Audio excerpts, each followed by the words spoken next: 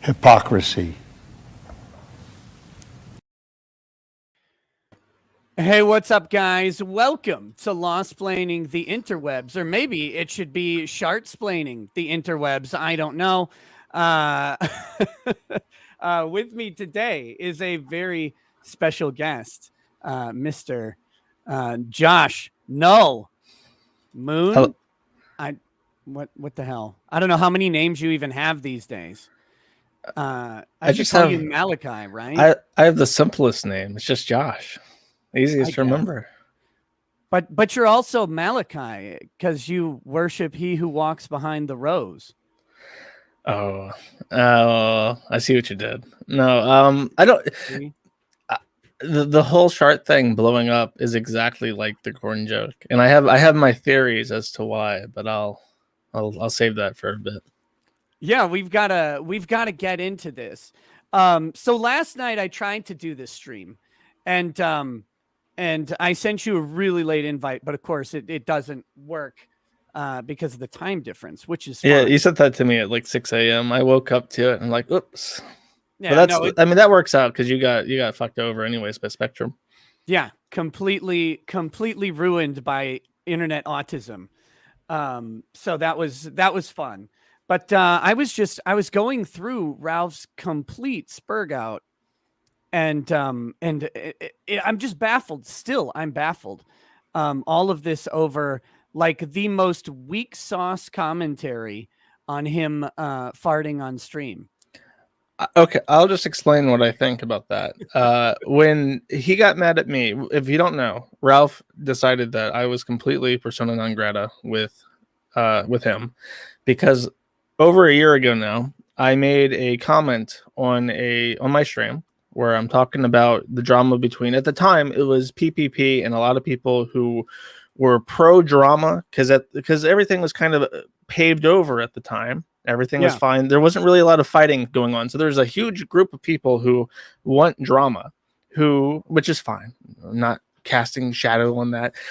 They want drama, and there's no drama going on. So here comes PPP, Chaos Incarnate, to cause some drama, and they set their sights on Ralph. And I said in response to that, I'm saying like they're going for Ralph because Ralph is the weak link here, and like the association with him is poisonous because he is the weak link, and as he says, he's a millstone around people's necks. And I just say like Ralph might have to be the one that gets cut if this is how it's going, because I'm not gonna eat shit for Ralph.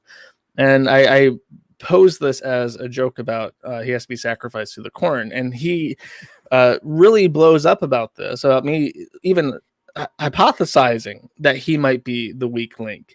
And the reason why is not just that it's a joke at his expense. It is on its face a very weak reason to be upset. But like with this, he had a list of grievances with me that already existed that he couldn't bitch about. Like in my case, it would be his thread. He wanted the thread to be more favorable to him, and he thought that being friendly towards me would result in that happening. And when it didn't happen, he became more and more upset. But he couldn't just say that, like, I really hate that fucking thread. I wish you just delete it and ban all the A-logs. Like, he can't say that because it'll make him look, groveling. So when the corn thing happened, he just used that as his reason to be upset. And in your case, it's not standing up for him enough, letting me on your podcast, especially that. It's like, why haven't you cut this guy out? And then when you make fun of the shitting himself thing, like that is his stated reason to save face, basically, when he does flip his shit. And that's because he cannot handle being the joke. It's not even like that he has super thin skin. He does, but very specifically, he cannot handle being laughed at. It triggers him in a like literal sense. Like I think he has some sort of trauma where if you laugh at Ethan Ralph, he cannot deal with it. It breaks him, and he has a psychotic break. Is it a childhood trauma where when you laugh at Ethan Ralph, like puppies around him mysteriously die? Is that? Is that Something one of like them? that. I legit believe, because he keeps saying that I've been molested now, which is super weird. I have no like childhood traumas, but he says like, oh, you have a What weird about voice. adulthood traumas? All my own doing. I can't get mad at anyone for that.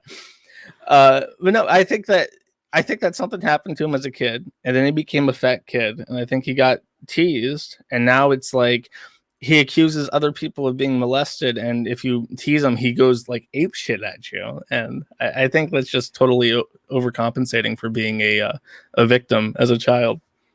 It's such a weird thing because I mean that's his half of his career. I shouldn't say his whole career, right? He does the commentary or whatever, the right wing commentary, which is fine. He does that. He actually pulls very interesting guests like for his show size, which is commendable. But the you know the other half of it is like screaming and making fun of people and dumping on them when they do something dumb. And so then to have it reversed where like he can't take any joke is insane. And you're right, because I've seen the laundry list of sins that he's like laid out against me, and I know that this is only a partial list, just what he's made public. But it's weird to me because now he's doing all the things that he's had 2 years to bring up to me, and never, well, 2.5, I guess, 2.5 years to bring up to me, and never has once mentioned it. In fact, like he brings up the Vic stuff as if he knew all the time it was never going to work, and it's like Ralph has spoken positively to me about the Vic stuff in person several times. Like this is, this is not something that he was ever opposed to. But I guess Ralph lying shouldn't surprise anybody. Yeah, I mean, I can't even imagine what he would be saying about the Vic stuff. I guess you could talk about like Ty and his like relationship to you and say like, oh, that's like the angle. But I didn't. The thing that like I don't know how often I could say this. I didn't hire Ty. Vic hired Ty. Completely absent of. I mean, the only thing I did was said, "Here's a guy's phone number," because Vic asked me for a referral. I said, "Here's a guy's phone number in Texas who's handled all types of cases." And, they talked independent of me, and Vic hired Ty. Like I had no sway on it. If he had not hired Ty, it wouldn't have changed the GoFundMe in any way other than like there would have been maybe less interaction with his attorney, but that's it. So yeah. it's Well, based on the truth of convenience. Like I clearly lined everything up and arranged everything by holding the money over someone or whatever when it suits the narrative. yeah, but I mean, like, what I was going to say is just that I can't imagine what his angle is. I think a lot of people rooted for Vic because it's like, if you are being falsely accused of something, you should be able to take it to a court and say, like, my life is being destroyed because of these allegations, which are untrue. And you hope for the best. You hope for, whatever justice is to come about in that situation. So to backtrack it and say, like, oh, yeah, I knew he was fucked. What's even the point of trying? That's disingenuous. Nobody thinks that way. Yeah, it's insane. And the other stuff. So I'm going to need your help filling in the blanks on some of this stuff because apparently I've done Before we even do that, I just want to. I think we Yeah. should explain who Ralph is because I don't think in your audience in particular, it's been so long since like Dick and Ralph were like frequent guests of your streams. It might be a good idea just to tell people in broad terms who he is so that they have an idea. That would be good. Should I start telling what I know about Ralph and then you fill in the rest? I would love for you to try and make a Wikipedia intro paragraph for Ralph. I want to hear your take on that. Okay, so Ethan Oliver Ralph is the founder of something called the Ralph Retort, which is an online blog of sorts that was purportedly covering news stories, which was, I believe, he was even published in a couple prominent papers, right? Like something like Washington Post may have published a Ralph piece or two at some point. Yeah, I don't remember. Well, his height was Ralph basically got his start during Gamergate, and he started doing an internet show on YouTube talking to like e-celebs, and e-celebs would like fight each other on his podcast, and he would moderate it, and it peaked I can't remember what year. I think like 2018, December 2018, where he did a charity podcast called The Heel Stream, where he, Medicare, Dick Masterson, a bunch of other people, like Harmful Opinions, I think was there. I think I was there. Jones. Yeah, you showed up. I showed up. Mumkey Jones showed up. Sam Hyde made an appearance. He did. He briefly called in, and all these people showed up, and it was like divided into two halves. The first 3 hours was not a joke, unironic Holocaust debate. The second 3 hours was like comedian internet people bullying a woman who took colloidal silver and had a blue vagina. That was the stream. It raised $20,000 for St. Jude's, and Right Wing Watch said YouTube is hosting Holocaust debate charity streams, and as a result, Ralph basically lost everything, and he's been kicked platform to platform ever since. Yes. And as his resources and pool has kind of drevved up, he's become more and more of like a cornered animal. And I liked Ralph. I liked his show, and he had this motto that anything could happen on the kill stream. And it was a thing where like you could tune in and the weirdest shit would happen. Boogie would show up and start defending Nazis and call himself a dire wolf. And it's like, what the fuck happens on this program? And it was great. And Ralph was at the heart of it, and something fucking happened, and he's just become like a completely different person. I spoke to him for like 3 minutes yesterday. He invited me onto his show, yelled over me, and hung up on me. I saw. It's like a completely different person. Like I've never met this guy. I've never had an interaction with whoever the fuck this guy is that's calling himself Ethan Ralph is. Like I don't know him. So that's the thing. And if you don't know who I am, my name is Josh. I run the Kiwi Farms, and I have been declared Ralph's sort of like arch nemesis for like the last year, because he desperately wants to see me dead or in jail, and he wants to see my site pulled limb from limb and scattered to the winds. That's what he wants. Well, you are already dead to your entire family. I learned that. Apparently, yes.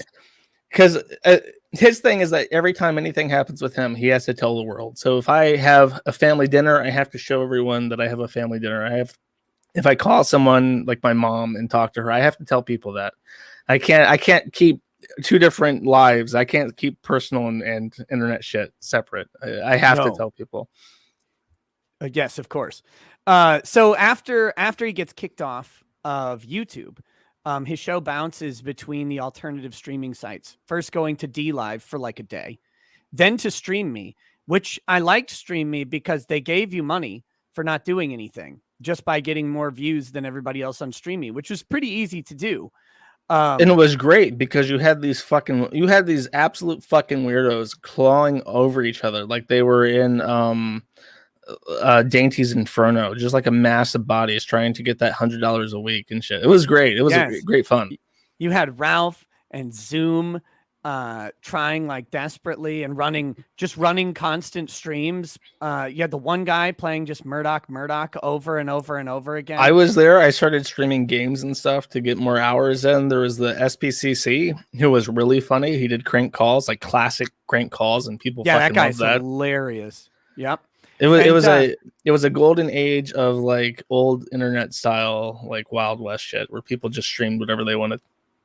And then it turned out that Stream Me stole their streaming code from someone else, and so that whole website got shut down. Then Ralph went back to DLive until DLive couldn't countenance him anymore, and so they eventually unpersoned Ralph. And then, which I disagreed with all of this, by the way. And said that, it was shitty that Ralph got deplatformed. In fact, I think I was the only YouTube show that had Ralph on after the kill stream got kicked off of YouTube. Then he went to, but after DLive, was that when he went to Trovo?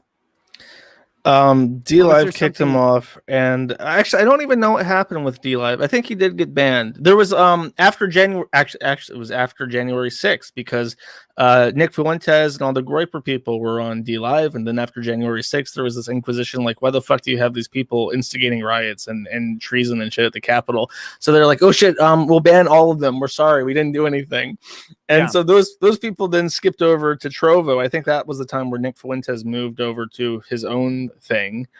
And then while Ralph was on Trovo, I think he started to set up with Secure Server, where he just paywalls all his streams. And that was around the time he also started leaning more heavily on Odyssey, which is what he's Right. on now.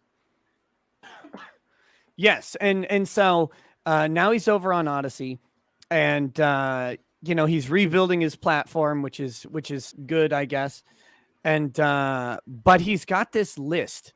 He's got a list, and it comes up whenever someone wrongs him, and he has the list of grievances. Right? He's like a dwarf in more ways than one. Like Warhammer 40 or Warhammer dwarves have a book of grudges.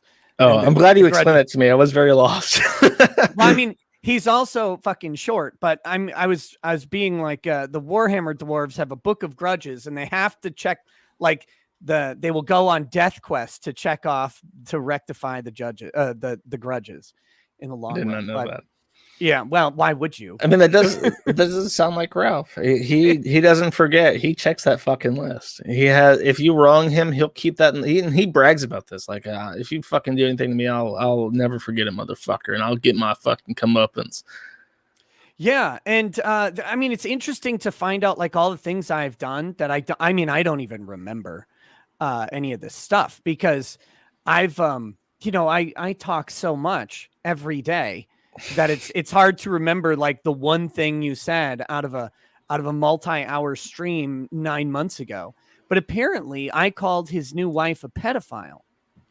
And I've been racking my brain trying to figure out when that would have happened because most of the time I don't even know like who his wife is. Is his wife Digibro's ex? Yes. He had an affair with this is a real fucked up story. When Faith was pregnant with his unborn child at the time, he had an affair with May, who was cheating on Digibro, and May was a lolicon. And I think it was after the fucking falling out with Dick. You said something in response to like a super chat, which is always what happens. You reply to a fucking super chat and someone gets angry at your reply to that super chat. But you said something like, I'll put it this way, I wouldn't let May watch my kids. And that's all you said. And then I guess you forgot about that because it's been years since that happened. And you see May and Ralph had a thing. And according to him, you walk right up to May and go, hey, it's nice to meet you or something. And that to him, that was two-faced. That was duplicitous as fuck. It's amazing that you can be cordial to people. Like, I mean, just general politeness. The best part is like, I at the time, I don't think I would have even known who that was. But if I remember right, Digibro very proudly professed on Dick's show years and years ago that that he and his wife, who would be May, or he and his girlfriend or wife or whatever, like to watch cartoons of children getting fucked. Yeah, that's pretty much the exact word. Like that. Yeah, I mean, word for word. There's a whole like song about it. It became a big part of the Dick Show lore. It's why I was immediately like, okay, it's Hardman working hard. They made a song called the Lolicon as opposed to Lolicon, like a scam. And it has that quote, and he just opens up and he says, like, yeah, I want to see kids getting fucked, Dick. That's what I am. And then he goes on to say, like, if I don't do my Ralph voice, if I don't defend drawings of little kids getting fucked, and civil rights is on attack, and everyone's going to lose their shit, and we're all going to be censored forever. Like that was his whole shtick is that. And May was not like an innocent bystander in this. There's a video of her pointing to like a 12-year-old character on her wall that she hangs. Like I say, she likes to hang these posters of Lolicon over her bed like a pedophile dream catcher. And she points to this poster and she says, "This is what I'm into," pointing at. Yeah. And it's just like, okay, like I get it, and it's completely fair to say that you wouldn't trust that kind of person with your fucking kids. Like, obviously it would be reckless endangerment to trust someone, to trust Digibro with your fucking kids. But he's taking it way farther than it even matters. I wouldn't trust anybody on the internet watching my kids. I don't trust people in my town watching my kids. The list of people who watch our kids are people who are either family that we also trust because we have family members that we would not let watch our kids, and and the other people that are people that we have interviewed thoroughly or know extremely well. Like we are hermit people. So like one, I wouldn't let her watch my kids, but two, I also, even without all the lolly stuff, I wouldn't let her watch my kids because why would I? That's a weird thing. Someone asked me the other day if I would let Dick Masterson watch my kids. Well, no. It has nothing to do with who Dick Masterson is. I mean, people can make up their minds about that on their own, but I wouldn't let Dick watch my kids either because why would anybody, why would I do that? Dick's family trusts him to watch his nephew, and that's fine. But I don't know Dick that well. Well, So you want to know it's what weird. the best thing about May is? Yeah, what's that? She's pregnant. Yes, I have heard this. number two, and you know what? I can't even be mad at Ralph. This is entirely my own fault, and not in that way. I wrote an article on my forum like 2 years ago. And I made a general statement like, I'm turning like 28 this year or 27. I don't know when I wrote it exactly, but I said like I'm on the downhill of 20s at this point. I'm going to be turning 30 very soon, sooner rather than later. And I'm looking at the forum. It's like I have to figure out a way to make the site profitable. I have to figure out a way if I can integrate the site into the long-term future that I have for myself. And my plans for my life, and that involves having kids. And I explained it kind of in brief that I think that I have a very Darwinian sense of what the meaning of life is. I think that we are put on earth to reproduce. We're meant to have kids. I And agree. that's my post. And that's why I said, this is where I'm at. This is how I'm feeling. I'm letting you guys know because I will be trying to monetize the site in the near future to try and make the site copacetic with my own plans, and hopefully it all works out because there are things I want to do as I turn into my 30s. And Ralph saw this, and I swear to God, my writing has spawned 2 demon children into this world because I think that he had kids to one up me, and he's having a second one because he's not listed as the father for Faith Vickers' child. He's literally paper aborted from this kid's life. He has no right to see him. He has no right to know him. He's losing criminal cases for harassment against Vickers, both the mother and her father, because he has no claim to it. And I don't know if you ever read through those papers that you were going to read through yesterday. I didn't get to him because of the internet crapping out.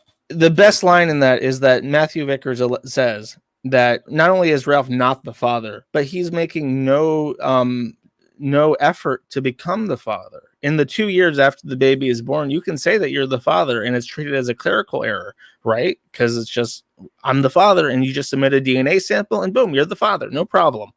But he's not doing that. He's making no effort to do that, and he simply says in reply, "That's true. I'm making no effort to become the father of this child." So clearly we need baby number 2 to remedy that mistake so that people can't point out that his only child was aborted in a legal sense. Well, the issue with Ralph becoming the legal guardian or the legal father of the child, right? He wouldn't be the guardian. He would have to pay child support. Yeah. And right now he's free to fuck with that family, the family of his only child, without repercussion. And they gave him a Hail Mary, a saving grace. Get the fuck out of our lives, and we will leave you alone, and we won't even go for child support. And he's like, no, I'm going to be a nuisance because I can. And that's Ralph. And I don't know what May's hoping to get out of it, but he's going to fuck her over too. Like, what are you expecting? It's going to cut his income by like 40%. I mean, because do you think he'll report like they're not going to go smooth on him, right? Like they're not going to lube him up on that fight. He has burned that bridge with that family so thoroughly that if they go after child support, I mean, they're going to do full discovery on his bank accounts. They're going to go after every single cent that they can possibly get, because the assumption will be, hey, Ralph makes money through a whole bunch of different channels. Like the beginning of the stream where he has his hernia over me, like he lists all of the different ways to donate, and there's like 75 different options. He's fucked if that happens, specifically because he's a very vain person. So things that appease a vain person like him are money, and like fame, notoriety, and he'll brag. He'll say like, "I make tons of fucking money. I make 6 figures, bitch. I'm fucking rich as shit. I'm fucking a high roller. I go gambling every week. It don't cost me shit." Well, it's like, okay, well, when you're saying things like that, and then child support payment comes, like family court comes after you, they're going to take those statements and say like, he's claiming that he's making this money somewhere, so we're going to find it. And it's like, oh yeah, and it's going to cost a lot to find it.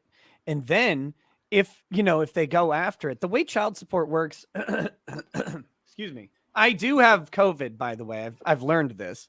Congratulations. Diagnosed. Yeah, it's great. So I've now been vaccinated by nature or whatever.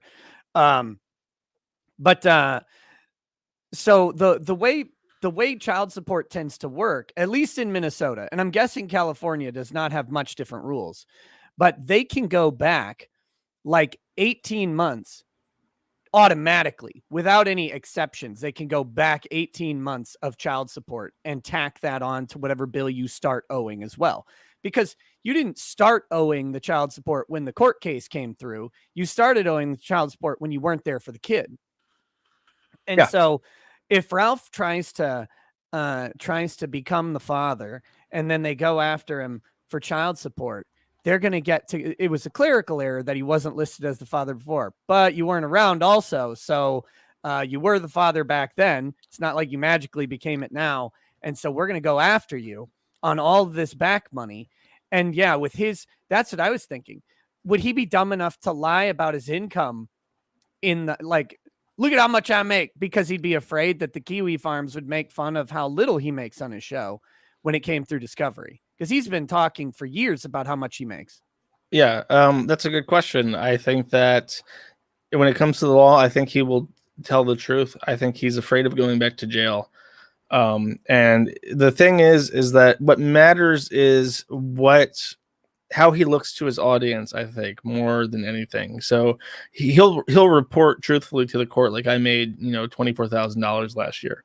But then when it comes to his audience, he'll still talk a big talk, because they'll believe anything they say. Like, his audience, I don't know what the fuck is wrong with those people, but the people who have stayed by him through all this shit that he's done are now like some sort of, like, I can't say subhuman on YouTube because that's dehumanizing. That's against the TOS.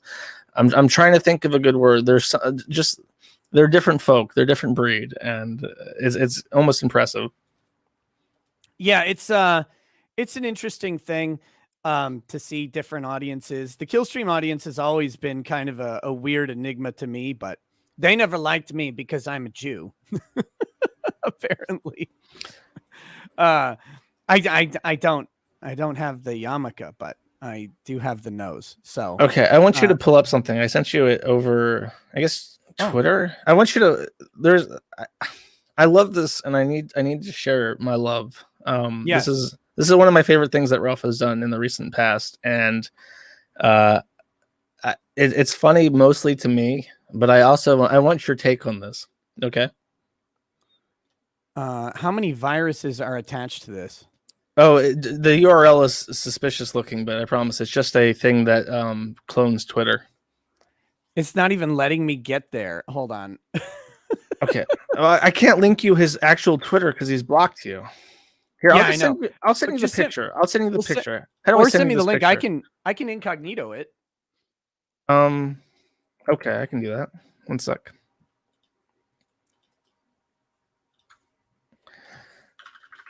By the way, he messaged, like, before blocking me, he DM'd me his tweets about me and then blocked me. He's like, just so you don't miss it. But then he blocked me before I saw them. So that was fun.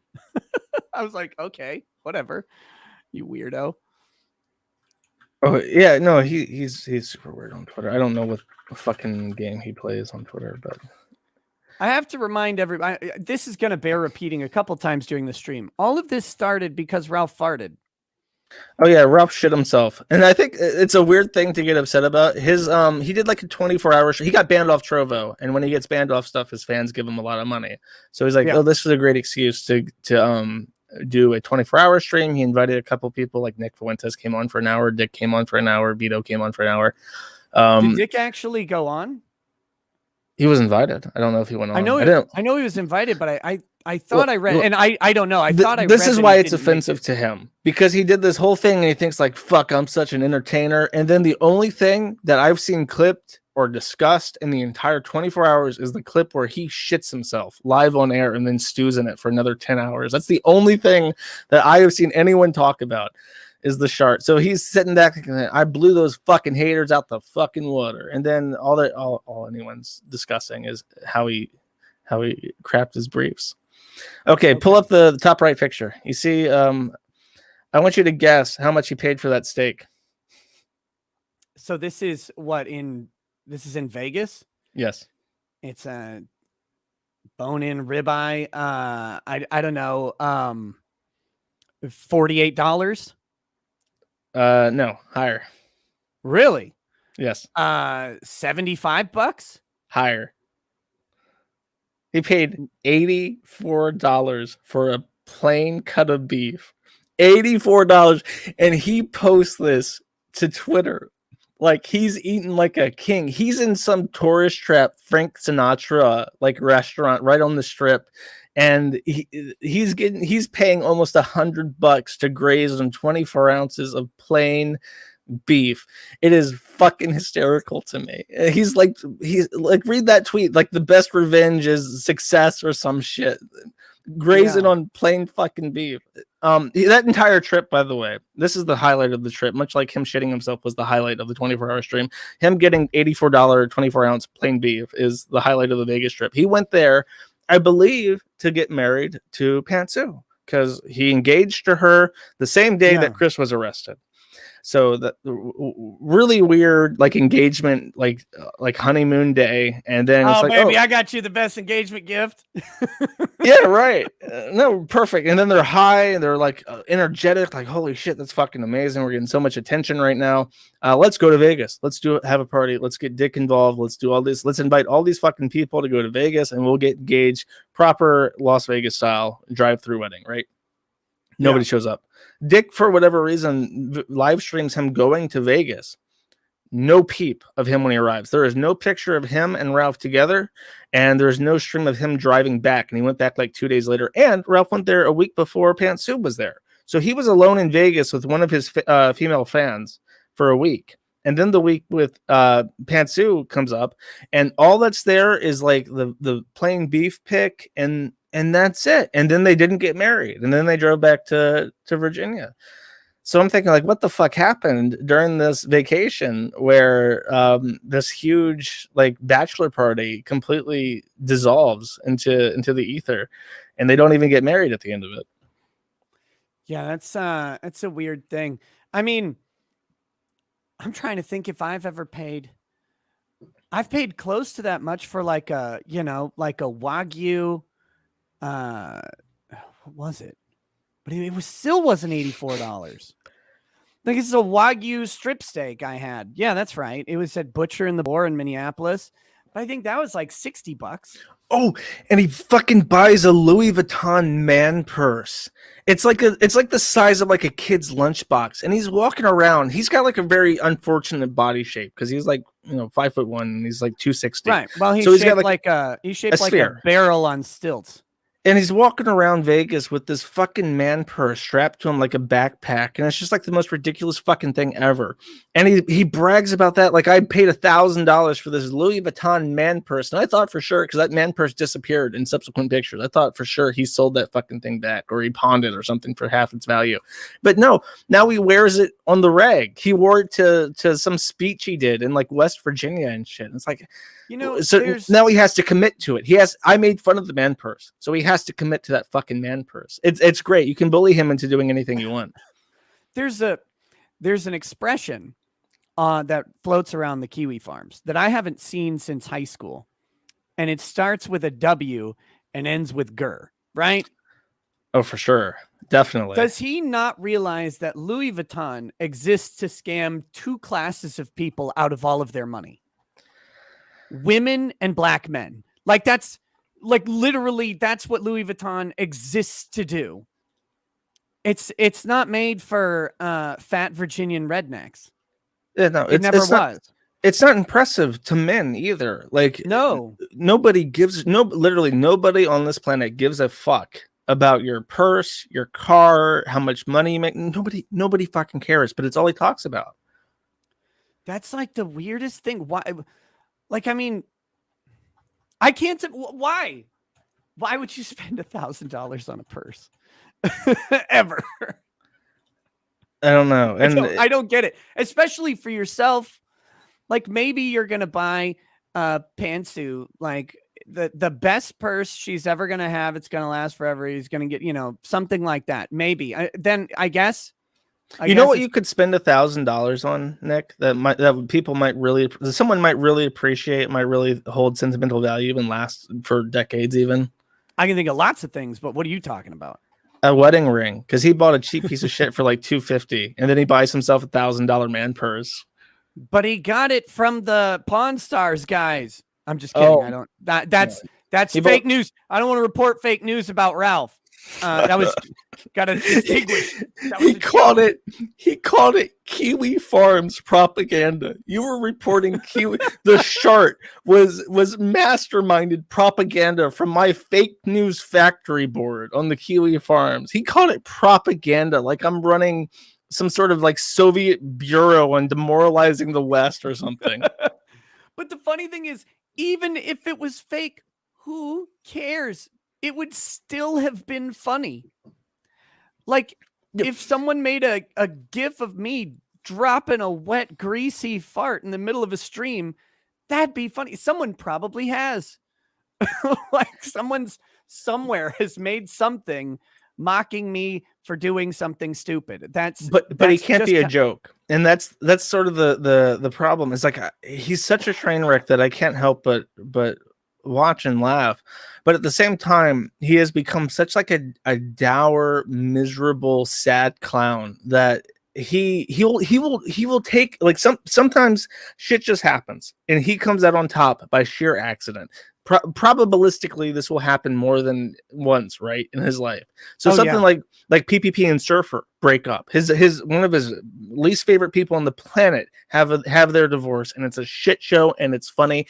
And then shit show. Literally. So he gets it, and then instead of like having a good time with it, laughing about it, having fun, he's like bragging like, I fucking outlived another. Kill stream always wins, baby. I'm Ethan fucking Ralph, the Kingmaker. Fuck you, bitch. It's like, yo, dude, this is silly. This is silliness. You should be laughing, haha, but he can't anymore. The joy and happiness in this man have been raped from him. Yeah, it's amazing because it's like DSP. He just keeps failing into success. Like some modicum of success, right? Not even, man. DSP has his core audience, and I don't know. I appreciate that, like, DSP can say like, oh, I like you guys. Thank you for paying my taxes. Thank you for enabling me to gamble all my money away on WWE. And he's still on YouTube. He's still monetized on shit. It's like DSP is sitting at a level higher than Ralph. His entire life is not a fucking shit show, like Ralph says at this point. Every sordid detail about the man is out there. Yeah, and the thing with, the only comparison I was drawing was that DSP just seems to outlive, his hate brigades. And, that's through sheer force of will. Ralph, right. This is what I say on the site, is that Ralph has set his lose conditions at being literally dead. As long as he can turn on the camera and put himself on the internet, the kill stream's alive, and he's still winning, baby. You better fucking believe it. He'll always be here. He's batting at the undefeated, still winning 2021. 1,000-1, baby. It's like, so as long as he's literally like, even if he has lost his limbs and the camera is hanging over his hospital gurney, as long as that camera's on and he's on the internet, he wins. And that is similar to DSP. DSP will keep trucking as long as he can. But it's like, that might not be the most prudent fucking thing to do at this point. And even then, I don't know what else he does. Yeah, exactly. Like, he tries to talk shit about my situation, but I'm not a felon. I contacted the U.S. Marshals recently to see if I have a warrant anywhere, and I'm pretty sure I don't at this point. So him saying that government, do you want to kill me? I FOIA'd the Marshals. You motherfuckers have something on me. I need to know. No, nothing that I know of. So it's like, I'm not wanted. I'm not a felon. I have my health. I have a little bit of money saved up. And it's like, if shit happens, if the government, if the CIA knocks down my door and says, close down the fucking website or we'll shoot you right now. It's like, okay, I guess I'm becoming a programmer again. I guess I'm going to make payroll software again. But what can Ralph do? He can't travel outside the country because he's a felon. He can't own a weapon because he's a felon. He can't get a job because he's a felon. He can't change his name because he's a felon. He has 2 kids at this point. Well, one and one on the way. It's like, if you woke up as him, what do? What's step 1 to unfucking that shit? It's a mess. It's a real Gordian knot. There's no way out. It's tough because I don't know. Does he have a degree in anything? No. Here's another thing. I didn't even mention this, but here's another way that everything is fucked. He went to college. He wanted to get a political science degree. He dropped out. He has 10K student debt, never paid a dime towards it. He has no credit. He can't buy a house. So his credit is fucking obliterated, and he has debt that he can't bankrupt out of for a degree he did not earn. Damn. That's a shame. Because at least if he had some sort of, college degree, he would have I don't know. It would help. You'd think. I mean, maybe not. I don't know. He could work construction, maybe. The Brody Bliss says, find the nearest firearm. You can't even shoot yourself because you're a felon. You can't get a gun to shoot yourself in the head with because you're a felon. You're fucked. You're going to have to tie a fucking noose that can hang Ralph. Good luck. Aw. It's not the noose that's the problem. It's the tree branch holding it. It's the rafters. He tries that shit, the roof's going to cave in. And then you got another fucking issue. You don't have a roof over your head. If he uses someone else's building, he'd get sued for destruction of property. Okay, so let's do this. Let's talk, because I see people don't. I get a lot of shit on the forums, right? As everybody does. Everybody does. This is the funny thing about like Ralph thinking being friends with you is gonna somehow make shit not happen on the forums for him or whatever. Because like, and he's not the first. He's not the first person to think that even if I wanted to, I describe the people in the forum as cats. I can I can throw a treat maybe and distract them, but like I can't herd the cats. They do what they want. They piss and shit all over the place. It's just what it is. Yeah. The thing is, if you read the right forum, like if you read the PPP forum, half of those people hate you, right? Like they hate you. Oh yeah, the PPP's people don't like me a lot because they see me as like a head Janny, Janny incarnate.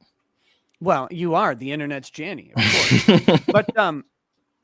but that's my point though, is like there is no one safe on the forums. That's kind of why it exists in the way that it does. And so like thinking about it is silly, but I get a lot of shit on the forums because and this goes back to the PPP stream where people keep saying I lied about not knowing what was going on with Ralph. And it wasn't actually a lie. And their evidence is that the next day when I had Easy Peasy on, I explained in detail what was going on with Ralph. Well, yeah, I read the forums the next day. Like I read through to try and catch up on what was going on. Plus I had talked to PPP. Plus I think I had a live call with my Discord the next day to catch up on it too. But I don't actually follow the antics of Ethan Ralph. I do. It's a lot. It's a lot to keep up with. It's a ton. I check my thread all the time. I check the Weebwars thread a couple times, right? I check. What's a board? I guess you check the main thread, the mega thread. Yeah, the 5,000 page one. Like every so often when I hear about something, I'll go and try to track through, but there's too much to keep up on. So like I have a couple not even bookmarked. They're just saved in my browser on my phone. It's like, oh, I'm going to take a shit. I'm going to read through some of the Kiwi forums. Right. But I don't keep up with Ralph's thread because it's ridiculous. So I'm guessing that there's a whole lot of shit that's happened with Ralph that I have no idea about.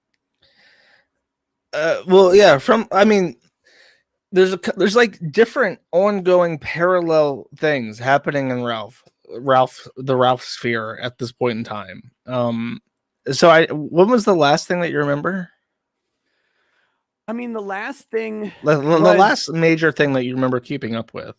I mean, I guess the faith stuff was like the, you know, Okay, the revenge porn case. Okay, and let me do this real quick because a lot of people, and this is a fair criticism, but let me contextualize the criticism a little bit. People have criticized me for GUNT guarding on the faith case. I did a video on the faith case, and I did it before Ralph reached out to me, I believe. I do not think I had talked to him before doing the video. And so I did the video, and then Ralph, as everybody now knows, reached out to me and we discussed things. Okay. Mhm. And the reason that I couldn't really talk about it is because I basically took Ralph on as a client. Now, people are like, oh, you're not licensed in Virginia. Yes, I cannot appear before a court in Virginia. However, if you want to hire a lawyer from anywhere in the country to give you advice, to give you, answer legal questions, you can do that without them being licensed in your state, as long as they don't hold themselves out as an attorney representing you in that state, right? Like they just can't lie about who they are. That's not an unethical thing to do. And it does create an attorney-client privilege. Once I did that, I cannot talk about anything privileged in the case and basically avoided bringing it up at all. I certainly can't go out and like start besmirching effectively a client. There are lawyer ethics that I have to uphold. So while people, they're fairly criticizing me for GUNT guarding, I can't go out and disavow Ethan Ralph. And it was my ethical obligation to not even mention that we had talked. Now that he has talked about it, that's on him. It was the stupidest thing he ever could have done. And it may end up burning him in some nasty way in the future. I don't know. That depends on a lot of other factors. But so is there still like a limit to what you can discuss? I imagine so. I am of the position that the only thing I can discuss are the 3 direct messages that he released. And yeah.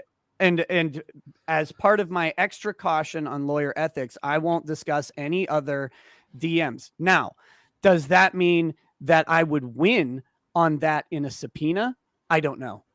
It would depend on the arguments made by opposing counsel, I suppose. And it would depend on, it would be up to Ralph to fight it. It's his privilege. It's not mine. So if someone were to subpoena me for those texts and Ralph doesn't put up an adequate defense to that subpoena and the court orders me to turn it over, then I have to turn him over as an officer of the court. That's what I would have to do. And I think that Vickers is already planning to subpoena you over because theoretically speaking, if Ralph messages Ricada and says, Mr. Lawsplaining, I have sent non-consensual pornography to someone as a form of revenge, and I'm guilty as fuck. I totally fucking did it. What do I do?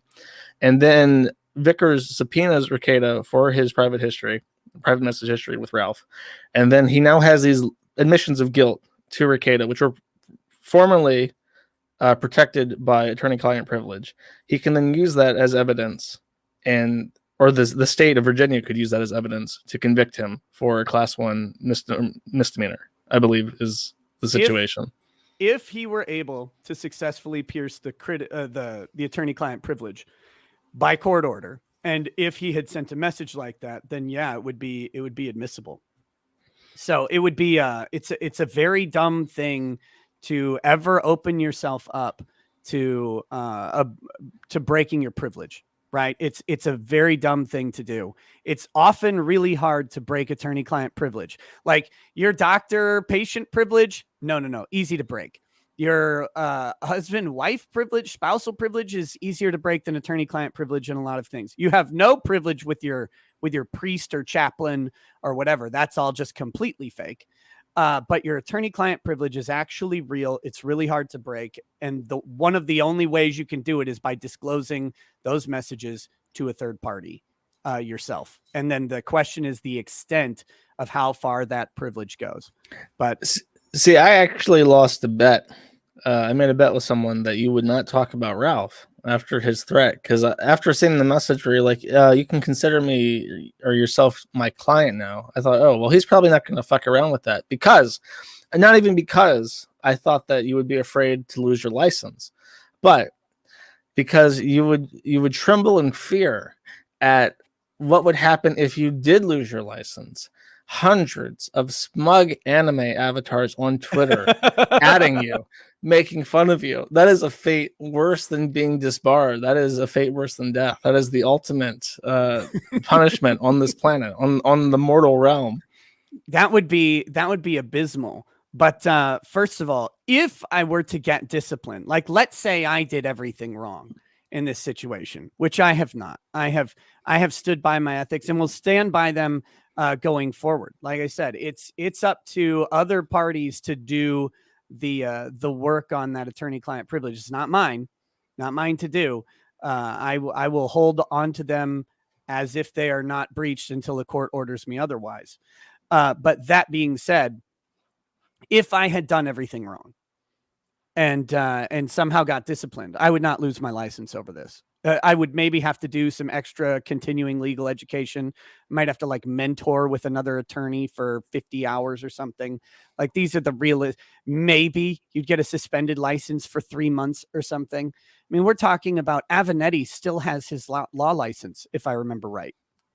Like it's extremely hard to get disbarred. So on that note, do you think he's guilty of non-consensual dissemination of images in the first degree? I will not say what I think about his guilt or innocence, because the guilt or innocence on that thing, as I explained in the video, depends on multiple factors. It depends on if he actually released the tape. And then it second depends on the motive behind releasing the tape, right? That's the other part of the statute. Is there an intent to harass, coerce, or intimidate? And then the question is who that intent is targeting.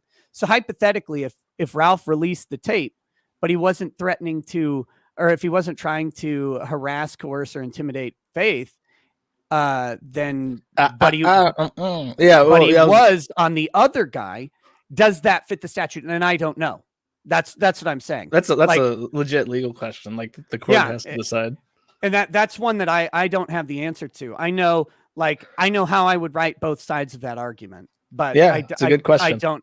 I don't know. So can I say if he's guilty? No, I can't say if he's guilty. I will tell you who I does believe that he is guilty. Who's that? Ralph. Because Ralph sort of had a little bit of a Freudian slip about prison, and he went on this big diatribe about how they're trying to send me to prison and I might get 6 months or so, but I handle prison just fine. I got a big mouth. And I love that. That's like a direct quote that he said, I can handle anything in prison. I got a big mouth. And it's like, okay. Well, I don't think that sounds how you want it to sound, buddy. No. I got a big mouth and a loose anus. I'm ready for you. What a weird one. What a weird one to say. I have no idea how it's going to turn out. I always thought the prospects of prosecuting him on this were very low because it's a misdemeanor charge. And while it's easy to in internet court to like come up with a whole bunch of proof, like the cost of proving this stuff out in real court for the state is expensive, right? Like you have to either get an admission or you have to go through a lot of forensic data stuff, right? Like you have to verify the authenticity of the tape. You have to verify that it was, you have to prove beyond a reasonable doubt that he did the upload. Then you have to prove the intent. And without actual admissions to it, it's a really tough case to prove. So I didn't think they would ever charge it. And at first they didn't. Have they actually charged him? The information from Spectre, he called the court and the woman on the phone said that the case is active. So she confirmed that. I don't know like what that means in particular. I think it is. I think the ball is rolling on that again. I don't know why. I think it was speculated that he probably had some sort of informal arrangement with the state where it's like, if you don't fuck with these people anymore, we have no reason to prosecute this. But then he has like temporary restraining orders from both Vickers, from both of the Vickers, both the mother of his child and her father, because he goes on his fucking podcast and talks shit about them and sends them nasty fucking emails and all sorts of shit. So they went to California Family Court and said, we have a DV, we have an issue with this guy, and we need some protection from him, and they won. So now he's, I think, I don't know what the full detail is with that. I think he's waiting. I think he won a continuance. The same day that he freaks out at you, he's due in fucking court in Nevada County, California, not the state, the county in California, via Zoom. And he gets a continuance in that. So while he's yelling about you, he's hours away from a hearing regarding his domestic violence and temporary restraining order shit with the Vickers. I can tell you what, if I was under a bunch of criminal investigations, I would either not be spouting online or be very, very cautious about what I say. Like what an absolute cluster that is. Well, the issue is that he's taking L's on this because this is not even the first thing. And he had a conversation with me that lasted for like 3 minutes because he just started screaming over me. And I think that was because he was afraid of me mentioning a name. Do you know what name that is? Beautiful. Adrian Blair, right? Adrian Blair. Adrian Blair is AID0. She is the ex-girlfriend of like 4 different people involved in Encyclopedia Dramatica. She is also I don't know if she's an ex or just like a fling that Ralph had, but they had sexual relations, and that's sad for her. She basically fucked up his whole life, and this woman has fucked up his whole life so good that even Ethan Ralph is like, holy shit, this fucking demon fucked my whole life up so good. And I can't even believe it, because what happened is that she splits ways, and then she comes on a stream with me, PPP, Godwinson. I think even Monday Matt shows up, and we all have a good time having a laugh at Ralph's expense. So he, in a rage, writes up this and he cheated on Nora? On Faith, or he cheated on her with Faith, who ended up becoming the demon baby mother. But okay. He writes this expose on his website, his fucking blog, which he's basically abandoned except for hit pieces. And he writes this huge expose. He says what her full name is, what her date of birth is. Yeah, he doxed her and her full doxes her and everything, right? Where she works, posted pictures of where she worked at, and then he even took her apartment building and took a Google Street View of where she lived and circled her window and posted this on his blog. And he said, I sure hope nothing happens to her living right here at this address. And the brilliant thing is that even after the Holocaust charity stream, even after being banned from 109 different platforms, he still had Patreon. Go fucking figure, he had Patreon. But that was because his Patreon was for his blog. Well, surprise, he doxes this chick and then threatens her. Oops, $1,000 a month gone, fucking up in smoke. How'd I fuck my life up so good? I can't even imagine it. How'd I fuck up so good? Money just gone out of thin air, just fucking gone. And then she takes that same blog, goes to, I think she's in Illinois or something, and then tells, it's a liberal state, tells them this fucking lunatic is highlighting where I live on the internet and saying, I sure hope nothing bad happens to her. And surprise, she wins a full injunction against him. I think it's like 2 years. He can't mention her name, and people can bully the fuck out of him just by saying Adrian Blair. Adrian Blair. I'm surprised nobody's ever made an edit of the Adrian Brody Quest song with Adrian Blair and just fucking blasted it at him because he can't say that name, and it drives him mad because he's got a big enough mouth to handle anything, but for some reason that name just eludes him. It's funny also because she likely can get that 2 years extended at least another 2 years without him even saying anything. If she just files like a simple motion, like extending restraining orders, especially for a woman who's been threatened by a fat redneck. Yeah, and he made a tweet or something. Somebody in my chat pointed this out, but he said I think it was Michigan, but he said something like, I'm gonna go to Michigan and do some shooting. Well, what a fucking idiot. he threatened, like, it's supposed to be like, I'm gonna go visit her house and I'm gonna do a live kill stream in front of her apartment. That's what he's saying literally, but he's using the word shooting in regards to this woman that he's had a domestic relationship with. And it's like, of course the courts are gonna fuck you, Ralph. Of course they're gonna fuck you. What do you expect? Yeah, there's no that's a bad play. That's a bad play. Okay, so what happened since Faith gets pregnant. It's a disaster. She goes back home, has the baby, and that's like where I've left off. So what happens in the meanwhile? I know he gets almost married to Pantsu or whatever. I remember the fight between him and Riley. Yes. do I look 5'1", bitch? No. One of the greatest things ever caught on camera that wasn't like on Jerry Springer. That's a legit Jerry Springer fight. You expect people to jump up and start shouting Jerry and shit with the ding ding ding, and then the guys walking in to wrestle the midgets away from each other. Who was the chick that was there? That was Mint Salad, I believe. Right, Mint. Okay, so I'm trying to think. So see, Ralph accused me of going up to Pay or May, for the fucking names, to May at in Tampa and quote unquote kissing her ass by just being generally nice. Ralph had two vaguely feminine people with him. There was May, and then there was someone else. Was it Pay? Are May and Pay different?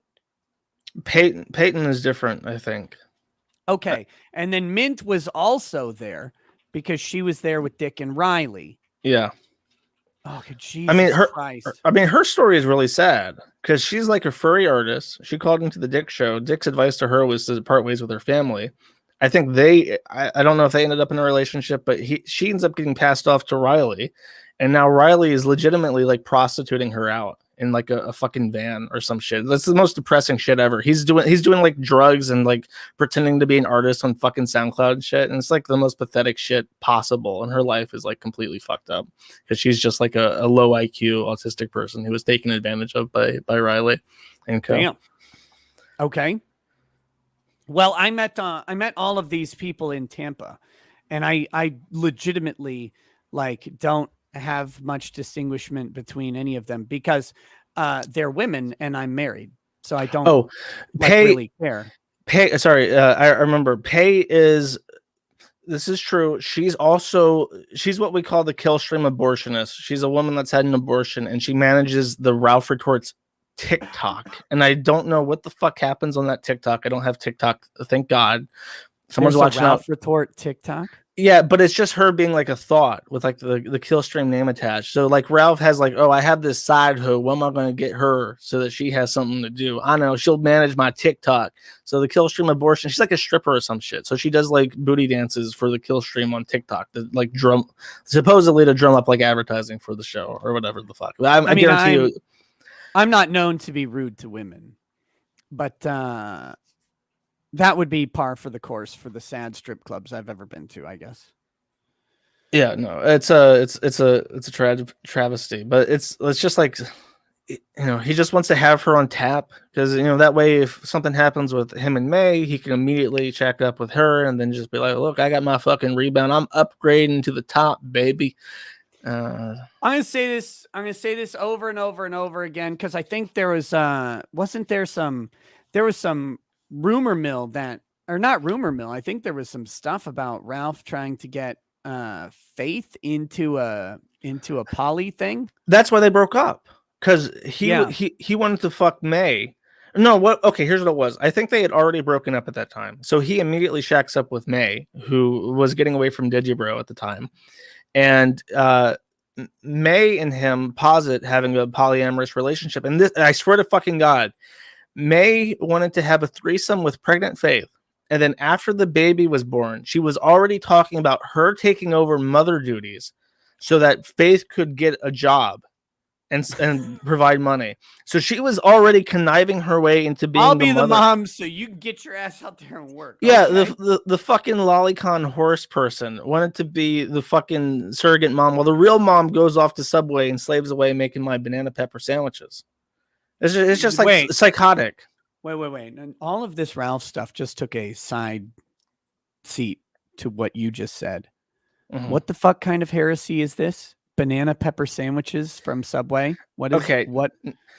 No, okay. I have a thing. I have a passion for sandwiches, and you just said something appalling, and I will not let this slide. It's What are it's you a spicy talking about? Italian with enough banana peppers on it to kill someone. That's what I like. Okay. That's No, actually acceptable. it's not just like bread with like a 1,000 slices of banana peppers on it. Look, I don't know what you do over in that weird third world country you're in. Dude, no, this is a true story. This is a true story. I haven't even talked about this on my podcast yet, but after I moved out of the US, I discovered that banana peppers do not exist outside the US. Apparently, they're called like Hungarian wax peppers in Europe, but they're very regional. They're not like a popular sandwich thing, but they're big in the US and they're everywhere in Subway. Subways outside the US don't have banana peppers. So for years now, I have been deprived banana peppers to the point where last year I hauled like 20 kilograms of horse shit up to my apartment and planted my own fucking banana peppers on my balcony. I pickled them using a recipe from one of my viewers' Polish Jewish grandmother's like pickling collection. And just this week, I have handmade bread and assembled my own Subway sandwich with my own pickled banana peppers so I could enjoy something that I've been missing for years. You're like Matt Damon in The Martian. Your fucking potatoes, except it's banana peppers, and you're all making bread like some sort of weird homeless savant. I just want some fucking banana peppers. I repurposed my balcony with horse manure to grow banana peppers. It's true. And in fact, I don't know if you know this, but in one of my spare pots, a pigeon laid an egg. A pair of eggs, and I allowed those pigeons to develop, and I took pictures of them all the step of the way, and they recently flew away. My baby pigeons. Oh, that's the most unfortunate thing I've heard today. That eclipses Ralph in ridiculousness right there, and I love it. I love every second of it. It's wholesome though. You're a man committed to a proper sandwich, and that is something I can respect you for. It was really good, by the way. I made my own Chipotle Southwest sauce and stuff. I bought a tin of peppers off Amazon. I whipped them up. And it was fucking great. It was a great sandwich. Kanju says better father than Ralph. God damn it. The names there was a big fat one, and usually when pigeons lay eggs, it's a pair, one's of each gender. So I called the big one Chantal and the little one Jeffrey Eggstein. Okay, that's funny, and that is wholesome. That is very, very wholesome. Okay. So what else have I missed on this story? And then, guys, I know a whole bunch of super chats have come in, and I've got the ones from yesterday. I want to make sure and respect Josh's time as much as possible, and I want to get all the Ralph stuff from him that we've got, and then he can stay at his leisure. But I want to get through, all of this, all of the corn, right? We want to eat the corn before we start burning the cobs for warmth. To be fair, corn harvest is like it's the old one, but it's better than a shart harvest. I'm just imagining like oil fields with like the wells spouting out like shit all over the place. And it's not as nice as the cornfields. No, I prefer. I should have titled this stream "Shuckin' and Jivin' with Josh," right? Like there just needs to be more corn jokes, but because it makes him so mad, and I don't get why it would make anybody mad. Like again, I know I've said this a million times, but it bewilders me how someone can go on the internet and expect to not be made fun of.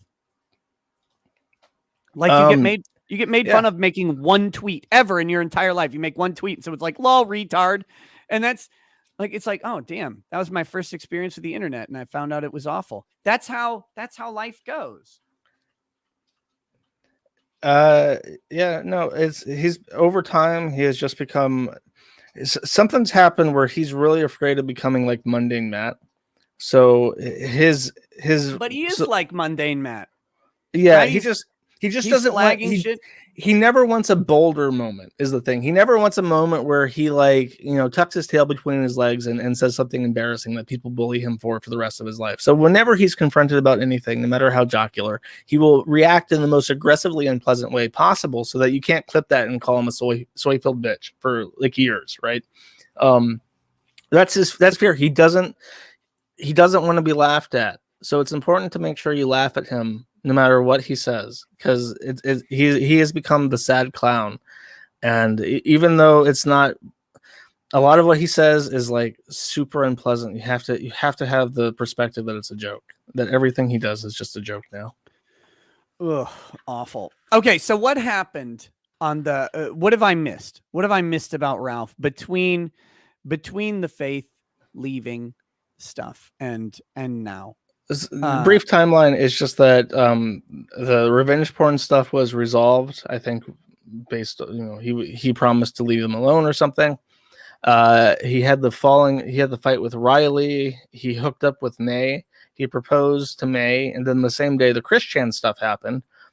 Purely coincidental. Now this is like a fucking surreal moment for me, is that the Chris thing happens and it's like, holy shit, this guy fucked his mom. Like this guy who I built the entire community up around, fucked his mom, and now shit's just fucked. And it's unironically, it's grisly. And I don't know how you can ironically fuck your mom, but he did it unironically anyway. It's just a joke, bro. I did it, but it was totally to own the libs. Now Ralph hears about this, and of course he thinks, aha, this is it. This is my way of shutting down the Kiwi farms and getting Josh Moon arrested. Josh knew something about this. I don't know how, but I'll find out. So he finds out that Chris is actually in Virginia. He's like, holy shit, I'm going to go visit Chris because he had just fucked his mom. He was living outside the house. He was at a hotel. Chris figures out what hotels he's in because people in Virginia are going fucking crazy. All the Chris people in Virginia are looking for him. They're like driving around looking for the Sonichu license plate and stuff. And didn't someone give him the hot tip that the arrest was happening? He went there, and then they tried to knock on the door, and the guy came up and was like, "Stop bothering people, go away." So he went to like a he like did an IP2 stream at like a empty mall, and he just kind of bumbled around for a bit and was like, oh, well, I tried my best to find Chris Chan. I guess I'm going back home, y'all. And he starts driving home, and this guy, one of his friends, I don't know who the fuck this guy is, but calls him and says, Chris is getting arrested right now, actually. So he fucking turns around, he goes 80 down the highway and gets there just in the nick of time to get the best shot possible of Chris being arrested. And there's this is huge. This is huge to me on a personal level. Is this right.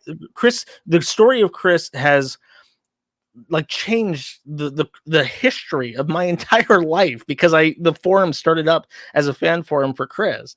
So it's like surreal sitting here in real time and watching the unmoved mover be put into a fucking van while he's talking about being a god and shit. So I link across the entire site in huge flashing letters that Chris is being arrested, and it links to his streams, and he's getting like thousands of viewers live, and he's like shitting himself and joy because he filmed the Chris arrest, and I think he made a decent amount of money selling the royalties to the footage to different broadcasting agencies. And that's where the money he went to Vegas with and bought the ring with and shit. And the man purse was the Christian money. And then the entire, like everyone's thousands and thousands of people who are interested in what happens to Chris are like, who is this fat fucking retard shouting over the footage? And Chris has like Ralph has a back and forth with. Yeah, they have an exchange. I saw a clip of this where he's like, hey, you want to do an interview live or whatever? Oh, yeah. He's like, why don't you come down to the Killstream studio after you get back and tell us what you know about Josh Moon? And it's like, here I am, poor innocent me. Done nothing wrong ever. I'm a good boy. Watching Chris get put into a police car while my name is being hollered over the footage. And it's one of those things where it's just like, yeah, this is pretty fucking weird. And I don't think many people on Earth have an experience similar to this one. This is a wholly owned, unique, personal story to take to the grave. My pet project internet weirdo has just gotten arrested for fucking his mom, and the only thing people are hearing is my name. Yeah, exactly. And then people are like You they're deserved that a little bit, though. I mean, I guess I just assume I deserve everything that happens to me at this point. No, read the book of Job. Nothing is actually deserved or undeserved. Come on. Okay. Come on. Is that the story of Job? I've always been told that the story of Job is that God's an asshole, and sometimes life just shits on you. No, it's God saying that there is no purpose, right? Like you're not being punished or rewarded for your devoutness or lack of faith. It's just good things happen to people and bad things happen to people, no matter how good or bad you are. That's the message of Job. Everybody seems to miss it, but it's literally what God says to Job at the end. It's like, yeah, it wasn't about you being faithful or not. It's literally just shit happens. But well, shit happens to Ralph too, and after he films this is like the high. He says unironically as he's filming this, and he's driving back home. He's like, "That was the best thing to happen to me all year." As he sits next to his new fiance, as his firstborn child sits in California, he says, "This was the greatest thing to happen all year." As he's driving back home with his thousands of viewers dripping off because Chris is gone at this point. And he throws the footage up. He starts DMCAing anyone who puts up any version of it. And people on Reddit who are like, who is this fat fucking asshole? Start yelling at him on Twitter. And he gets into like a fight with all the Christian people and shit. It's just like, you can't. He got in a fight with Blair White, didn't he? He's like screaming at Blair White. Blair White used the footage and he DMCA'd Blair fucking White. And Blair White has 1 million+ subs. And she told her, she told her YouTube people like, hey, this fat fucking retard's messing with my channel. Can you do something about it? And they instantly ruled fair use and he got shunted on that. But yeah, he got into a fight with everybody. He gets into a fight with everybody because he's white trash. Because of course it's fair use. The only time you don't win fair use anymore when you fight it is, I mean, if you just literally upload the exact content with no edits of any kind and the exact title, or you're going against NBC or something like that. You're going against a major network partner of YouTube, because they, like, I got DMCA'd on the Olympics, which was absolute bullshit because I aired a 1-minute clip of a post-event interview. Blair used 10 seconds of the arrest. Yeah, and of course it's going to be fair use, because after the Sargon case, we know that just about anything is fair use, right? Sargon versus Aquila, where the judge is like, of course this is fair use. Like, if you didn't play the whole thing and the title doesn't suggest, and the title has any contradiction to the original thing, it's sufficiently transformed. That's all you need. But you'll still lose against the network. Like, the networks will fucking own you on fair use because YouTube takes their money, and it's bullshit, but that's what they do. So I hate them. I hope they die. Yeah. So he loses against fucking Blair White. He gets into a fight. Like, and these are like, in his mind, he should be thinking like, oh great, I got all this exposure, I got all this money. A couple people might be interested in seeing what else I talk about. What a great advantage. And he immediately burns down like any goodwill that anyone could ever have. Not just by the way he records it, but by the way he covets the footage and the way that he interacts with people who talk to him immediately after. Yeah, it's a crazy thing because you typically want nothing more than someone with like 1 million, 2 million, 3 million subscribers to air your stuff. Right? Yeah. Like that's what you want. And I think, I mean, his big contention was that you needed to credit him in some way. That's what he was asking for. He's in the video. Yeah, his logo is like in every corner. It's like in all 4 corners. There's some variation of Killstream.live. I watermark that shit. I'm pretty sure that Blair didn't even crop that out. But it's like, you could have just asked Blair like to edit in your fucking credit. Why do we call it a watermark? When Ralph's involved, it should be a maker's mark, right? Should be a skid mark. I was trying to be nice. Just a moment. That's your first mistake. And then you went and fucked it up. Oh my God. So I have something that people asked me to cover yesterday, but I never got around to doing it. It was his God damn it. It was his reasons he disagrees with the restraining order. right? Have you seen that? Yeah, I read through that. It's an interesting thing because just because he wrote it, it has that alone. The fact that he wrote his own reply to the temporary restraining order, pending injunction, by himself says a lot. And I was convinced that he had just run out of money, but then he explains that Vickers is trying to bankrupt him by tying him up with litigation, and hiring a lawyer was the worst thing he could have done. So now it feels like, oh, it my perspective has changed. I thought that before he wanted to win, but was just out of money. But now I think it's different. He doesn't care if he wins. He has no interest in the life of being a part of his child's life. He has no interest in being able to talk to the mother of the child. He just wants to fuck with Matthew Vickers, her father, and he's doing that by answering litigation pro se and not lawyering up. So Vickers will have to pay money to get a lawyer, and he'll simply waste the time and money and answer, shit by himself, and he'll have fun with it, and he'll cause problems. And if he loses, who gives a fuck? Oh, well, I guess I can't be a part of my son's life. Well, boo hoo hoo. And then he could take that and go to his audience and say, well, y'all, I can't be a part of my son's life, and that's because of them fucking family courts in California. Those goddamn liberal family courts sticking up for a woman because she's a woman. She's always the victim. And my tip jar is over there. If you want to help me recover, I'm going to go out for drinks today. Y'all know how it be. And so he's just going to, use his son to cry about something that he doesn't give a fuck about so he can make money. It's like, I know what you're doing, you motherfucker. It's very clever, though. Very clever if you have no morals. It's the whole he'll make Vickers spend money hiring a lawyer or whatever.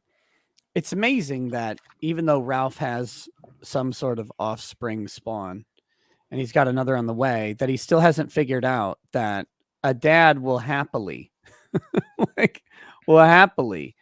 go bankrupt defending the dignity of his children, right?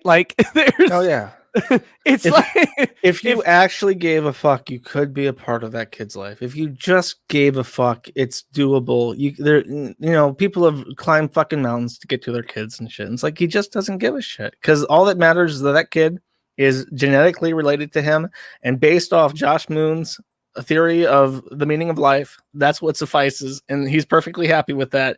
And he went on some tirade about how he's going to have kids all over the world, which is funny because he's a felon and he can't travel internationally. So I'm just assuming that all the kids he has are going to flee the United States to get away from him, so that he can't chase them outside the US.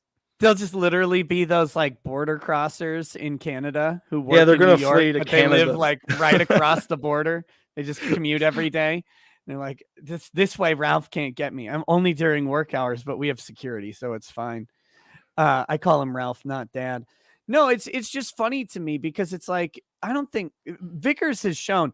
Look, let me be critical of Vickers for a minute. That dude went off the reservation right away, and he approached this thing the entirely wrong way from the start. Awful. To the point where I make a point of saying, and it's I try not to be a complete asshole to him because I like that he posts on the forum and stuff. And I don't hate him, but I say this to him. I say this to everybody. I say that the reason why Faith Vickers was attracted to Ethan Ralph is because Daddy is a lot like Ethan Ralph. And that's why she has daddy issues, and Ralph scratched that itch. So that his way of handling anything is very, very similar to how Ralph would handle it. Yeah, he went straight for the online thing, and I wanted to tell him, I'm like, man, you are fighting a fight that you will not be able to win, not because you lack the ability to, but because it's a losing battle. It just for all sides. In this fight, Ralph is a loser, but you're also a loser, and it's stop fighting with internet people. Right? The only useful thing Tonka ever said. Don't fight with internet people, because that's how they make their bread. That's how they get into it. I love when people fight with me in various ways, because I get to, let me correct that. I don't actually like it, but I'm going to make the best of it really quickly. And unless they have a sufficient internet presence, it's going to be just win for me. There's very little they can do to actually harm me in the internet sphere. So like Vickers has done shit that really jeopardizes him, because, like, for instance, in the documents, Vickers claims that he's afraid for his life, and that Ralph is using his podcast as a weapon to inconvenience him and damage his business. That's his claim for a injunction against him. But then Ralph turns around and says that when I first met Vickers, he made a website called aborttheretort.com, and he listed off, pages of shit that I supposedly had done, and he defamed me. So for him to say that he's afraid for his life when he's so eager and caviar about going out there and saying whatever the fuck he wants about me, clearly he's not too afraid, because he can't close his fucking mouth. And that's a great defense. That's unironically a great thing to bring up in your defense in this situation. Yeah. Yeah, it's how can this guy feel so harmed if he was able to go out and say whatever he wanted about me and all this bad stuff and try to directly damage my business? It was a colossal mistake. But I will say, though, Cavalier. I'm sorry, chat. Yeah, you said caviar. You have to correct me. I think you don't do that on purpose, you fucker. Look, you were rolling. I don't know. I didn't know what your little fish eggs were or whatever that you're eating. But God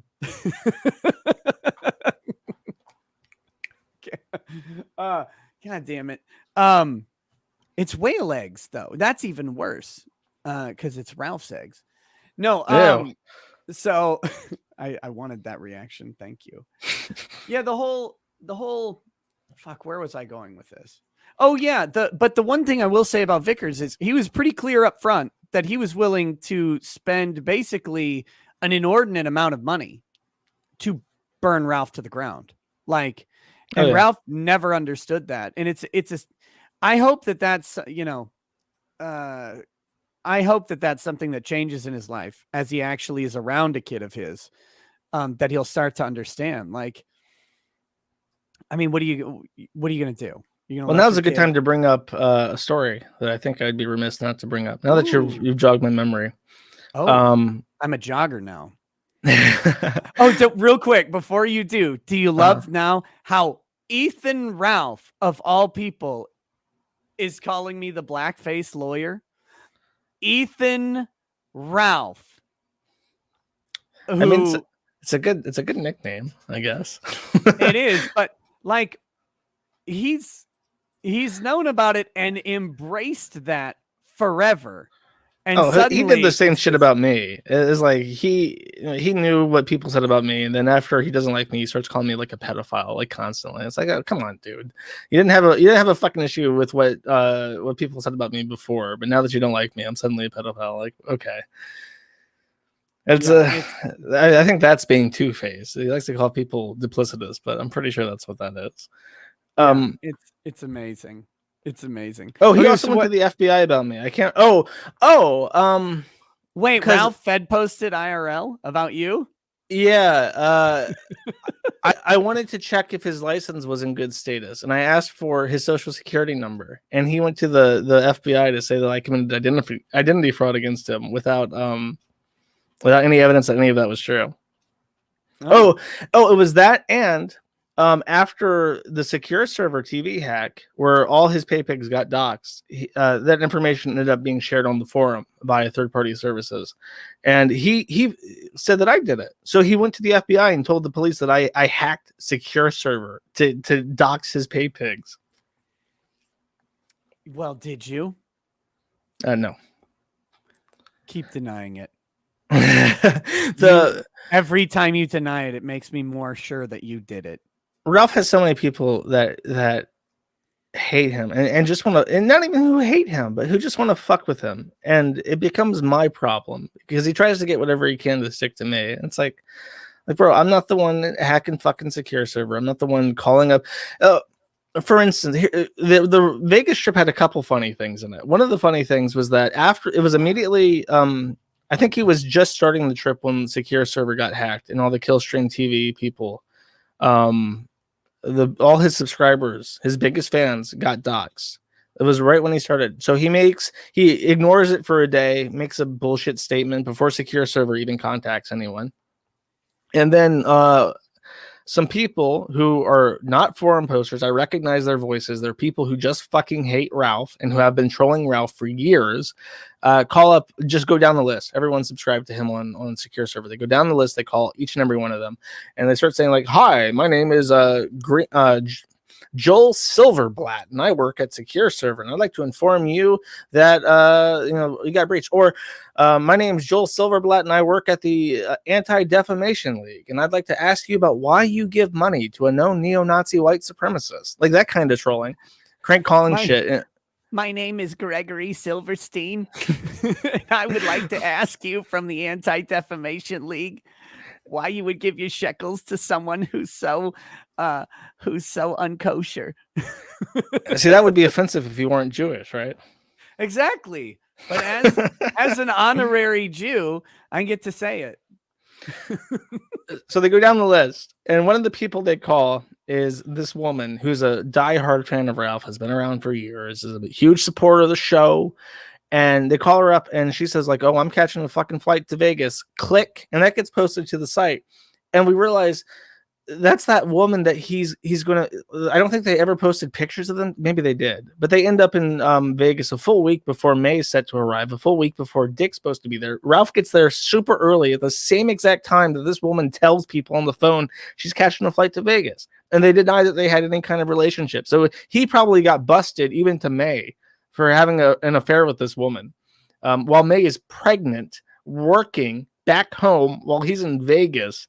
And then while he's there, and he's talking all this shit, he ends up disclosing what casino he's at, what casino he's currently gambling in. Well, guess who fucking shows up with papers? Who? The Vickers. Oh. They fly down to Vegas because they know exactly where he's at. And apparently the timing of getting this paperwork to him is very important for their, because it's like, it's a DV thing. He has a TRO coming out. He has a couple days to be served with this TRO because the timing is super, like because you're depriving someone of rights. So when you do that preemptively, you have to like fast track shit so that it's not undue burden, right? So they got very few days to get this paperwork into Ralph's hands. They fly down to Vegas. Ralph doxes what casino he's at. They go to that casino, and Vickers hands a random patron at the casino the paperwork and says, "That fat fuck right there, give them those papers and tell him he's served." And he does it. And from the rest of from that day on, from that moment on, he is silent about everything he's doing in Vegas. That's the greatest shit. It was a real alpha move from Vickers. One of the few Chad alpha moves from Vickers.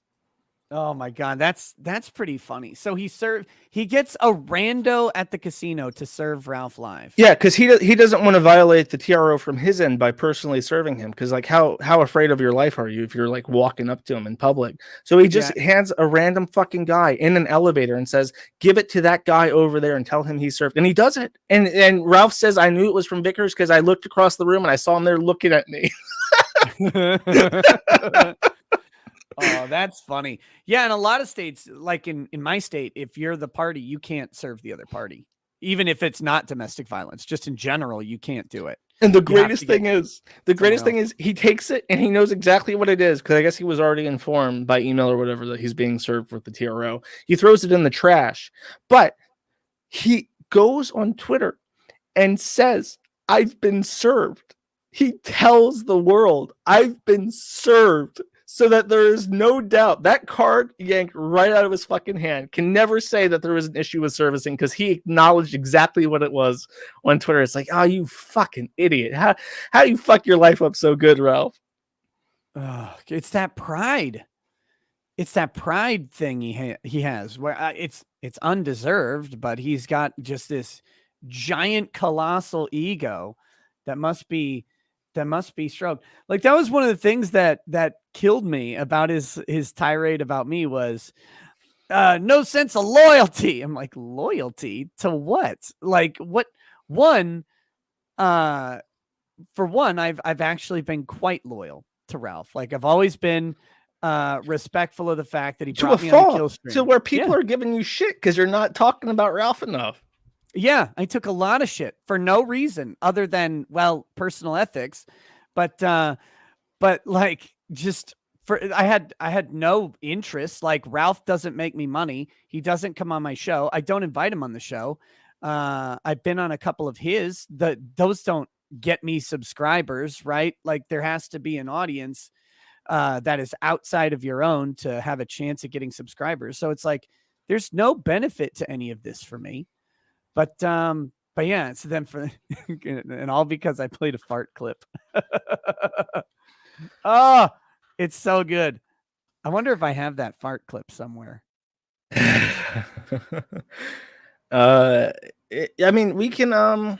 It's almost midnight. I don't mind staying up a little bit past midnight, even though I'm very hungry. Today's the day I fast, so I'm running on empty right now. But I will stay up to enjoy this content because it's been pretty fucking amazing, and it's fun to sit back and like look at everything that's happened. It really doesn't feel like a year, and I think the point has been made on the forum before, and I really enjoyed this, was that throughout, it's like at the beginning of 2020, not even. It's like within a year, he went from like married to having a child and having a second on the way and being like in 3 different domestic violence situations. Like in a span of a year, he really fucked up a lot, like shockingly fast. Yep, his entire life, he all of it. It was it's amazing how bad he fucked it up, and for no reasons. Like for no reason, just a constant chain of bad decisions. Okay. Well, let's do this maybe. So Ralph accused me of going over his case in detail after saying that I was going to consider him a client, right? Mm-hmm. On the PPP stream. I actually have the entire section with PPP. Are you cool if we watch it? It's like 5 minutes long. Yeah, sure. Okay, here we go. This is the segment from PPP. I just want to remind people that this was me going over it in depth. Oh, now before you do, just real quick, just a quick aside, because chat's yelling at me, and I feel like it's a good thing to bring up. Gator has been trying to smooth over the breakup between you and Ralph. What is your opinion on Gator? People are gonna hate this answer so much. Oh no! Don't do it. Don't simp. No, Gator's always been fine with me. Always. I've been on his podcast. He's been on my show. He's one of the people who did the first Vic stream with me. Gator and I don't think have ever had a crossword. So, I actually kind of feel. I know feel what it bad. Is. You fuckers watch the same anime together, don't you? No. Anime's thicker. It's like the anime's blood thicker than water. Yeah, anime's thicker than water. It's the blood of brotherhood, motherfucker. Here's the thing with Gator. Gator's in like the worst possible position of anybody I can think of, because he literally can't. He has to be careful about what he says at all about anybody, because he is the closest one to Ralph's like explosion. And I mean, he's got his own podcast and stuff, but like Ralph, and the kill stream is his biggest internet exposure. And so, and who knows what Ralph knows about Gator, right? Like that was always the thing. Well, who knows what Dick Masterson knows about these guys? It's like, again, one of the weirdest theories on the internet, but legitimately, who knows what Ralph knows about Gator? And what he could actually do to him is really unfortunate. Yeah, I think so. It has. I mean, I say that it has to be some kind of blackmail, but I don't know. I legit don't know. The interesting of the Gator psychology is very strange. I couldn't even. There's so many different possible reasons to explain, and he'll just chalk it up to like loyalty, which I guess is admirable. If that's true, if it is just Ralph has nothing on them, they're not even like good friends. They're not like, selling cocaine together and they have each other on like multiple felonies. It's like, if it is just like, I've been around for so long and I just want to stick it through with this guy because we've had some good times together. That's really admirable, I guess, but it is loyalty to a fault. At some point, you have to look that this guy he will go after everybody. The bell will toll for thee, Gator. I'm sorry, but it's coming one day. I agree. It will. I agree that it will at some point, and that's why I don't envy Gator's position. Because, like, again, a lot of the people like Ralph going after you, like you don't need Ralph in any way. Ralph going after me, I don't need Ralph. Ralph, like if Ralph went after Dick, Dick doesn't need Ralph. Like he doesn't. Nobody needs Ethan Ralph, but Gator kind of does. In what way, though? Like, I'm assuming in good faith that Gator holds a job. I think he says he holds a job. I think he says that he goes to night school to get a degree in like computer shit. And I don't like Gator has tried to bootstrap like his own program, but he's not a very entertaining person. When I hear him, I just want him to stop talking. So I don't know in what regard does he need Ralph? Well, if he's trying to build an internet presence, Ralph's just don't, dude. Just don't. It's not worth it. Like I do my podcast stuff because it fits naturally into my forum stuff, and it's like Ricada does it because you do it because you're successful at it at this point. I guess you enjoy it too. Yeah, yeah. Lots. It's like just don't get a fucking technical job. You know, get a trade. Don't do it. It's not worth it. Your anime show will never make you as happy as a trade in the family will, Gator. I'm telling you, bro. From one guy to another, I'm telling you, bro. Just get out of this shit. I was also thinking about this a little bit earlier before the show, and I think there are two types of sensibility. I think for lack of a better word to describe it, there's internet sensibility, and then there's real life sensibility. And I noticed this most actually during the Vic case, when Ty made a critical error, and it's one that I should have seen coming and prepped him for prior to it. Was it the fucking t-shirt? No. I'll never forgive him. I'll never forget. Still funny to me. No, it's not. Fuck that. That was so bad. He printed a fucking t-shirt that said, "Damn it, Nick, we lost the case again." Then this shit got thrown out. You don't tempt fate like that. That's what's funny about it. The like, fucking judge saw that shirt and he resolved himself to throwing it out by any means necessary. It's a huge tragedy, but one that when years later you go, like while you're drinking, you go, God, it was fucking funny though. But no, his critical error was it was on a stream with me. He asked the Kiwi farms if they could make someone's life miserable. Yeah, right? I remember that. He did the your personal army thing. And to someone who's never been on the internet in any significant way, like that makes sense because the way people live in the real world is you do a favor for someone, they do a favor for you, you do a favor back and forth. Like it's this exchange of favors type thing, right? And then there's the internet world where you don't do favors for anybody because like Jim said, right? Internet friends aren't real.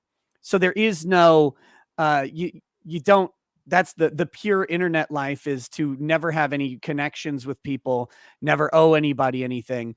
But that's not how like actual real life works. And I think it's probably a fault I have is trying to live kind of half in and half out. And I would assume for people like Gator and others, that's probably explains a lot more of it. It's just you're raised on this idea that like you can do something for someone and then they'll do something back for you, you know? Yeah, it's that, and it's sort of like, especially with this, usually my job is I'm very aloof. I'm just kind of floating above it all, and I see things and I laugh at it, and I try to feature it and try to make sure that people have a good time. But yeah. I did make a mistake. I showed up on Ralph's streams and I showed up on Dick's streams, and now they are caught in the midst of like some serious drama. And now, anytime I talk about them, I run a risk of sounding like a jilted ex or something. I really have to try and you are your battered wife. Now it comes out. It's frustrating because it's like I really shouldn't have. I shouldn't have talked to these fucking people. Which of your internet husbands told you twice for your two black eyes? Like, no, each one told me once. You better keep your shit together. If I ever find out that you're dressing in drag and watching anime and the Drexel shit's all true, I'm gonna be so pissed at you. I'm gonna come kick your ass. I'm gonna slide back and be like, I talked to this motherfucker and I thought that he wouldn't be a weirdo. I will give you permission to kick my ass. The only drag I've ever done wasn't even drag. It was the thought stream. That was just I'm gonna hold you to hours that. of funny. I'm coming. Come for that Please. ass. If I see you in drag again, I'm coming for that ass. Not that way Do though. it. That's gay. Yeah. You watch your wording there, Blair.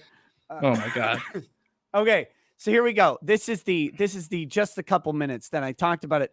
I just want to point out, and now everybody knows those three messages that were leaked from Ralph. I want everybody to just make up their own minds about if I went over the case, quote unquote, in great detail. And so I don't really need to present that much proof because most people are going to believe it just because of his past behavior. And that's on him. That's not on me, man. Like, well, but to lightly push back, just because he did it to someone else doesn't mean that he necessarily did it to you. And no, exactly. In a court of law, there's a reasonable doubt, but this isn't the court of law. This is right before it. This is about Ralph calling PPP. Did he do it or not? Like, I'm not asking you to present evidence. I just like the way you're presenting the situation. I'm unclear. So can you clarify for me? Did he do this or not? Yes, of course he did. He's just saying he didn't. He sent you a super chat to say he did. It was only $5, the cheap fuck. He needs to send a $20 you cheap fucking fuck. super chat. Cheap fuck. You know, I haven't. And then maybe we'll read his fucking garbage. I didn't see it. You know, but you can tell he's angry. Again, once again, just for the record, right? You don't. Okay, the flickering is pissing me off. Will you like buffer the fucking stream? Sorry, I'm gonna lower the resolution. If you decide to chime in, please pause it for a second because your voice from the clip is unaltered, so it's kind of hard to tell where one begins and ends. Yeah, well, this part it's like right. It starts right up now in just a second. So I will on the other stuff. Approve of him trying to get his ex-girlfriend fired? Do you approve of him supposedly leaking a sex tape, and do you believe he leaked it? My statement on sex tapes was simple. Don't make a sex tape ever. Yeah. And then if you make one, for God's sakes, don't ever leak it. Like that's just a terrible plan in general. Whether or not he did it, I think there's a lot. I don't know, but it sure looks. No, don't bullshit us. I actually don't know, but it looks like it. And I don't think I've ever maintained that he didn't. I don't know. It seems like it though, from what I've seen. So okay. Do you believe there's a reasonable doubt to suggest it? Because let's think about this, right? So somebody hacks Ralph's phone. They clone his phone remotely, even though he has two-factor authentication, and he's very well versed in cybersecurity. Let's assume this guy hacked his phone, right? He did it, right? Like the guy hacked his phone. This is the defense, right? Is that the idea? I don't think anybody hacked a phone. Okay, I got to talk about this a little bit. So a theory. I think Dick put this out there that someone hacked Ralph's phone. No. Okay, this is something that you might be fucked on if this is brought up because Ralph told Faith, I believe, that his phone was his account was compromised, and that was how it got posted. I think that's what his story to her was. So that's why, and I think that's why Faith was like, I saw the video, and it's like I'm not angry at Ralph or something, but I think that their legal argument is that she was under the assumption that he did not send it himself, that his account had been compromised because that's what he told her. So you saying that I know that he didn't do that could be information that's used against him. That's not what I actually say. I said I thought that was a joke because I didn't think any. We'll get to it, but does my thought was literally that no one believed that. I had no idea Ralph even said it. I thought Dick made it up, like as a satirical joke on Twitter, because I thought that's where I saw it. But maybe not. I don't know. That's what Dick Masterson said. Okay, I thought that. I legitimately thought he was joking when he said that. See, PvP just said that's what Dick Masterson said, right? Yeah. Well, I think that's what his story was at the time, so Dick knew it. Okay. Yeah. Something like that. I thought that I never took that seriously. I was like, that's the funniest thing. Like that's That's one of those completely fake things that you Yeah, would that's say, like a oh, my phone got politician hacked. saying that my phone got hacked. Yeah, that's why I like the porn stars account on my political Twitter, because I got hacked. Don't do Ted Cruz like that. Someone hacked his phone because it doesn't. Because that's the only way it could have been leaked. So somebody hacks his phone, right? And let me just go through this. I apologize. Just I beg your your indulgence as I make this argument. You're the guest on the show, man. Go for it. This man, his phone is hacked, okay, by a person who hates him, obviously, who wants to fuck up his life. Somebody like me, somebody like a guy on Kiwi Farms, right? Somebody fucking hates him. And all they do is take the sex tape off his phone. None of the messages, none of the Discord stuff, none of his photos, none of that gets leaked. Just one specific video that is then sent to the ex-boyfriend of Faith in real time from his account on a live stream, and is then opened up in real time on the live stream in order to prove that he hadn't been cucked by the ex-boyfriend. Why would a hacker do that? Can you explain that to me? No, like I said, I thought the hack thing was entirely a joke. I didn't think anybody took that seriously. I think that's still his legal defense. That it was hacked. I think that's what he's still maintaining in the official record. Good luck with that one. That's why I'm not giving legal advice here. I mean, that's a terrible plan. That's why I think he's going to plea out, because he was really talking about how he might go back to jail again, and he was like already coming up with like mental justifications for how that's a win and how he'll be fine and he'll come back and he'll still be on top, baby. Like that kind of shit. It's like I really think he's planning on playing out, because this is fucked. You can't maintain that defense. I legitimately thought it was a joke because it's so ridiculous. So I have no idea. What's the defense? Because that's his defense. What's your defense of it? I don't have a defense of it. I don't know why would I have a defense of it? Because this man you're associated with, you have business ties with.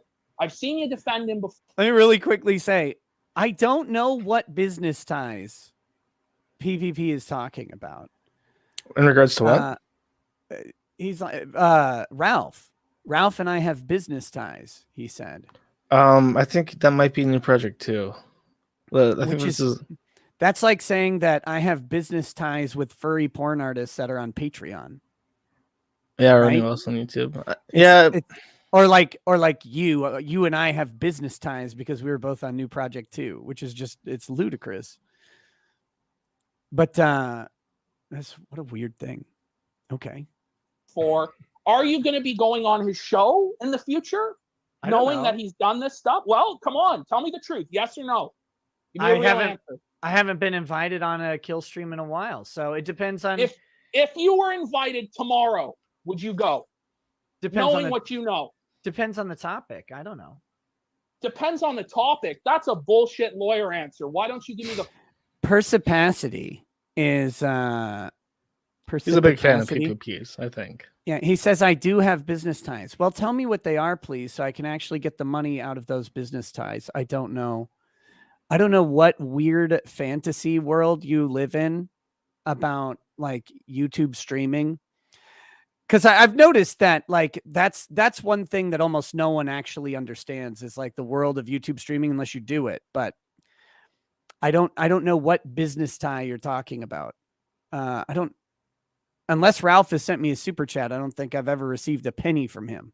So, do you have business ties with Ethan, Ralph, Josh? Oh, thank God, no. Well, wait a minute. You have at least as many as I do. I'll tell you this. I sent him a Kiwi coin. I sent him one of my silver rounds. That's the closest I get to a business tie. I sent him one of my coins, and he's like, "This fucking piece of shit, I'll melt it down to a big kill stream K, and I'll wear it around my neck, baby." It's like, oh my God, the only person in the world to get upset over free shit. Okay, this clip's almost done. Fucking truth, yes or no? Last time he asked me to go on a show, I didn't go on it because I didn't want to do the thing he asked if I would do. So it literally depends on the topic. If you had a good topic, maybe. But like, all right, man. I don't know. That's your fucking decision, man. I'm just telling you, this motherfucker is now got this 18-year-old girl pregnant. You know that, right? You think that's a yeah, smart move? no. I think it's terrible. It is a prime age to get women pregnant. Well, look, I'm just saying, like, teen pregnancy tends to be an indicator of a lack of success in life. Is it not, Ricada? From what you know? I think that's probably a strong indicator, unless, you know, outside of, if you have teen pregnancy within like a marriage or something that has some strong foundational roots, sure. But in general, I think it's not a good thing. And to be brutally honest, when I saw that she was pregnant, and this is awful, right? Because I'm a pro-life guy, right? And Oh no. No, it's not going. It's not going. It's not going where you think it was going. But it was just, I celebrate children, right? I'm of the old merchant perspective that children are a measure of God's blessing upon you, right? So when I see someone is pregnant, I want to be happy and celebrate it. And what I saw that she was pregnant, I thought, man, that is not the outcome. That is not the situation you want to be in. And to be very clear, like, even irrespective of their ages, their relationship is so young in general. They're not married. I don't know that there were indications that they would have gotten married prior to this. And that type of stuff, just, it's like, this isn't the way I want people to live their life. And so, but to get back to this, like, you've asked me what my defense of it is, and I don't know why people think I have a defense of anything anyone else does. Because just admit that you can't defend it because it's wrong. Just say it's wrong and move on, man. Oh, sure, it's wrong. Thank you. Like, I don't understand why it's such a big fucking deal. Like, the guy is doing shit that's fucked up. He's consistently been doing shit that's fucked up for a very long time. I just don't understand why somebody would want to work with him, you know, enrich him financially, because the guy is a really fucked up dude. I mean, he made fun of his own co-host, Randbot's miscarriage of the child. Okay? He made fun of Sargon's. Okay, that's the end of the case talk. I'm going to go on to say, yeah, I don't really like those jokes because my wife and I had 3 miscarriages before we had any kids. But I'm also not the joke police. So there you go. That's it. I don't think I went over the case in detail or in depth in any way there, but you know, maybe what I pointed out is like the only thing. Like, if his actual legal defense is that he got hacked and that's not a joke, you kind of rule that out. From what you know, that wasn't even brought up to you. So that's become his legal argument, is that he was hacked. Then I don't know what the implications are of that. It's a really technical area of law. I mean, he can make that defense all he wants. Well, he could say that with the privilege that he gave you, or the privilege shared with you, that you used information he told you to rule out on air something that he's now planning to use as a defense. But I'm not ruling it out. Like, I just thought it was a joke created by Dick Masterson. I still do. Like, I don't know that Ralph said that to anybody. But if that's the case, I mean, you know, that's on him and his legal defense. He can go ahead and prove that out. So there you go. We'll have to see. I guess we'll eventually see what happens, or we won't, right? Like, they'll either bring charges fully or they won't. And then after that, he'll either plea or go to trial with whatever defense he has. So I know who won't be involved in it. You? Not at all. Okay, I'm going to start reading some of these chats. Sure. If that's cool. And then I sent you a link to the forum. The forum is down, and I'm currently fixing it live on air. I'm sweeping it up. But that is okay. It's up. So that is all the some highlights of the Ralph stream about you, and I think that it would be a good idea to watch some of those. Oh God. Just These, together. huh? We can sit down and watch them together. Because I don't think a significant proportion of your audience will never watch what actually transpired. Yeah, I was gonna play them all last night. I was gonna play I was gonna go through like the 25-minute long segments. They had it broken into like 5, but it was getting to be too long. This is better because this is this is actually segmented out into shorter clips. So here we go. I guess we'll do this. But do you want to do some super chats? I'm gonna go to the bathroom real quick. Okay, sounds good. CECA Loather says, Null, Ralph will win the weight loss challenge if he is jailed. Start watching Pizzagate videos. Nick, Ralph's audience actually think laughing at him for sharding is a betrayal and he should spurg. What's wrong with them? I don't know, man. That he's developed a culture. So I don't know. Ananamus says, corn makes whiskey, whiskey makes Ralph. Ralph must return the corn. It's the cycle of life. All things in balance. Also, Null, where the fuck are the archives of the Life is Strange Let's Plays? I'll ask him when he gets back. Next, we've got Perihelion says, question to Josh. These are all questions for Josh right after he left. Thoughts on 8chan, Infinity Next, and Hot Wheels years later? I miss the old 8chan. Kiwi is the only site left with complete freedom of speech. It would seem chans are dead. Thanks for keeping Kiwi Farms alive. I guess I'll read that to him when he gets back too.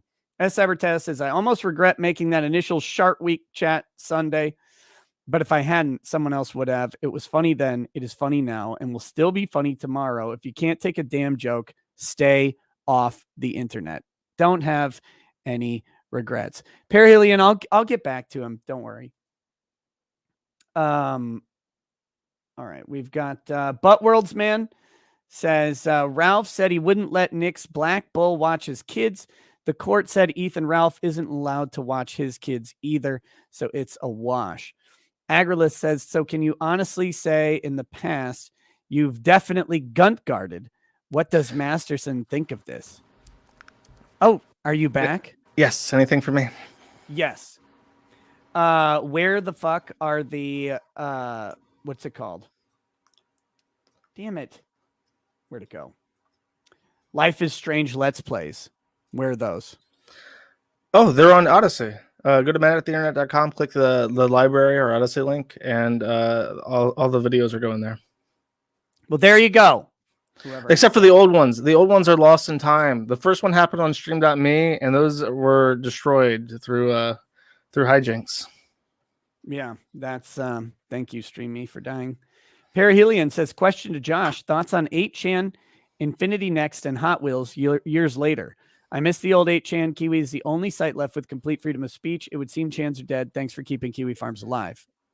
Chans are dead. I think that anonymous sites are completely co-opted by NGOs and the federal government to I literally think that it's paid shills and AI arguing with each other and trying to throw so much misinformation and disinformation and misdirection on poll and shit. I just think that those websites have been completely destroyed by special interests, and I had a lot of fun. I had a lot of fun, and I'll always remember 8chan. I'll always remember my time that I spent with the NTT people and Race Queen and stuff. They took me to Japan. They fed me amazing food. I had an amazing Christmas with them, and it just sucks. It sucks that everything was fucking ruined. And it was a deliberate strike to ruin that fucking site. You'll always remember the good times before the feds. Masculine Marsupial says, I'm going to play Final Fantasy 14 while listening to stream, and there's nothing you can do to stop me, Nikki. That's unfortunate. Someone Bloody Random says, last night's stream just goes to prove that you are clearly not on Spectrum. Very good. Moo sent a donation. Thank you. Jared Frost says, sending you a Jackson to contribute to Ethan forever, knowing you made more money off his stupidity in one night than he can make off himself in a week. Adrian Blair 1, Gunt 0, retort aborted. Murnum 007 says, Nick, question. Lawyer friend make Facebook post vaguely praising someone for getting the poke. Hubby says if the lawyer named the person, he'd get in trouble. Is that true? No. The lawyer is not covered under HIPAA. Let's see, what else do we have here? Mithran Emrys says, haven't kept up with anything from Ralph starting shortly after the Tonka debacle. However, it sounds like he has become everything he used to make fun of and probably needs to take a long social media break. Yeah, I mean, that's the thing, right? Like Ralph is doing all of the stuff that he used to be opposed to, which is, I mean, it's something. Yeah, and he doesn't give a shit anymore. And what's funny is that he likes to say, like, the true fans of the kill stream, they don't give a fuck. They've been with me through thick and thin, and they're always here. And I you know, it's great to have the fans. But he either doesn't know or just refuses to realize it. But he has lost a lot of people.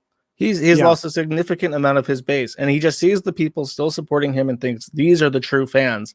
But really, the true fans have been flaking off for months now. And he just doesn't care about those people. The moment that you stop being a true fan, then you were never a true fan. Yeah. You never liked the show anyway. Okay. All right, let's do one of these clips here. Here we go.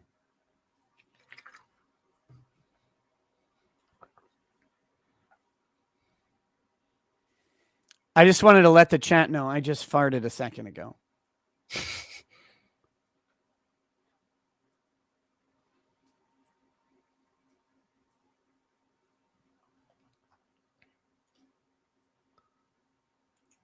Can you hear this? Or is it No, muted? I cannot. Oh, you got to tell me. God damn it. I'm sorry. I thought we were going to time it or something. Hold on. I hear. Oh, your chat can't hear it either. Okay, I wasn't suffering silence then. Everyone was. I hear the third world ambulance going by outside your. Okay. So here we go. Here's back to this. 24 hours straight about. Okay, and so Augie put out a clip like how this proud was he some is kind of of this. fucking evidence of me shitting myself. If I tell you motherfuckers, I'd probably make more money off shitting myself. I might pull down my fucking pants and shit all over the place today. Do they really know what the fuck it is I'm doing? I don't give a fuck about being hated. I don't give a fuck about you talking your shit. I get paid either way. Do you think I would give a fuck? I wouldn't. That's the difference between me and a fraud like Nick Rekieta and Augie. But like you do though. Like he What, shit all over? Gives a fuck. Oh yeah, no, yeah, he clearly does. I'm sorry, but how is that your remark? How is that not? This is a grown man saying that I would shit all over myself if it would make me money. If it would make me some fucking scratch, I'd pull down my pants and shit in a fucking fountain now. You're doing him too much charity. He said it would probably make him more money. He doesn't even need the full promise of making more money. He's just willing to do it on the gamble that it might. I'm just imagining this like that old shock image, Tub Girl, where she's like on her back and she's just like shitting into her own face, and that was like an old school like shock image. That's what I'm imagining, and that would probably make some fucking Odyssey tips to his credit. Yeah, I mean maybe. I think you'd get kicked off Odyssey for that though. You could do it though. You would get kicked off, but you could do it before you get kicked off. Call it my last blowout on Odyssey. Mm-hmm. Oh, filthy. And all these cocksucking faggots. That's the difference. I don't give a fuck. The money comes in regardless. I can shit all over myself and I'd still get paid. That's I'm talented. That's I'm charismatic. Do it, pussy. Bet you can't. Bet you won't make any money if you shit all over yourself. Prove me wrong, pussy. You said he can be bullied into anything. I hope someone bullies him into shitting on himself. God, that would be so funny. Oh. That's because I put on shows that nobody else is fucking putting on. That's why I get paid regardless. That's why it doesn't matter how many cases they put on me. It doesn't matter how many lawsuits people file. It doesn't matter what the fuck they do. People tune in to me because I'm an entertainer, and I'm better at it than anybody else in this whole fucking sector, from the top on down. And that includes everybody. And you know what? I'm tired of acting like I'm not. Fuck off, Rekieta, with your I'm hoping this is the clip where he says something in particular. Besides the shitting on himself thing, which is amazing. But we'll get to I'll it. explain what it is if Yeah, well, we're gonna watch the rest of them too. yeah, but finish it. Finish it. From the top on down. So, like in this, who does that include? Like Well, he said, that includes everybody. He specifically mentions a sphere, and like I don't think this is clipped in the list, but he's like talking about how like me and him could have been great allies in this sphere, and I'm like, what are you even talking about? Because he's not like free speech person, you know. Not if he was, he's not anymore. I really don't know what his sphere is, and when you try to label him as being like a groiper or whatever, he rejects that and says, I'm not far left, far right, I'm not a groiper, I'm Killstream, baby, I'm me. So he rejects any kind of association with any kind of broader spectrum, but then at the same time, he's like, I'm in this sphere. Well, what the fuck does that mean, dude? You're not in this sphere. You are like content for people who make fun of people on the internet. You are mulch. You're not in the sphere. He is the sphere. Oh, no. We talked about this earlier. You specifically described him as spherical. He's the whole sphere, and he's got a little Louis Vuitton purse on it. That's his moon. Okay, here we go. Huckster $260,000 scam where you stole from the people.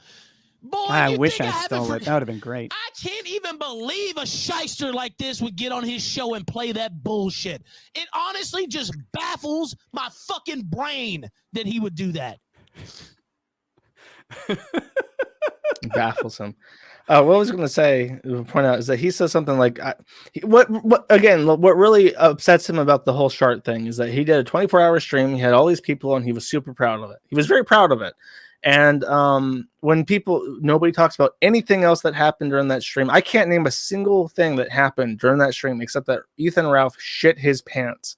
He grunted and shit his pants and said, "Oh shit," in the most disgusting, like skin crawling way possible. That's the only thing people talk about. That's what upsets them. It's like a blow to the ego. But he says in that nobody else could do a 24-hour stream like me, baby. Not Ethan Ralph or not Ricada. And I'm thinking, I'm pretty sure that Ricada did a 24-hour stream. I'm pretty sure that you did when you got like 50,000 subs or some shit. 25-hour stream. It was a 25-hour stream that ended up happening. You got 25,000 subscribers. That's what it was. Yeah, something like that. No, I think it was at 24,000. I would do a 24-hour stream, but it ended up going for 25 hours at the end, and it was just like, but it was. In his mind, I think he means getting like his rogues gallery on. No, right? The way he described it is that nobody else could do a 24-hour stream like me. Like, of course I shit my pants. I'm doing a 24-hour stream. Nobody else can do a 24-hour stream without shitting their pants. And it's like, bro, people do it all the fucking time. Yogscast does like a Christmas charity stream where they stream for 24 hours for like an entire week. Like each person does a 24-hour stream. It's like, it's a very common thing is what I'm saying. People have been staying up for full days since the dawn of fucking time, Ralph. And not all of them have shit their pants in the process. It's actually it's actually not an achievement. It's really not. I know people with literally no social media following who will do like 24-hour gaming streams for charity and stuff with like GDQ and stuff like that. And it's like the 24-hour stream, it's a labor of stupidity. At the end of the day, that's what it ends up being. But you do it for whatever reason. And it's not special, so to speak. It's just, I guess it's fun for the audience. I don't know why, because by the end of it, you're Walking Dead. It's pure, it's like pure fan service. It's just like a fun thing that you do, and hopefully you do it for a good reason. You know, something happened. It's really not like a crown jewel. You know what I mean? It's just something that people fucking do, and he really thinks that that's like a great accomplishment. But you know, whatever. Yeah, it's it's insane. All right, here we go. Let's see this. This is a nice one. Fuck him. It really is unbelievable. And you want to know another story? So he spent months calling my fiance a pedophile. He had PPP. By the way, he hates PPP now. Months? I think I said it once, but okay. I don't even remember when I said it, but that's fun. That's fun. but he had him on a year ago, last September. Remember when he had PPP on? He had PPP on to call Dick Masterson a pedophile. He said it right there on his show. He had him on to call my fiance a pedophile. Nick said he wouldn't let May watch his kids. Bitch, nobody wants to watch your fucking brood of retards anyway. Very rude. That's the type of shit he said about my fiance 3 months before we met in person. And he didn't say a word to me about it. Never once. Very said womanly. a word to me about it. It's very, very, I don't know. I mean, even a woman, when like, especially a woman, when like hold something against them and then like insult their kids because they're so upset over it. Like, I don't know what to call that. I want to say womanly because it's a meme, but I don't know. It's like, it's just Ralph, so baby. Weird.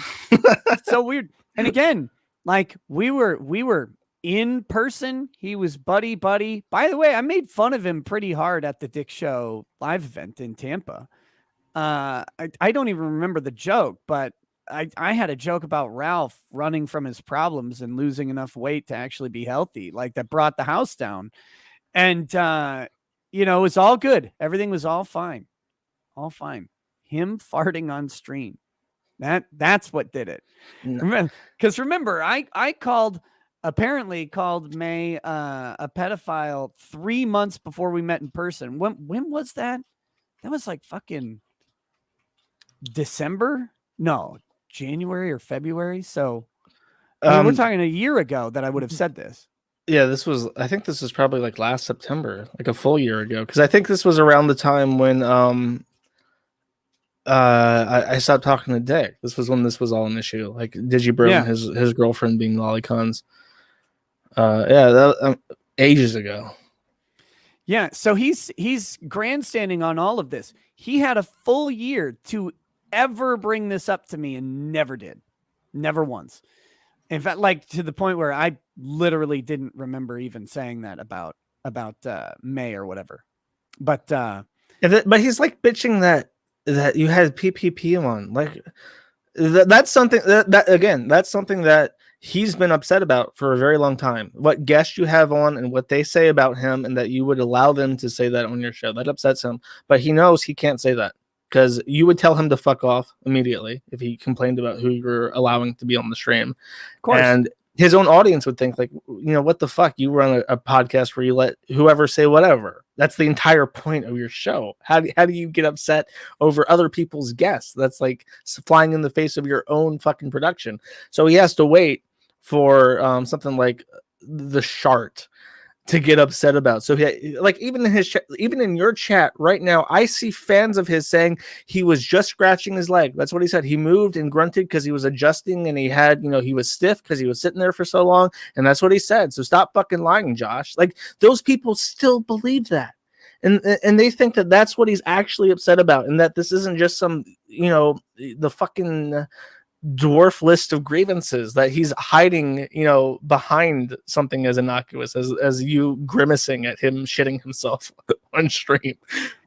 It's amazing because it's like, yeah, of all the things to be mad at in the world, this is the literal dumbest one. I mean, the last time he blew up at me was when he was trying to get the kiwi farms taken down or something like that. And I was just like, hey, man, that's not cool. Don't do that. Because he was on at the time that I tweeted it, which actually I think I found out later I was watching a replay or something. He had just streamed about cancel culture and all that stuff. And then he was doing it. So I was like, hey, man, you're on stream talking about this. And here you are engaging in this activity. Don't do that. He flipped the fuck out on that one. In private. Oh no, no. I remember this. He blew up at you in public and then deleted it all and say, haha, just kidding. Yeah, because we worked it on DMs. I was like, because I sent him a nice DM. I was like, hey man, I wasn't really trying to piss you off, but like, we got to stop with this canceling bullshit, because like, that's what you of all people know, like how ridiculously devastating that shit is. And, you shouldn't be engaged in that any more than anybody else should, but especially not someone who has been canceled over and over again. Like, I don't care what your Yeah. disagreements are. You just shouldn't do that shit. Like he is. It's to the point where people like to point out when he's being hypocritical. Like that's like a thing that people like to do on the forum. Is like, oh yeah, he said this, but he said this before, and it's like his nature at this point is just hypocritical. You can assume that no matter what he says, it in some way contradicts his position previously stated, because it's overwhelming how often he crosses his own lines. But speaking about like this, we had after the abuse stuff where that guy, I believe, faked his suicide, we had someone take up arms against the forum. Actually, it wasn't even because of Bew. It was an our public freakouts thing. There was a transgender person at a Popeye's chicken, and this transgender person was very upset that one of the Popeyes staff had referred to them as a sir. So they were very angry, they were very loud, and it got posted on Reddit, and we ended up making a thread on this person who happened to have the lovely moniker Commie Dick Girl. Unironically, that's what it is. And Commie Dick Girl decided, I will engage these transphobes, these murderers, and I will shed light on them. I will do an expose on them. So Commie Dick Girl joins the Kiwi Farms and starts talking to us. And by the end of the week, they're the biggest advocate of the forum and say that we call out like predators in the trans community and shit. And it's like arguing with anti-Kiwi Farms people on Twitter and doing videos about how we like dealt with Chris and stuff and the Isabel Jonka stuff. And it's just like the most bizarre shit. So Commie Dick Girl is a more rational, easy to deal with person than Ethan Ralph at this point. And that's all I wanted to say about that. Okay, let's see. What do we got here? That's their evidence. That's their evidence of me shitting my pants. That's my evidence. Do you always let out a when you shit your pants, or I do? Or I mean, it does sound like the noisy guy at the bathroom stall in a public restroom. I don't know how he's trying to I can't imagine like what else. Do you make that sound when you like uncross your legs or something? Like what the fuck? What the fuck, dude? I don't know. I've been to enough airport restrooms to know that someone gets off the airplane and they run to the bathroom and they sit down and you're like, oh God, I wish I wasn't in here. And they start making all kinds of sounds. It's like, it's always in a bathroom that you never want to be around. Like you don't want to be in, like a grocery store bathroom. Like you're only in a grocery store bathroom if it's your only, like that's your last ditch effort. Like grocery stores didn't even used to have public bathrooms when I was a kid, but it's and then they're like, it's awful. It's awful. So yeah, it sounds like the guy shit himself. I'm sorry. I'm sure that he shit himself after that. And you know what? You know what's great? Went that far. I always just thought, he farted. Who cares? He doesn't wear underwear, so he shit his jeans. He shit his jeans and he sat there in shitty jeans for 12 hours. And that's what he's proud of. It's like come hell or high water or shit briefs. I fucking sat there and I finished that 24-hour stream. And you only get that on the kill stream, baby. Maybe I'll buy him some of those. Have you seen those fart-proof underwear? No. Is it like padded like a silencer? It's kind of. It's got this like carbon shit woven into the fabric right around the ass crevice. And so your farts get filtered as they come out. The ads for it are brilliant. It's literally like a guy, like a chick wearing underwear and a guy with his face just plugged right into her ass. Like the ad for the underwear.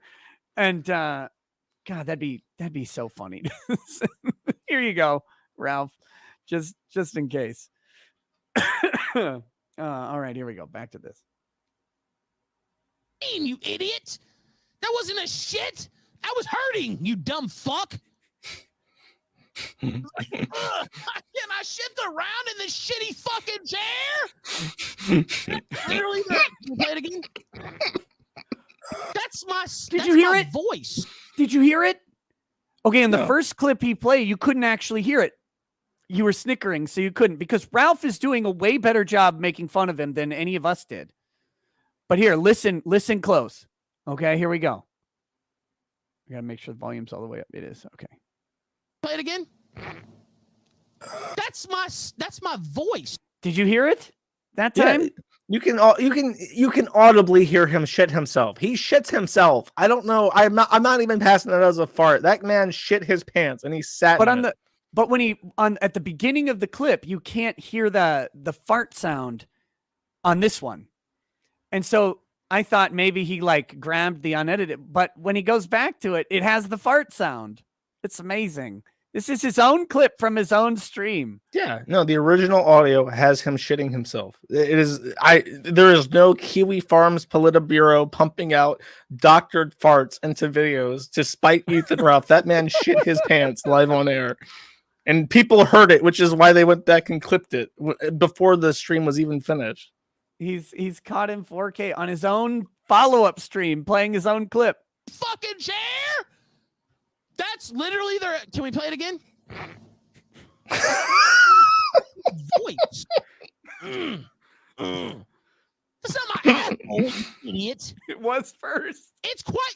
How could you hear it? The mic would have to be in my fucking ass, you idiot motherfucker. Do you even know how these type of microphones work? You can't hear a fart from that far away, you dumb fuck. Unless, counterpoint, unless it's beefy. Yeah, unless it's really loud or unless your audio is shit, which or both. Right. Turn up that noise gate. Turn it up. The funny thing was when he stood up and like got far away from the mic, you could still hear him very clearly. Very clearly. Yeah, he just proves that you can be like 3 feet away and still hear it just fine. Yeah. He's not that tall either. So it's not that far from where the mic is sitting to his ass. It's only like a foot away. It's right there. It's closer than you and I would be if we talked to each other in a coffee shop. Yep. Here we go. Unless we were getting intimate. Here we go. Hey now. I farted on the show. You can't fucking hear it. I would have to take the mic and stick it up in my fucking asshole for you to fucking hear it. Yet again, while he sticks the mic in his asshole, we can actually hear him very clearly. You dumb fuck. That's my voice, moron. It just sounds like I'm shitting myself when I talk. The greatest lawyer couldn't figure it out, you dumb bastard. And by the way, that's exactly true. You can't fucking hear a fart from up here. The mic, you have to speak directly into the fucking microphone. He's trying really hard to prove I'm gonna this. break my mic. I have to make sure it's screwed on. Fart right now, I might pull my ass out and fart right onto the stream. Do it. Do it, pussy. Fart in that microphone with your mouth going right next to it afterwards. No, I won't, Tom. Whoa, what the hell was he about to play? God, that was loud. Oh, he would do these things where after he yelled, he would like play some music as like a theme song and then dance to it or whatever. It's weird. I don't understand this, man. This one's 4 minutes long. Read the description right above it. See if it's worth playing. Ralph implicating a lawsuit of sorts and immediately walks back the idea because he's a cowardly pig. Apparently, he built Nick Rekida's entire. This is worth career. playing. I think this is worth playing. Let's do it. Now, I'll calm down mid-rant to explain. So that's what happened with the Augie clip, right? So then Rekeda, because he's a loser, and he's sitting there in his chat, and they're begging him to play it, so he plays it. And he's like, nothing's even happening on the screen. It's just me literally going like this, like shifted my leg so my fucking leg don't fall off. You fucking huckster. Never been in a courtroom lying faggot. Have you ever been in a courtroom? I have to know now. Yes, tons of times. I've got another appearance coming up later. Were you a lawyer in any of those appearances? I'll follow up. All of them except for the few speeding tickets I had when I was like, under 25. But yeah, no, shocking. This is not the owned that he thinks it is to say that he spent more time in a courtroom than me. I'll actually concede that he maybe has. but it's not in a good way. I try to always be in court for some other person. That's and I actually don't want to do that very often either. I much prefer being on YouTube. It's way more fun. It's way more fun. But whew. Okay, here we go. Could you imagine giving this motherfucker $1 single? And you talk about frauds. I got stories out the ass about this motherfucker. First off, I told him privileged legal information, which he then put on his show. Attorney-client privilege, which he... I never, ever have discussed privileged information from Ethan Ralph. Ever. He violated, and I actually have a case with the state bar if I wanted to pursue it. If you want to know the truth about it, that's a whole separate matter, and I won't really go into that, but that's the type of fucking fraud he is. And I didn't say anything about it last year because it wasn't to my benefit, and it might not still be now, but I'm just letting you know. It definitely is not to your benefit now, you dummy. It is the opposite of to your benefit. What a catastrophe. But no, I still maintain I have not divulged a single piece of privileged information. In fact, again, no one had ever even known that I talked to Ralph until he said true. That's true, and it made a lot of sense when he explained, because a lot of people just gave you shit, and he didn't even tell them that. You could have saved yourself a lot of trouble just by saying like, "Oh, I have attorney-client privilege with Ralph." Yeah, but I didn't feel like that was my place. I didn't think that was a proper thing to do, because then that might suggest something in someone's mind about whatever, right? Like if I'm like, well, Ralph talked to me in confidence, then people get to make up their own minds about other stuff. So I just sat there and took it. Took all the shit for no pay, by the way. Didn't get a single penny from him. Remember, he said, could you imagine giving him a single fucking dollar? I don't know why people assume that he has to pay you. This is like common knowledge. You can establish attorney-client privilege without even promise of pay, which is why when you talk to an attorney without attorney-client privilege, they almost always explicitly state when they talk to you about legal issues that this is not establishing an attorney-client privilege, because it can be, as you said, it's what the person believes. If the person believes he's talking to you as his attorney, then it's established. So no, you don't have to pay. You don't have to promise to pay. There's not even like the assumption that you will end up hiring them. If it's a very strong thing, because it's a constitutional right to have that privilege. Yep. And TV is why, because on TV, someone always gives the attorney like $1, like, now you represent me. It's like, but it's what you said. It's what the person believes about the discussion. And so attorneys are always very clear, or should always be very clear when they're talking to someone about legal issues, if it's, privileged or not. And I just want to clarify, I'm not like a lawyer or like a legal expert, but I try to know my own rights. Okay. That's all. I'm speaking from a position of having thoroughly researched my own rights, because I need to know. You're correct. And you're very correct on this issue. There may be a couple states where establishing a privilege involves some sort of consideration. And for a lot of people, that would be an exchange of money, because it's an easy way to show consideration. But it's in Minnesota, at least, which is the only ethics I actually care about. It is not necessary at all. So those are the ethical guidelines I follow, because that's where I'm admitted. But here we go. No, this guy has no honor whatsoever. Period. You have no honor. Honor. Gator's been making him watch fucking anime, and this is what's happening. I have a katana. It has been folded 4,000 times. He needs a katana because he can't own a gun. He can't own a katana. Yeah. That's probably true. Oh my God. What is even happening in my life?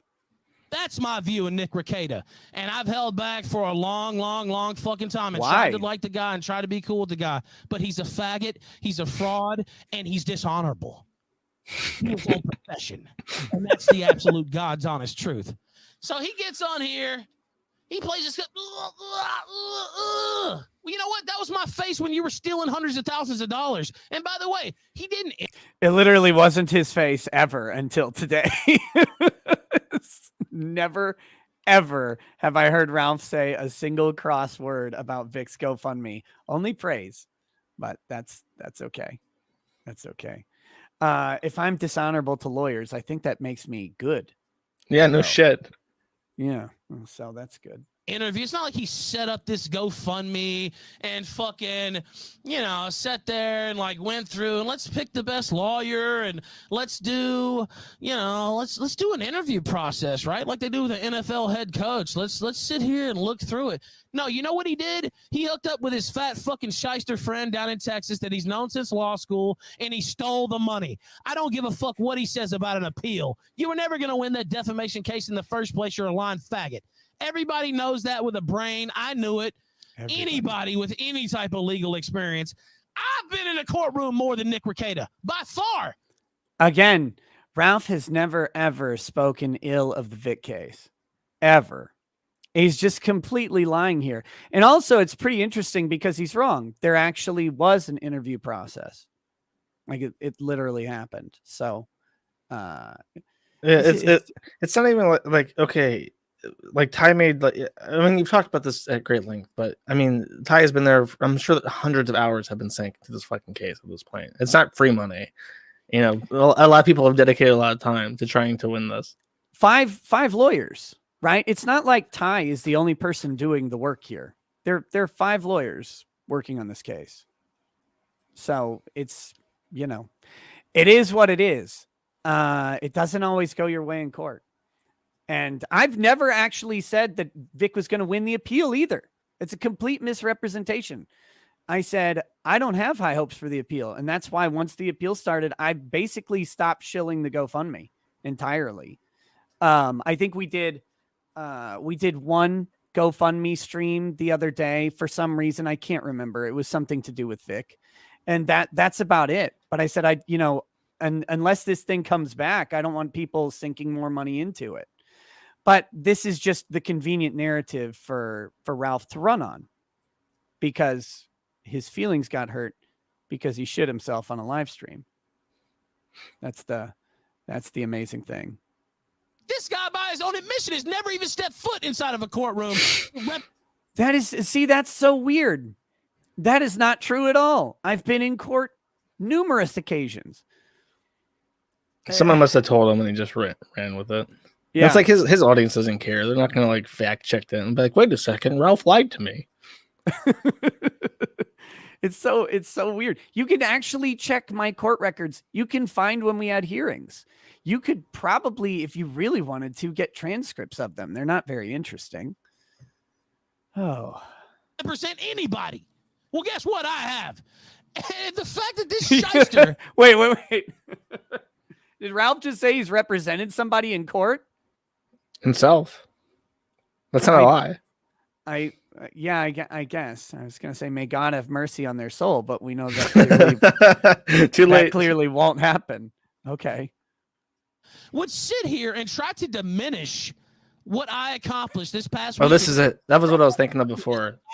After I boosted his fucking career, and he gets on here to appease his Kiwi fag, pay pig fucks, and tries to diminish me when he was invited on the very same. I'm glad he didn't come, by the way. Now, but he was invited.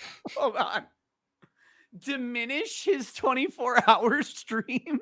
Yeah, this is what I mean about the shark clip. Yeah, for what I said before is that he's pissed that of all the great accomplishments that he set forth in that historic 24-hour gripe-a-thon, that the only thing people be talking about is that he shitted himself.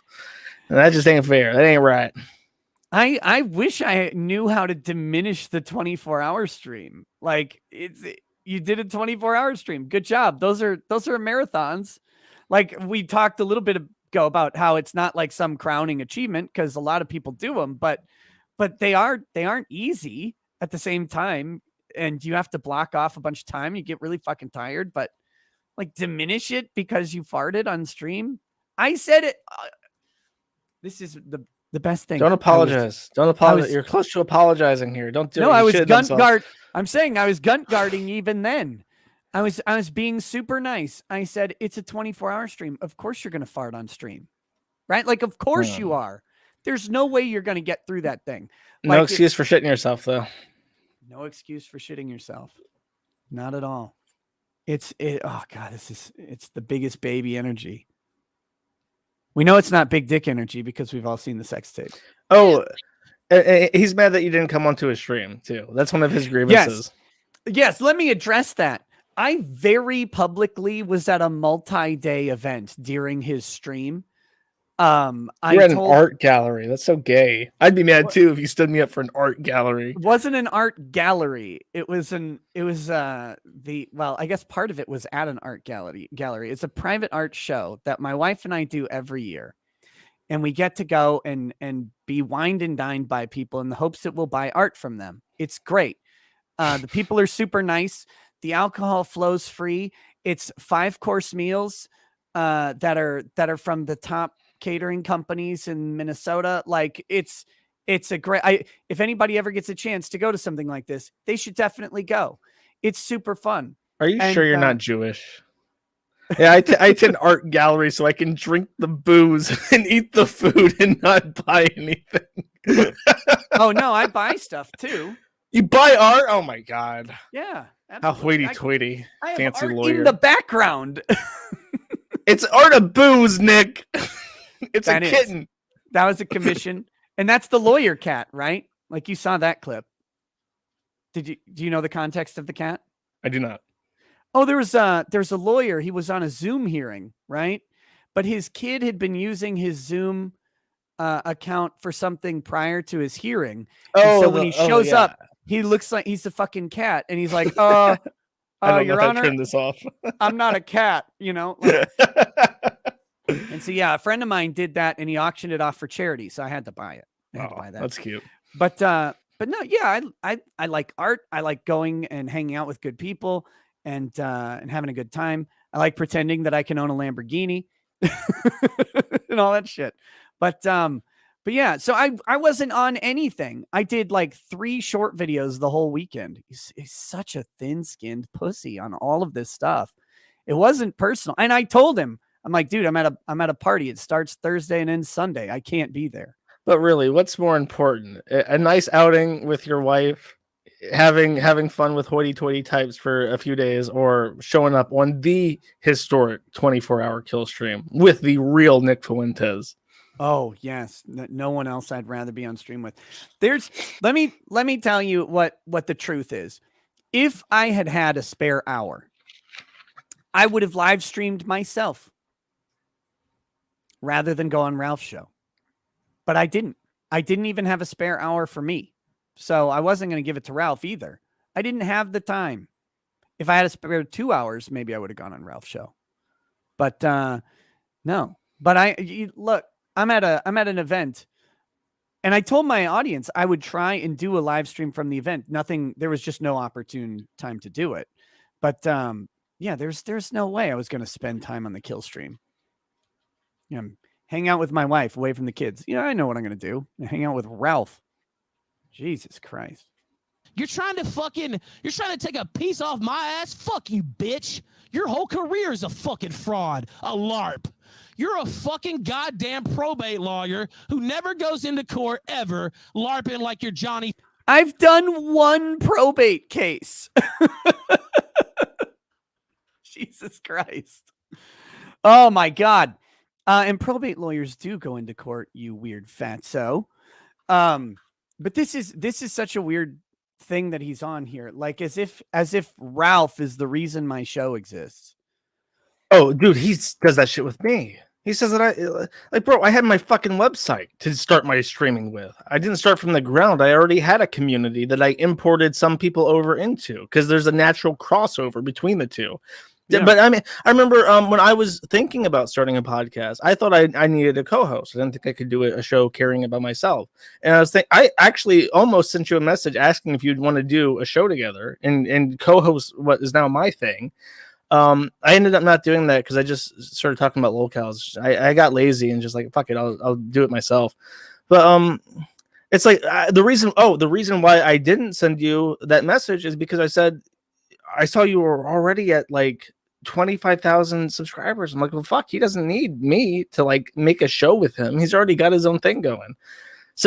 yeah, I don't know. I don't know where Ralph gets this chip on his shoulder that he's like a kingmaker and he's going around starting people's fucking careers and shit. It's like, number one, this isn't a career for me. Me doing my podcast thing. That's a thing I do for fun for the people that end up buying merchandise and stuff. But it's really not. It's not thanks to Ralph. Like, it's look, not. And like this is I've always been grateful for Ralph having me on his show, right? Always.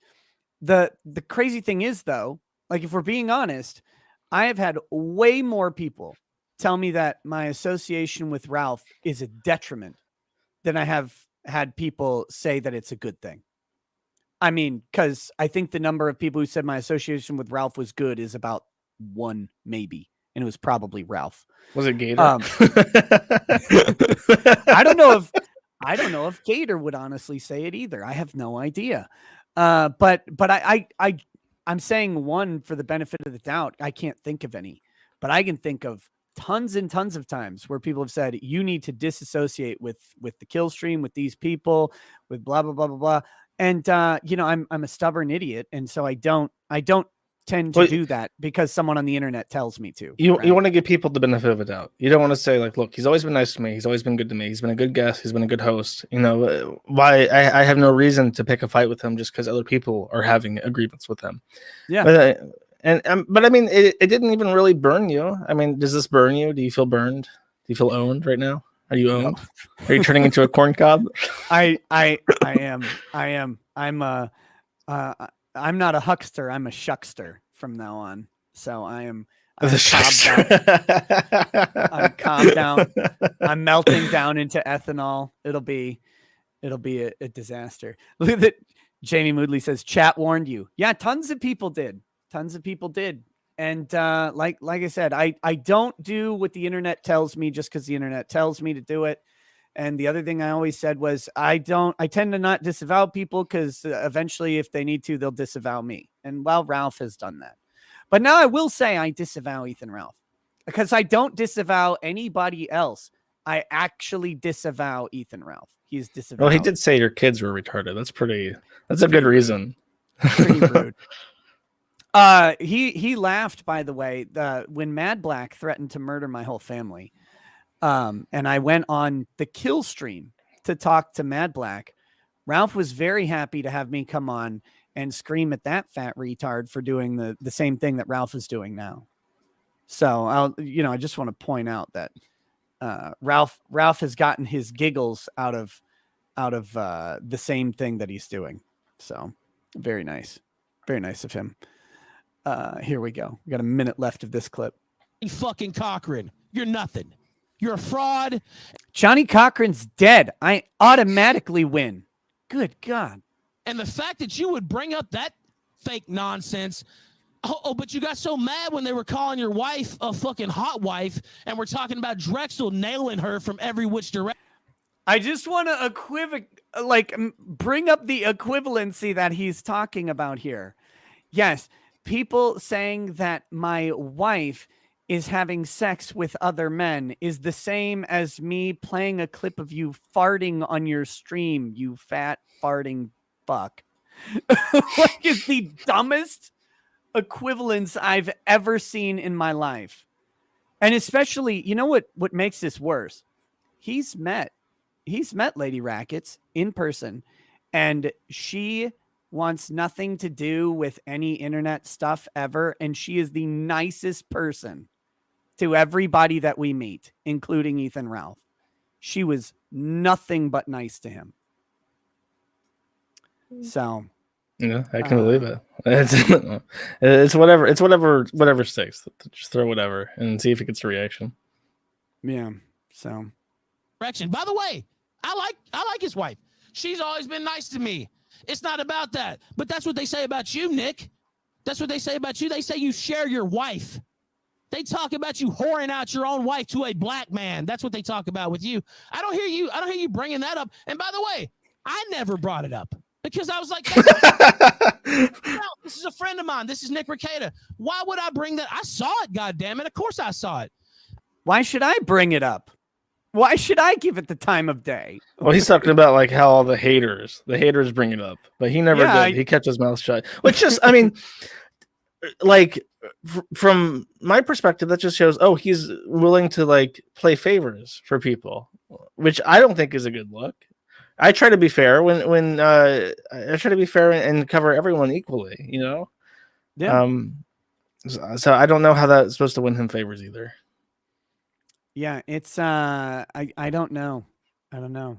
I said, nah, you know what? I'm not going to bring that up. That's too much. Even though I'm a drama show, I don't want to bring that up. That's insulting to his wife. That's insulting to Nick. I would never. Well, guess what? He would, and I should have, and I will from now on, motherfucker.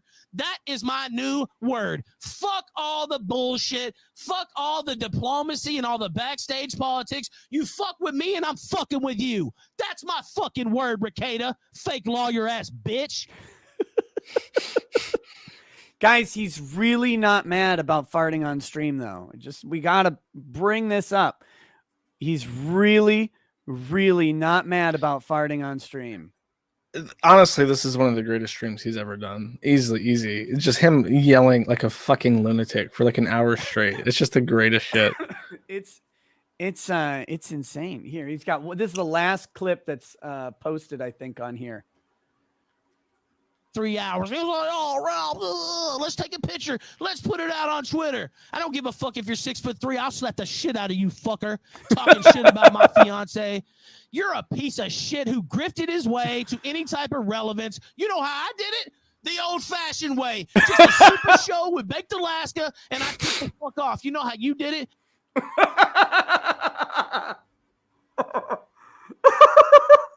I did it the old-fashioned way. That's one of the funniest things he said. That's one of the funniest things I've heard Ralph say, that he somehow did this the old-fashioned. What even is the old-fashioned? It's a super show with Baked Alaska is the old-fashioned way. Yeah, I remember when Father Coughlin started up his successful political talk show in the 40s. He had Baked Alaska there the entire way. That's true. Yeah, Baked was sitting there. It's like, okay, now what I'm gonna do next is I'm gonna go beg Ice Poseidon for a new laptop. You know what? I think. Well, I mean, he's obviously saying that he just puts on like a good show, and his strength has been. I'll say something nice about Ralph. I think that his ability to identify specific politicians, tell a little blurb about who they are, and just to keep track of everyone in Washington, that's genuinely impressive to be able to do that. Like we watched when we did the Kavanaugh hearing together, we sat together and watched that hearing for like 8 hours, and he could point to every congressperson and say who they were, what party they were, what state they were from, and a little factoid about them, which to me is amazing. Like that's really impressive. It's that, and he has the ability to book guests, like punch way above his belt to get people on his fucking show. And he's always been able to do it. And I don't know how he does it. It's really impressive. But now recently he's been fucking up. Like he'll tell someone, I'll come on your show. Then he no-shows them. He'll invite someone to come on his show, and then he fucking ghosts them. He invited one guy who's just called Black Pill on YouTube. And he does pretty good videos. He's well known, and he ghosts this guy while in Vegas after affirming the same day that he would do the show with him to go to a fucking rap concert with like a white rapper, because he got like because it was like a free concert, and someone that he met in Vegas could get him in like the VIP seats for the free concert with this white rapper. So he fucking ghosts Devin Stack for this guy, and now he's really fucking up like his core business, which is to stay consistent and to get people on the show and to get content rolling. That's what his fans like, is that it never stops. He's there every fucking day. He does it for hours a day, and he has a guest one, and he's fucking that up too. Yeah, and I have no idea like how that's one thing. Yeah, I said it earlier. He gets guests that you just wouldn't expect him to get on the show. And so he's got apparently good connections and good hustle. And cheers to him for that. He's always been really good at it. And I will say that at least the kill stream that was on YouTube, you know, people loved that show, and it was blowing up when it got taken down with the heel stream. And so like he can put on a good show. I don't know if he does anymore. He was getting like 6,000 plus people a night. Easy. Yeah. Well, and someone said, you know, geez, Nick, how much kill stream have you watched earlier in the chat? And it's like, to answer your question, I think I've seen about 3 kill streams total, and I was on them. I'm pretty sure. Like I don't watch other content in this sphere, right? Like I don't do that. One, I don't have time, and two, it's not what interests me. Like I watch cooking shows because I'm lame. That's what I do. Okay, we got 19 seconds. Oh, what, Someone just said that he wasn't getting 6K a night. When at the very end of the YouTube stuff, he was getting 6K a night. There were 6,000 people watching the Kavanaugh hearing for 8 hours straight. I remember that clear as fucking day. I was there. He was pulling in $50 tips left and right. You know, it was crazy, and it all ended after the fucking the hill stream. Oh, I talked to him in Knoxville about how much he made. You know, on YouTube, and one of his months, I think his best month was like 16 grand that he made. He's killing it. He made it, the kill stream was making a ton of money when he got tossed, and I still think it's a shame that it got thrown off of YouTube. It definitely shouldn't have for the heel stream. That was bullshit. But you know, here we go.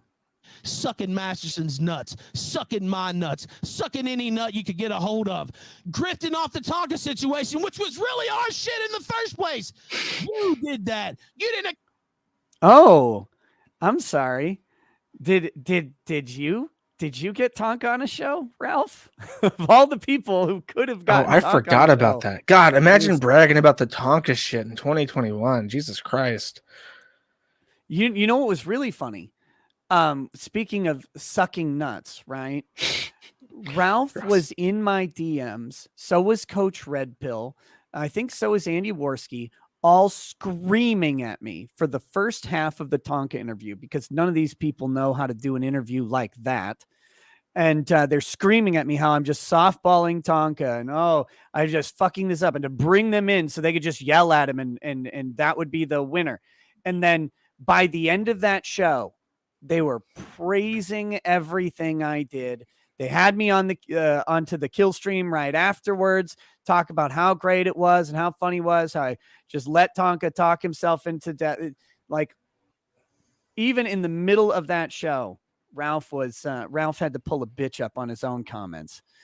But if any one of those guys had gotten Tonka on the show, they would have just gotten him on there and screamed at him and then shut him off.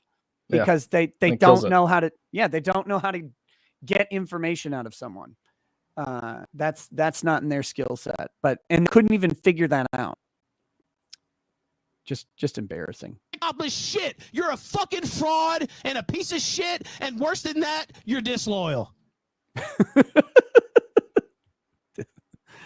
Oh, there you go. It's have you ever seen the movie Defending Your Life with Al Brooks? No, I have not. So Al Brooks dies and goes to purgatory, and when you get there, you have to go before like a council of angels and defend all of the actions, like in a legal way, that you did all the bad stuff in your life. They're like, when you were 9, you masturbated, like pulling up videos. That's what I feel like I'm having to do here with Ralph throwing all of my crimes at me in my entire life. Well, you have it better than that because there's no stakes here. As long as you keep laughing at Ralph, it doesn't matter what he says. He can say whatever the fuck he wants. He's been saying whatever the fuck he wants about me and my forum and everyone I associate with and my family and everyone I've ever known forever for my entire life. People I don't even know, people that he theorizes exist. He's been talking shit about them too. And it's just like, whatever, dude. Spin your fucking wheels, dude. He's it's really awkward because it's like, you know, I liked Ralph just fine. I never thought that like playing a clip of him farting would be this the betrayal, right? The ultimate betrayal of all things, like top 10 anime betrayals of all time. And it's amazing. Like that is what did it. Of all things, of all the jokes I've ever told, I tell jokes about everybody. It's literally a straw that breaks the camel's back. Yeah. Oh, Jesus Christ. Well, go ahead. Just one other thing. I think a part of it is also a sense of jealousy, because I think that's what he gets when he brings up like I made you. Like fame is fleeting, you know, numbers come and go, people come and go, and it's all ephemeral. It doesn't matter. But I think that he looks at my streams that get quite a few viewers, not as many as yours, but he's like, that should be mine. I should still be getting numbers that high routinely. And he looks at your streams and 3,000 people are watching this right now. He's like, I made that motherfucker. That 3,000 should be mine. They should be tipping me, bitch. And he's just like sitting there fucking stewing over the math and the money. And that's the shit that really matters to him. He wants to be famous and he wants to be making money. So I have, before if you wrap up, it sounds like he wants to wrap up. I have a question for you. Well, I've got a ton of super chats, but okay, just real quick. yeah. Then I want to get this in. This is a list of symptoms for narcissistic personality disorder. Now, armchair diagnosis, not a doctor, of course. I'm just a retard on the internet. But I would like to just read this list just out of for curiosity's sake, right? Sure. Has an exaggerated sense of self-importance, has a sense of entitlement and requires constant excessive admiration. Expects to be recognized as superior even without achievements that warrant it. Exaggerates achievements and talents. Be preoccupied with fantasies about success, power, brilliance, beauty, or the perfect mate. Believes they are superior and can only associate with equally special people. Monopolize conversation and belittle or look down on people they perceive as inferior. Expect special favors and unquestioning compliance with their expectations. Take advantage of others to get what they want. Have an inability or unwillingness to recognize the needs and feelings of others. Be envious of others and believe others envy them. Behave in an arrogant or haughty manner, coming across as conceited, boastful, and pretentious. And finally, insist on having the best of everything. For instance, the best car or office or man purse. Does that sound familiar? Does that sound a little bit familiar? It does not say man purse. You liar. No, I added that. That was my only embellishment. Yeah, no, it sounds a little familiar. And you know, I think a lot of streamers in general have a little bit of narcissistic tendencies, but I do think there is a line. Usually you look at, like, when you armchair diagnose, you look at a list and say, oh yeah, I see this in him, I see this in him, but not so much this. Like, you go down the fucking line and it's like you're describing him from just knowing him. Yeah. Yeah, well, when you asked me to describe who Ethan Ralph was earlier, I should have just read that. That would have been like if I independently had come up with that. Yeah, that would have been great. We've got a chat from the quartering asking to play the clip. So I figure we should play the clip here. So here's the clip. Jeremy, I hope you're listening. Here we go. This is the shart that launched 1,000 insults.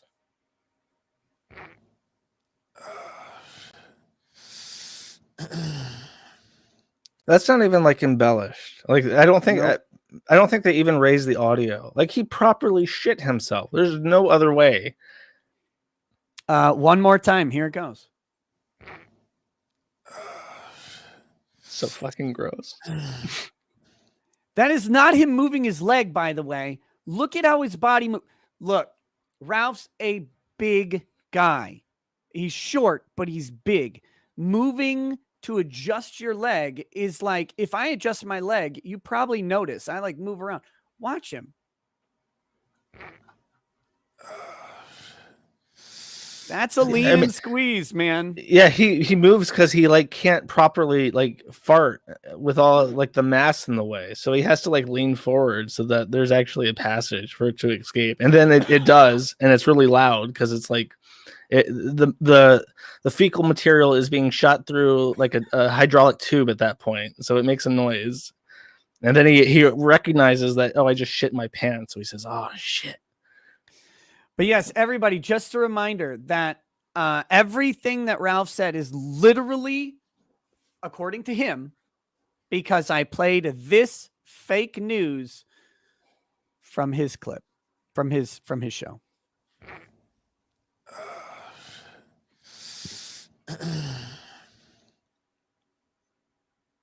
There you go. It took the Kiwi Burrow 40 hours to perfectly slap that together for our propaganda purposes. Yes. Kiwi Pravda, the New Zealand arm of disinformation. has come out with the hit piece on Ethan Ralph because nothing else. The one thing Yeah. that would finally take him down is a smart clip. After everything else he's fucking done, yeah, we had to nail him on the shark question. That was what would really buckle his support structures. Was him shitting himself. It's not like it's not all of the non-person people he would bring on his show. It's not the it's not the hot alt-right takes. It's none of that would ever do Ethan Ralph in. I mean, the way it's doing like everybody else in the sphere, none of that'll do it. It's just a fart that they finally got it. Oh my gosh. Hats off to the Kiwis. Hats off to the Kiwis for putting together this massive campaign. What's that called? Wagging the dog, right? Yeah, I think so. We make They a big deal out of something small. Right, and basically it leading to war. I mean, I can only assume that Virginia will now rebel from the Union to protect Ralph from Vickers as a result of this fart. We'll know it all started here. It all started with the fart. They'll be like resurrecting, General Lee to defend Ralph from the California courts. It'll be like a massive black swan, and one day soon we'll like wake up and there won't be like the state capitol buildings won't be raising the US flag anymore. The Union has dissolved, and everyone was like, yeah, I knew this was coming when Ralph shit himself. It'll just be that like picture, I wish I had a sketch of it somewhere, but that fucking picture of his face, the drawn one where he's like, you know what I'm talking about. It was on one of the clips. Oh, here we go. You can kind of see it in this thing. This face of Ethan Ralph right here will be the flag raised over the U.S. Capitol building after the GUNT war has begun. The U.S. is now just Guntsville. It's all been conquered. It'll be him interviewing Chris Chan for the rest of his life. And then sending it to your third world shithole to make fun of you. Ha ha! I got to interview Chris Chan. You didn't. Josh Moon. He really family hates you. He really expected Chris to actually think that. You know what? He mentioned when we spoke briefly, he said that comic book artists had been shit talking me, and I was like, what the fuck is he talking about? Like Stone Toss? What comic book artist? I'm thinking, is he trying to say that Chris has given him dirt on me? I've done nothing to hurt Chris, and he really thinks that Chris is my undoing. It's just around the corner. One day Chris is going to come out with some hard hitting shit, and I'm just going to be game over. Yeah, he's got you. He's got you by the balls. So I want to point out that I think this is what made him mad, in all honesty. At the time that he farted on his 24-hour stream, he had 345 people watching. And, when I played it on my stream, it wasn't a particularly large stream. Probably had like 1,000 to 1,200 people watching, something like that. But that's like 4 times as many people just saw him shit himself. And now, because of this stupidity, it has been witnessed multiple times by well over 3,000 people. He got mad at T-Clips. That's something that I didn't mention, is that he fucking DMCA'd T-Clips, who's just a clipping channel, and her shit gets taken down, and she talks to me about it and said, well, I think he's in the wrong. I think your stuff's transformative, especially after the Sargon Aquila Hughes shit. I think that is completely fair use. And she lawyered up and won the DMCA disputes, and Ralph is threatening to sue her now for copyright infringement, but so far her channel's back up. And he got pissed at her because she would clip me, and she would only clip things making fun of Ralph, and he's like, why aren't you clipping my channel? I expect you to clip my channel more, the best moments of the kill stream. So it's I think he can take a joke, but only if it's equal measure. You have to also be praising his strengths when you make a joke at his expense. Yeah, I don't do the whole let me put conditions on your comedy thing. That's a weird thing. Well, I'm going to start reading a bunch of super chats because I've got today's and I've got yesterday's since the stream crapped out. So as long as you are able to stay and want to, you're welcome. If you have to go, that's also cool. I understand. Okay, I'll stay around a bit. Getting late. Axios says you get $20 just for being accused of being a probate lawyer. That was a weird case I had, man. The only probate case I did, I redid a will. And then the person died like 2 weeks later. And so then I had to probate the case. Like, right. It was so weird because like person came into my office. I met him. You got to talk to him if you're redoing their will. Right. And that they were old, but they were doing fine. And then 2 weeks later, bam, dead. So then I had to probate it. It was a very interesting experience. Shinobu Tezuka says Ralph fired one off to adjust his orbit. Brandon Timmel. Brandon, I'm so sorry, buddy. I wish I could have met up with you. It didn't work out. Nick, I'm going to eat canes every day and send you pics until you accept my offer of fresh, never frozen chicken, Texas toast, and glorious cane sauce. And it won't be crying from rejections either next time, brother. Yeah, man. Like I said, we just didn't have extra time at all. But I do appreciate the invite. Okay, where the fuck even are we here? Oh my God. This is a disaster. I hate YouTube's system now for super chats. They have screwed it up so bad. It's like a giant list, ain't it? It's been a while since I had super chats. Yeah. Oh yeah. You got like super demonetized, didn't you? I'm like demonetized. The only way I stream right now, I have like 4 strikes in total, 2 outstanding. So I stream and then I like immediately delete it. And I have no I got a strike for a video teaching people how to use YouTube DL to archive videos. They said it was spreading hateful content, and I tried to appeal it and it got auto rejected twice. I'm like, what the fuck? Yeah, YouTube went hard on the YouTube DL thing because they put out like a whole hit piece on the how it's copyright. I think YouTube DL got like hit with a lawsuit too, or the person who made it. It's I don't know if they're getting sued actively, but it was like the record. It was like a giant association of rights holders or something. It wasn't YouTube. I think what it is. I think it was what like it is. The RIAA or something. Yeah, that's what it was. Yeah, which is like a fucking evil. Yeah, it's evil. But I think they're squeezing Google's balls is what it is. I think a lot of YouTube's evil is just copyright holder evil that is necessary because of how the U.S. copyright system works, and it's bullshit. I fucking hate it so much. I'm full commie when it comes to IP at this point.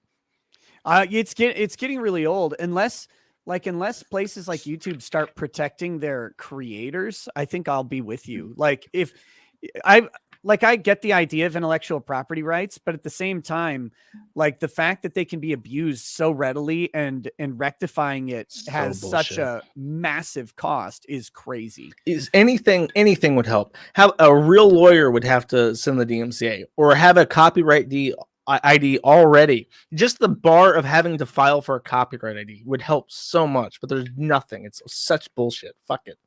Yeah. Fac Uniga says Null and Rackets always know it's going to be a great show when it's the two of you. Get rid of Informa Paparis. TANSTAAFL. There ain't no such thing as a free lunch. The best kill streams were Zidane and Medicare, not Ralph. Damn. Ooh. Yeah, like the Monday Matt stuff was all Zidane. That was yeah. And then he made the smart decision of dropping off the face of the fucking planet. He tweets once in a while, but he's smart. Yeah. He was always the smart one. By the way, I never congratulated you on winning your 2 lawsuits. That's I haven't won yet. She's in appeals. Well, you won at the district court level. Yes, that's true. And her appeal's going to be rejected for being absolutely stupid. Yeah, but she's just going to keep doing it. I'm really thinking of going for damages and because here's what I'm going to do, because I have to finance dealing with her, right? She has written books, so it's like if I sue for damages and I get the books, I will write a preface for them, put them on Amazon, and see if that recoups any of the expenses. It guaranteed would. I mean, It'd be I don't know funny. how much of it would recoup, but it would recoup. It would help, and it would be funny. It's a good story. If you could really work it out, you would have to negotiate forcing her to sign like 100 copies. That's a good thought. So you get her to sign 100 copies, and those go for like, 500 to 1,000 each or whatever. That's where you get that money back. I should have came to you first. You got all the good ideas. Look, I've been grifting a long time, son. Andrew Bin says, we need a commercial for the law firm of Moon and Ricada. Wonder if William Shartner is available. Come on now. Let's see. What do we got? Matt Stouffer says, have to sleep because unlike the Gunt, I work for a living but wanted to pop my super chat cherry, knowing that the Grift King will profit from this bridge burning while Ethan is once again felted. Oh, thank you. Thank you, sir. Can you explain to me what being felted is? It's a PPP thing. Yeah. And it's a funny story, and it's caught on because it's a great thing. He was gambling, and there was a guy who was betting and losing to the point where he reached down to get more chips to continue betting, and nothing but felt. So getting felted is to lose so hard that you reach down to grab more chips to put on the table, and you're just fucked. There's nothing there. I see. I had no idea. Like I've seen it on the board, right? And I was like, okay, I don't know what this means, but I'm getting the context, but I didn't know the actual story. So that's interesting. Let's see. What else do we have? Okay. Now I'm going to go back into. It's apparently older than PPP, but he has revitalized the fucking term. It's great. Yeah, he seems to be. That's where I've seen it on his thread. It's very commonly used. The PPP thread should be studied by anthropologists. It's an amazing display of diverse humanity. And so that's pretty diverse. I strongly recommend an anthropologist do this. Agrilith says, I'd like you to confirm Ralph's actual height, trolling aside. If we're being honest, I'm going to get this You've wrong. met him. I'm You're sure. 6'2", right? How tall is he? He's not tall. He's not tall at all. I would say about 5'4", probably. Like being honest and with no jokes, I think about 5'4" is probably accurate. You know he wears those shoes that have really high soles. He wears like platform lifts? shoes. Yeah. Maybe he does. I don't know. Is there a picture of you two standing together? Are you squatting like May does in the photos with him? I didn't know. I don't think there's. There may be a picture of me and him somewhere from Tampa. The only picture I have from Tampa with Ralph in it is like an out of context picture where like it's just him with his Fed shirt going like this after he just almost got into a fight with a Latina lady. Because that was funny. That was perfect Ethan Ralph. That was pinnacle funny Ethan Ralph. Like almost getting in a fight with a super drunk Latina lady who just gotten thrown out of a bar just by happenstance, just because he happened to be there. Well, it's a good thing that you and Ralph never took a picture together, because you wouldn't want a compromising photo of you around on the internet. When I dropped that $450 bottle of whiskey, I made sure, because there like a third of it stayed in the bottom of the bottle after it broke, and I made sure Ralph got a sip. Like I gave him like $30 worth of whiskey easily. What a Chad! So I'm nothing but generous. I'm just walking charity here. Ziggy Mandar says, check the cornfield. Jim wants on. V's flat desk Pepsi says, disgusting. Can Nick describe in lawyer speak why traps are gay by law? Look, because if it's going into a man butt, it's gay. I mean, that's the end. That's the end of the argument for me. If it had a dick, it's not a chick. Exactly. Mr. Leon says, Ayo Rackets, we going scorched earth or what? I don't know how to scorch earth, Ralph. Like I just do it this way. If it's scorched earth, then sure. Mario Carter says Ralph forgot his place is Dave Rubin. Forgot his place is Dave Rubin for Spurgs. No one watched the kill stream for you. They watched it for the guests. Now they watch a dumpster fire. Penultima says Nick est en retard et gay. Thank you. I'm late and gay in French. Perfect. Baron Wolfsbane says Nick Ricada, late and possibly a furry. Shane G says late and sharded. Adventuring Lamb says just joined locals yesterday. Thank you. Gentleman Sausage says may you never again be accused of gunt guarding, inshallah. Pillow Tap says the shart heard around the world. 200 Watt Studio says I don't remember eating corn. Carol Channing. Ew. Gross. Eric the Red says the first time Ethan Ralph took his pants down in front of a woman, she started laughing hysterically. He's hated laughter. That's what traumatized him. That was the initial event. Now when you laugh at him, he gets like a cupcake dog style flashback, and it makes him tear up. And that's why, ladies, you cannot dick shame men. You can't do it. You will create Ethan Ralphs, and it's not. You don't want to do that. He was pure and innocent until you cold bitch.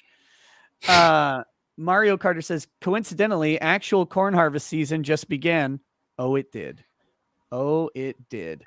There's going to be a pall of dust over my entire area very soon. Simple Phil says, didn't I watch this topic already? If I remember correctly, you left me with an acute case of epididymal hypertension. I'm suing you, rackets. Okay. I don't know what that even is. Evan Horenstein Ralph says, please help me. My brother Ethan locked me away in a mental asylum to steal my disability checks, even though my disability is only a physical one. And then he says his various child horse brides he brings to the asylum basement for me to fill with my superior seed, put cigarettes out on me. Jesus Christ. That's spicy. Perception check says Ralph holds grudges like a woman. Mullah Viking says, what if you are sterile, Josh? Will you K yourself or troon out? Oh my God. I'd have to commit seppuku. I would dedicate my life to finding a way to create viable seed from like skin cells. I'd have to figure out a way to do it. If you ever troon out, this is the exchange. We talked about this earlier. If I cross-dress, you get to come kick my ass. If you ever troon out, I'm showing up in whatever weird country you're in at the time with a pair of samurai pants, a headband, a little bob to make your little man bun, and a tanto so you can seppuku yourself with honor. Okay, that's fair. Good luck getting all that into like a Soviet breakaway state, though. There are ways. Malik Fox, it says, Nick gets COVID. Me? Welcome to the family, son. Sika Lothar says, Ralph is afraid of jail because he might lose face. Was a kill stream viewer. I pay pig you, Nick, more than I pay pig Ralph. And you think I hate you? No, I don't think you hate me. There was just a chunk of his audience who always called me a Jew.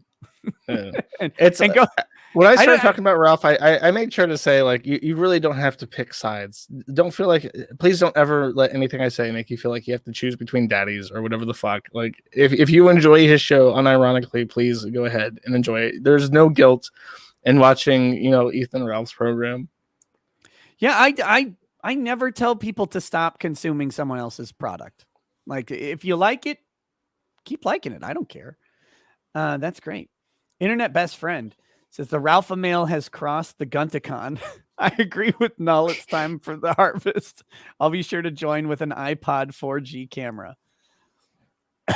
Spectre says, here Gunt sits brokenhearted. Shorts are brown because he sharded. That's disgusting. And I hate you for that. Axio says, Nick, join late. Did you address how representation/privilege functions in absence of an explicit signed engagement contract? No, because in Minnesota, well, I mean, kind of in Minnesota, if there's an expectation of confidentiality, then, which I think is pretty clear from the DMs that Ralph leaked, like a dummy, that we had one. And that is enough to establish privilege as far as my ethics are concerned. Now, will the court agree? That's not up to me. That's up to the court. Thermatius says, hello, Josh in chat. Oh, hi, Nick, I guess. Hyderp X says farming, really? Man of your talents. And look. Oh no, it's good fun, and it's really frustrating when the aphids eat your fucking plants. But yeah, I would recommend it actually. It's nice, even if it's like a little pot of basil or whatever in your window. Would you recommend buying a farm, playing guitar for your chickens? Oh yeah, absolutely. If you have the opportunity to just like buy 10 acres and disappear, do it. Get out of the fucking city. Super Iron Bob says, at this point, are you going to let that sit, Nick? I don't remember what that's in relation to. Not Applicable says he won't fit down the Grand Canyon either.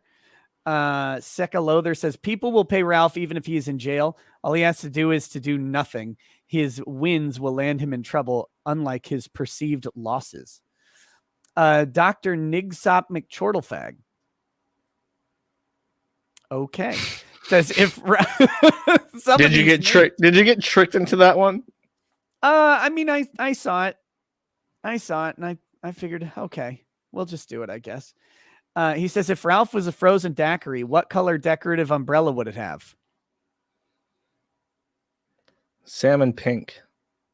You think so? Either that or brown. No. It'd have to have a splotch of brown, but it'd have to be like periwinkle.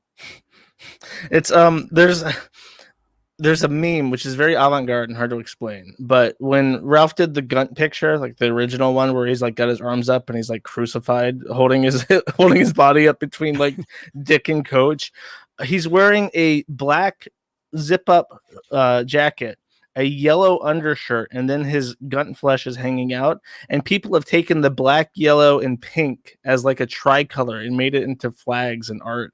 So it would definitely be like a GUNT flag tricolor parasol. Ralph with Dick and Coach. That's right. You forgot about the GUNT picture? I just forgot that picture existed. Oh, dude. Okay. There's that picture, and then there's another picture with him, Riley, Mint Salad, May, and Digibro in like their studio, and it's like everyone in that except for May fucking hates him now. And May probably hates him, to be fair. Okay, here we go. Here it is. We can do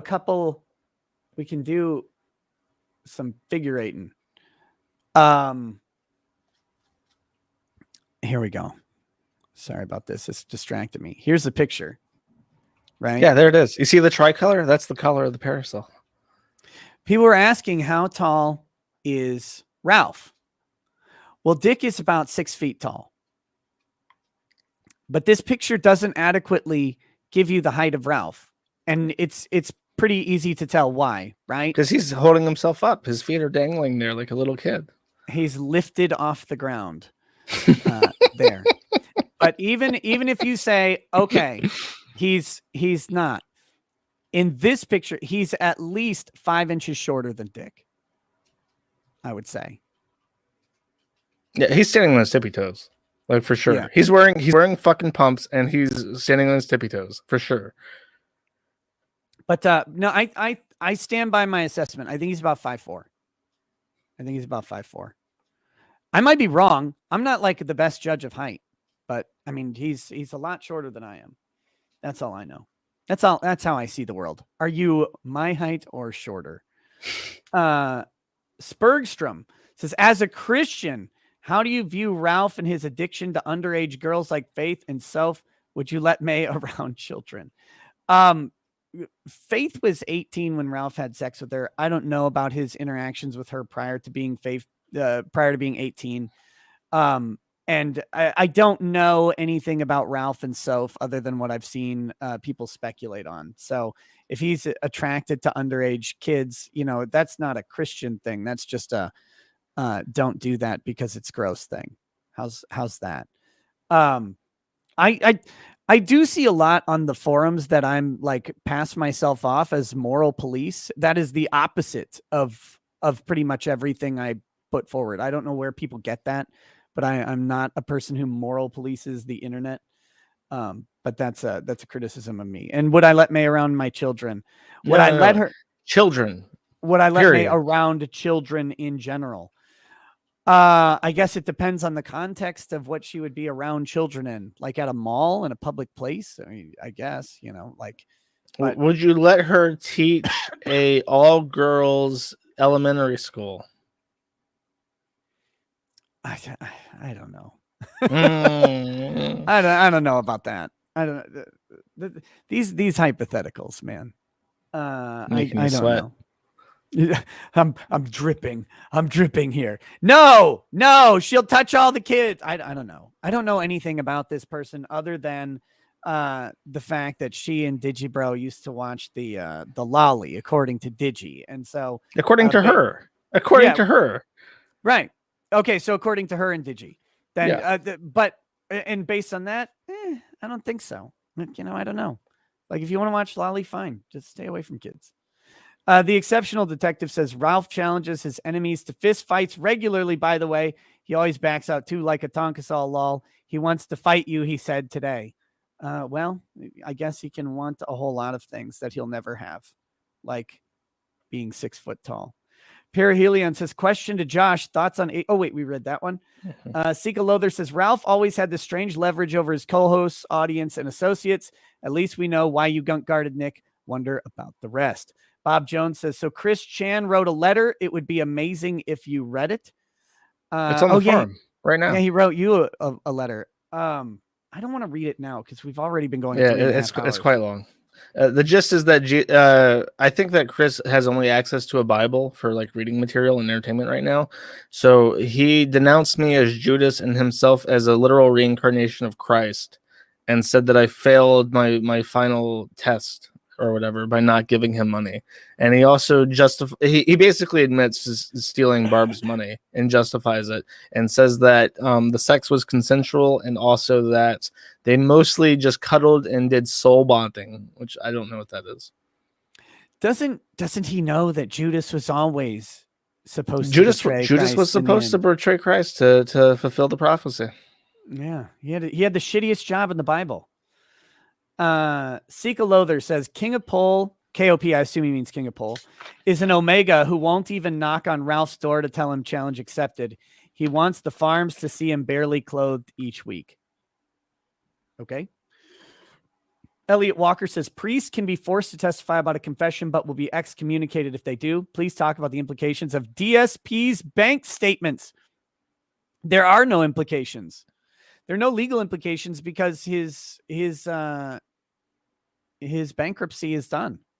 Yeah, it's like I guess that what you could say is like, what does his fans think about it? But I'm pretty sure DSP's fans like know that he's a money sink. They're paying him because they like his show. It's not because they think that he's a great person or whatever, you know, or because he's like they're not like investing $5 because they think that DSP is going to turn it into 100 or whatever. Like that's not the thought. It's like, oh, the silly man plays the games I like. Here's $5. Well, and also the interesting thing about live streaming is that it's a meta show, right? Like there's the show and then there's everything else that goes into the show. Like on mine, the chat is its own thing. I think there's probably lots of people who could care less what my dumbass has to say on topics, but they like being in the chat and talking to the other people. It's got its own little mini community. I see a Commie D girl in the chat. Commie D girl, I want to go on Killstream to debate transgenderisms. Don't do it. That would be really entertaining, and Ralph doesn't deserve to have an entertaining show. But yeah, so I think people like when they're contributing to the DSP show, it's also to the community engagement in general. So like, because people get this idea, oh, they don't donate because they like DSP. It's like they don't have to like him. They don't have to do anything like that. They could just want the show to go on. Literally, they could just donate because like whatever it's and the people that get mad at I get salty at the DSP board because it's like they want him to go bankrupt. Like, why do you want your entertainment source to dry up? Why and we know that if you guys don't donate, the show can't go on. It can't. You just can't do it. I can't do it unless you guys really step it up. I got the taxes. Got taxes. Got to feed the cat. But they get mad at him. They're saying like, oh, he's like manipulating mentally handicapped people to steal their money by lying about his financial situation. Like, bro, it's their fucking money. You know, if it wasn't this, they'd be buying fleshlights and anime shit. Like, who gives a fuck? Let them spend their money however they want. It's all a money sink. It doesn't fucking matter. If you're gonna get a flashlight and anime shit, make sure they sync up. Gross. You got to do it right. The guy from that place says, I bought Ilium and Olympus. If it isn't 100% amazing, you'll be getting a very demoralizing comment on a random future video. It is. It's 100% amazing. Great books. Sika Lothar says, King of Pole lied about me telling him to take Ralph's life, even though I told him not to chicken out knocking on a door. How much have I pay-pigged you, Nick? On this stream, I think about $35, if I'm counting right, but I don't keep full track on it. And I have no idea over the whole life of the channel. Hollow says, will Ralph get the death penalty just like Boogie's petition? Yes. Yeah, he will. He will. Timothy Reaper says, Gunt in order, special persons unit. Nate Dogg says, help, I binged Christery and I need my fix. Chris Chan trial November. Mark your calendars. Oh, God. I can't fucking imagine. It's gonna be such a shit show. I'm not ready for it. I'm not emotionally prepared for this. Do you think there's gonna be a way to watch the trial? I hope so. I'm definitely gonna stream it if there is. If it's on fucking YouTube, their site is crashing. They're gonna be hit with traffic they can't even comprehend. Like their tech guy's gonna be like, "What the fuck is this? Like a cyber attack from Russia? Why is everything down?" Yeah, I will if I can. The problem is if it overlaps with the Rittenhouse trial, I'll have trouble. But I'm gonna try and stream the entire Kyle Rittenhouse trial, start to finish, and if I can get Christian. How fucked is he? Call your bets. Death penalty. I'm voting for death penalty. That's what happens. I think he's got a chance, man. I think he's got a chance. He's got about. I thought that Cop Man had a chance. Cop Man got fucked. Chauvin? Actually, you know what? I had I watched the trial with Chauvin, and I had a little bit of a change of heart at the end because I think that what really fucked Chauvin over was when the cops around him started saying like he's not moving, he hasn't been moving for a bit. Maybe we should check his vitals. And Chauvin's just like, nah. Yeah, I'm fine. I'm comfy here. I think that fucked him. I feel bad for the other cops because they were alert and they were concerned with his well-being. The thing that screwed Chauvin over was the fact that there was a video. If none of that was on video, well, yeah, that's with everything a cop does, though. Right. But him, it's the look on his face, which I don't know if he was trying to look smug, but he does, and he's just kneeling there. And when that happened, I was like, man, I don't know how a jury doesn't find him guilty. I didn't think Chauvin was going to win. I think he's got interesting prospects on his appeal, but I don't know. He doesn't have a lawyer for it. Well, it's bankrolled by the police union. Nope, not his appeal. Really? Yeah, their obligation to him stopped when he was found guilty. Huh. So he filed his notice of appeal pro se. And wow. He motioned to proceed in forma pauperis. He was granted it, and then the next day denied it. Denied to proceed in. What the fuck? What the fuck? Where's that at for me? What the fuck? The reason I think they denied him for IFP, I can't know, right? I'm just trying to get into the judge's head, is in his affidavit, he says there are retirement accounts that he has, but if he withdrew from them, he would take a significant penalty, which is true. You'd take a 10% hit on any early withdrawals from retirement. And that if he did that, he would have, it would be less than he owes in taxes and other debt. But the problem is if he doesn't actually have liens, like tax liens or judgment liens or anything like that against him, then he could theoretically still withdraw the retirement funds and pay for a lawyer. And the judge saying, like, to me, it makes sense if the judge says, you taking a 10% hit on your retirement fund to try and save your life, like, too fucking bad. So I think that's why he did it, but I don't know. I'm just speculating. Otherwise, I can't see why he would deny him IFP. He has no money. Oh, yeah. By the way, since I have you, I don't think we've ever talked about this. You're in Minnesota. Is that the state? Was Minnesota the making a murderer state, or was that Michigan? It was Wisconsin, I think. Stephen Avery. You think he did it? I never watched it. You should watch it. Watch both. First, I think there's 3 seasons now. Watch both seasons. The first one kind of omits information. The second one goes over. I want to hear your take if he did it or not. I think those fuckers are crooked as shit. I'll make it a point to go look at it. From what I saw, like just the buzz about it, it kind of looks like maybe he didn't do it, but I haven't looked into the case, and I know that the prosecutor was pissed, dude, when that documentary came out. Yeah, well, I mean, I don't want to go over it because it's so much, but we'll talk about that one day. We'll talk about come back around, because I think he did it, and I don't think he did it. I think that they fucked him. I think that they're trying to cover their asses. And if you believe that he did it, you should watch season 2, because they go over this. They go over methodically the scientific evidence of every step of the way, and there's no fucking way that guy did it. If you think that the first one was like slanted in his favor, whatever, the second one, Kathleen Zellner, his attorney on appeals, goes over everything, and it's so convincing. I don't know how anyone can think that those motherfuckers aren't trying to save their ass, and it makes my blood boil. I will never go to Wisconsin. Fuck that state. Look, all I got to say is a prosecutor making shit up to make someone guilty is the least surprising thing I have ever heard. Okay. So that's all. It would not surprise me in the slightest. Okay, and I think Rittenhouse is fucked. Sorry, next one. 200-watt studio says, Nick, you ever eat banana peppers with your bare hands and then immediately masturbate? Nope. I don't do that. Guns Down in Hail says, Josh eats pigeons confirmed. No. Uriah French. Uriah Wright says, Josh, talk about the GUNT fight. Dude, the best thing that has ever come out of Ethan Ralph, I think, at all, is the fan art someone made of his and Riley's guns kissing.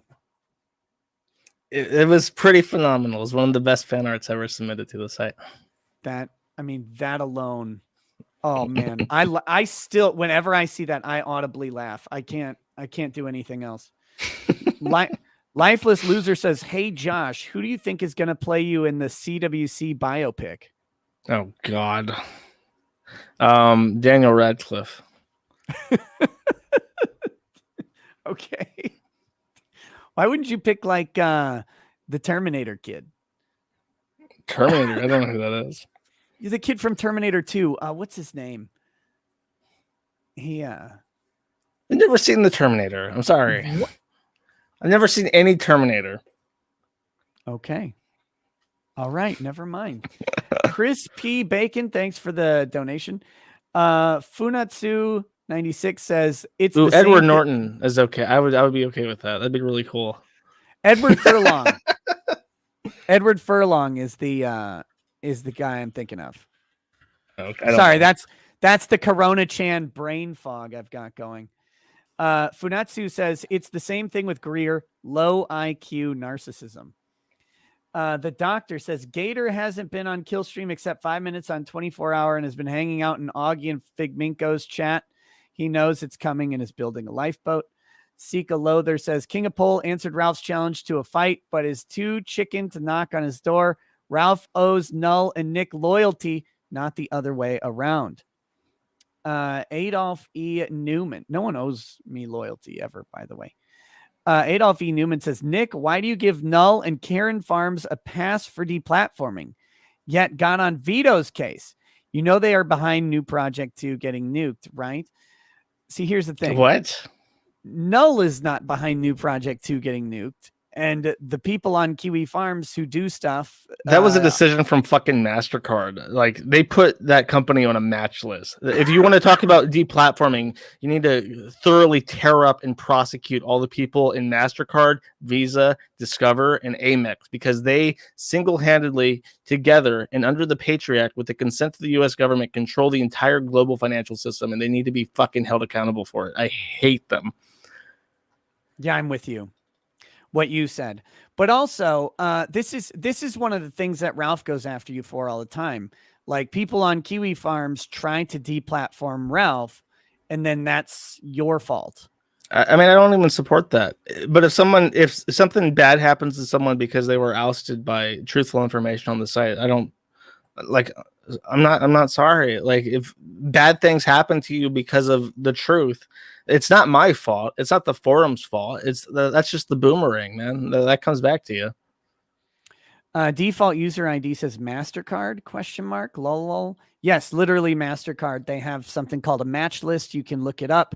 The amazing thing about the match list is you get put on it. They don't tell you that you're on it. They don't tell you why you're on it. They don't tell you how you can get off of it, depending on the category. And because it's business, it's trade secrets as to how they maintain the match list, you're not allowed to even subpoena them for information about why you're on it, how you got there, what you could do to get no off. recourse. You have no recourse at any level. If they just, and the thing is that in the US, in the EU, and in other countries, they have government ran systems for transferring money. But in the US, there is Visa and MasterCard. That is 90% of all transactions. There is almost no bank to bank transfers. It is a fucking racket. They control our economy, and they take 3% off every dollar that's traded hands, and nobody does anything about it. And the government, like, there is the US Patriot Act, or whatever Title III of the US Patriot Act is now, because the US Patriot Act lapsed, but these regulations are still extant. They basically Operation Choke Point, right? Was the yeah, basically the government said we need to stop terrorism. Terrorism is funded by money. We need the banks we need to deputize the banks to make sure that no money goes to terrorist organizations. So now the banks have not only huge swaths of like deputy power to regulate the economy, to stop quote unquote terrorism, whatever that may be. They're essentially pressured into doing it. So they're going to be more, even if they don't want to, they're going to be more overzealous than they need to, because they want to show to the government, in case something happens, that they do everything possible to stop the funding of terrorism. So it's a bullshit law, and it's a bullshit system. And as far as it's impossible to even know which is doing which. Is it more the government, or is it more the private companies? Is it both working in unison under some fucking Illuminati monopoly of power? It's disgusting. It makes me like shake with anger when I think about how awful that system is. Well, it's the worst thing is someone who's always been like purist capitalist and libertarian, right? Because it is the antithesis of what it's supposed to be. It is government corporate collusion, but it's to the point where you literally can't discover anything about it. It's the only way the money system works. And I had a long argument with Ty about this on a stream, where he's like, well, no, someone can fix it. And I'm like, who though? Because what's the US going to do? Because at some point, like, MasterCard could just decide to not process the payments of the US government, like to the Social Security people, for example. Like every Social Security electronic transaction, all those direct deposits, nope, they don't happen. Then the government suddenly has to. Well, I think with that is bank to bank. And there's an interesting thing, which I watch. I am literally on a federal government newsletter because I watch the development of something horrifically called FedNow. And FedNow is the it's a FedNow. Literally, it's called FedNow. It's the worst named thing ever. It's like a project of the U.S. Department of Treasury. And they're working on an alternative to MasterCard and Visa card. And I really don't know. I really don't know if it's like the government's like, hey, wait a second. All this money is being collected by MasterCard and Visa card, and they control everything. And we don't really have a free and open discussion anymore, because they control the pocket strings of Google. They control everything. Like they can tell Patreon who's allowed to be on Patreon. And they do often. Yep. They did it. The first one was Jihad Watch. They were the first public one I saw was Jihad Watch. And it came down that it came straight from MasterCard. They said, get this guy off Patreon, or no more Patreon payment processing for you. The whole site will go under. And if Patreon doesn't have payment processing, that's literally all they do. They just process payments. Other than that, they're just like a limited Facebook, and not even a good one.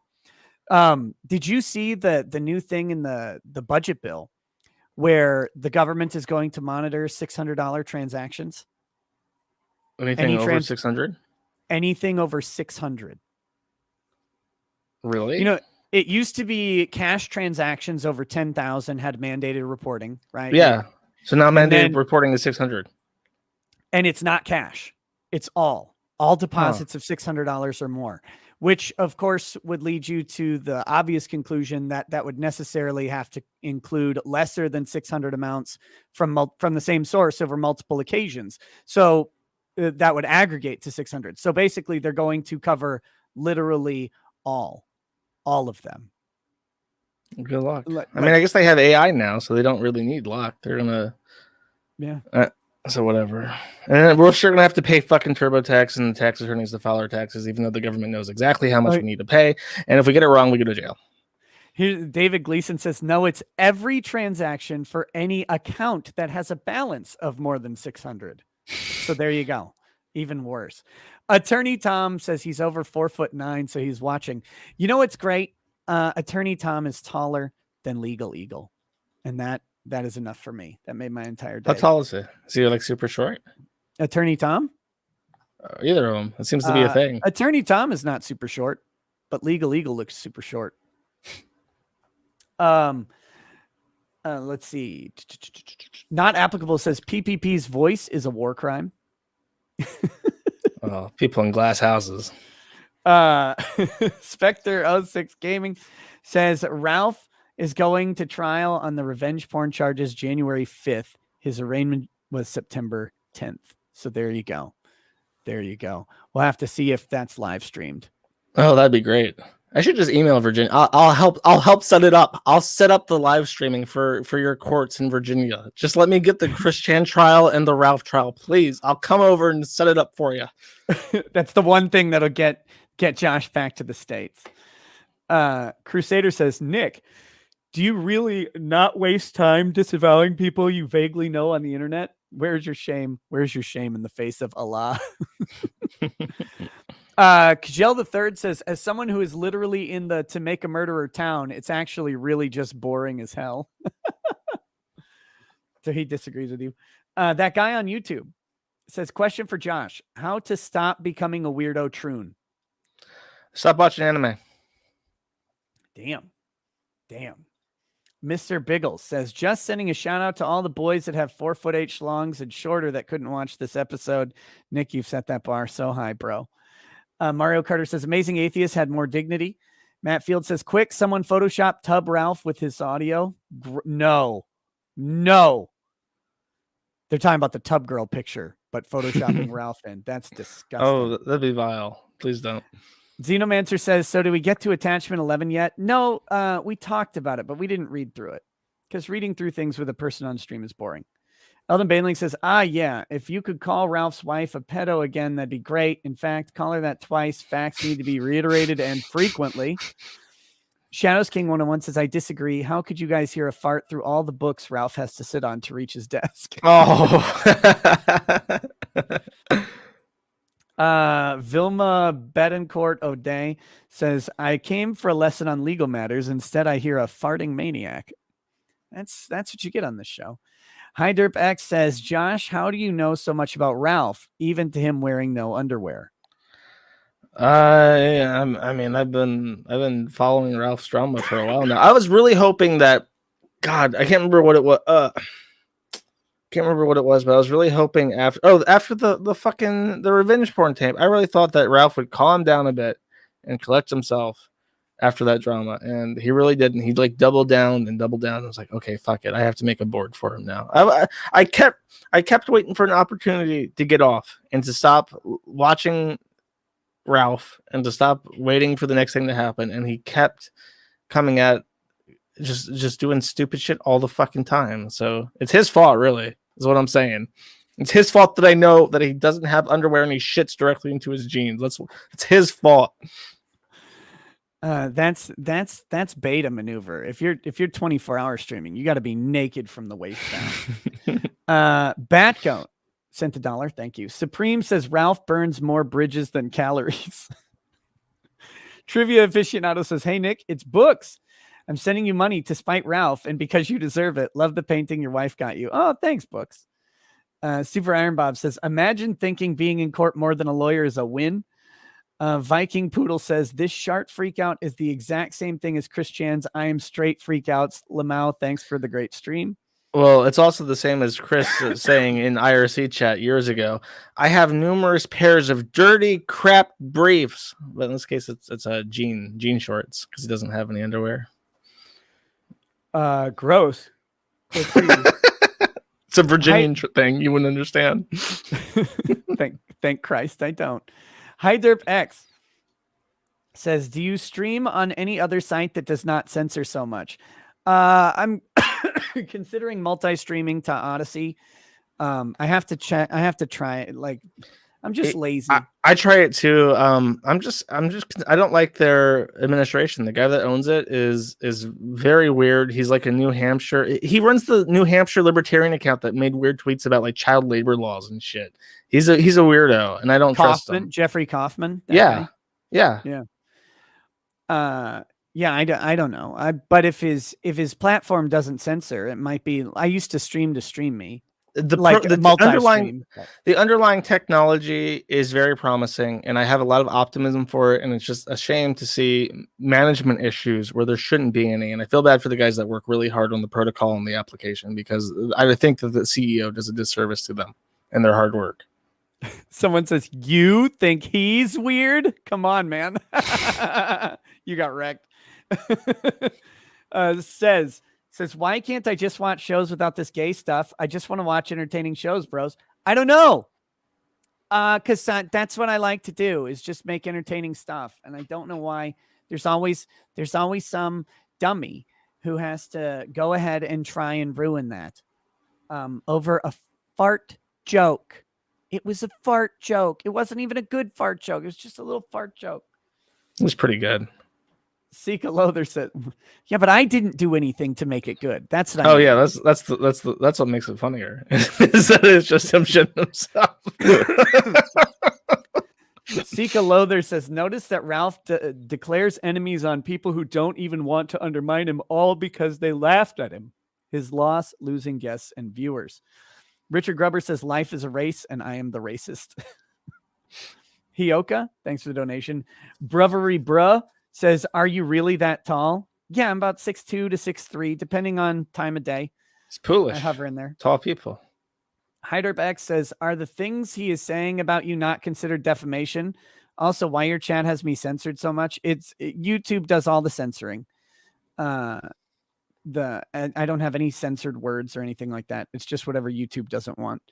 And then, I mean, is it considered defamation? Yeah, probably on some of the stuff, but is it actionable defamation? Probably not. Even if it was, what do you really win? High bar. And the most important thing to remember with defamation in the U.S. is that you have to prove damages. What damage has Ralph done to Nick? At this point, probably like negative $1,000 for damage. So there's not like a case there for that.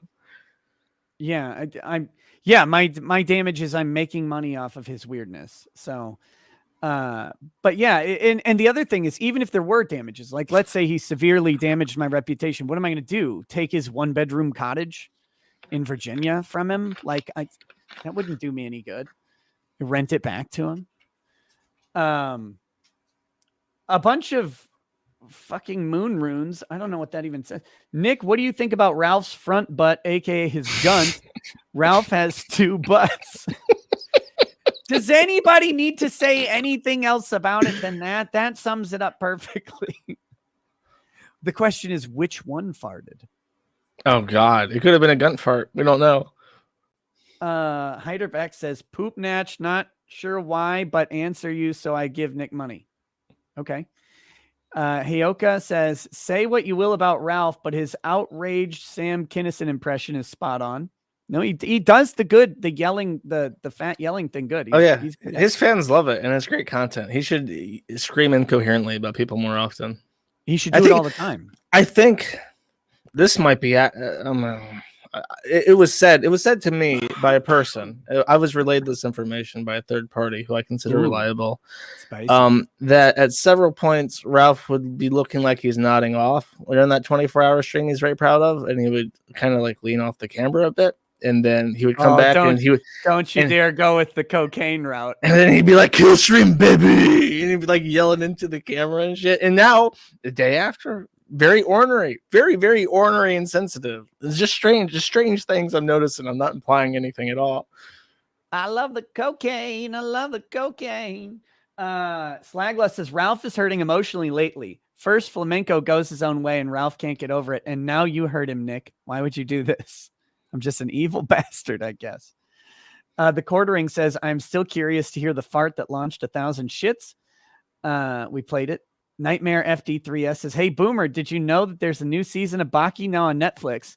While you're isolated in your bunker watching the testosterone-fueled insanity, may help you get over COVID sooner." That's the worst part. So I did test positive, which means I'm on a 10-day lockdown. The problem is some of my kids tested negative, which means that their 14-day quarantine starts when my 10-day quarantine ends. It sucks for a kid. Yes. So like 24 days for the kids, whereas, God, it's just stupid. John Manfreda says, Ralph is fat and I would not have 6 with him. Hioka says, Ralph is a sharticist. Down Forward Punch says, just for the record, DSP said he was scratching his leg when he got caught jacking it. Ralph is blaming stretching his leg. The number of similarities between Ralph and DSP is staggering. That's pretty good. That's the first time someone came up with that. Let's see. Oh, fuck. Someone said, can Ralph even wipe his own ass? But I can't see who it was. Sorry. Jamie Moodley says, chess is my wealth. Yes. ASO says, sorry for the grift denial. Also, fuck Spectrum. Hold on. I'm trying to get where the last chat was on the other thing. Fucking hell. Were you vaccinated? No. I don't have curious. anything personally against the vaccine, like just in general. Like I'm vaccinated against everything else. I don't get the flu vaccine. I don't have anything personally against it. But I think have you should everything. get it if you have a reason to. If you're older, you're immunocompromised, you just want it, like go for it. I don't give a fuck. But I don't think that I think this hysteria about trying to force people to trust the science and shit and get children who have a near 0.000% mortality rate to take this fucking vaccine they don't need. It's just ridiculous. Yeah, the thing that for me it was like and again, counter statement for YouTube, but we don't know anything about vaccines. We're just two dummies on the internet talking about it. Get medical advice from professionals or whatever. I love Dr. Fauci. He's my personal hero. He is Times Man of the Year, and I have fapped to that cover 12 times easily. My thing was I'm just anti-mandate on everything. I'm anti-mandate on everything. And I hate that. I hate mandating behavior is the most evil thing that governments can do. Like stopping you from doing something can be egregious. Forcing you to do something that you wouldn't have otherwise done is leagues worse to me. And the Supreme Court tends to agree, except not on matters of vaccination. Hioka says you can't sue the moon. Ian Carroll says, I want a stream of Null giving his opinions on anime because I bet I'll agree with all of it. That would imply I have to at least watch a little bit of anime to formulate opinions about what I'm seeing, and that's too risky. That's too risky. Just watch Bible Black like a real man. Get over it. No, that would see. No, you're poisoning the well. You're the snake in the Garden of Eden here. Yeah, you're gonna go look up clips of Bible Black later, and then you'll have watched the whole series by Thursday of next week. Plead the Fifth says, Mr. Josh, you're a treasure of a human. Research purposes mostly says every Josh in Nick stream is gold. I agree.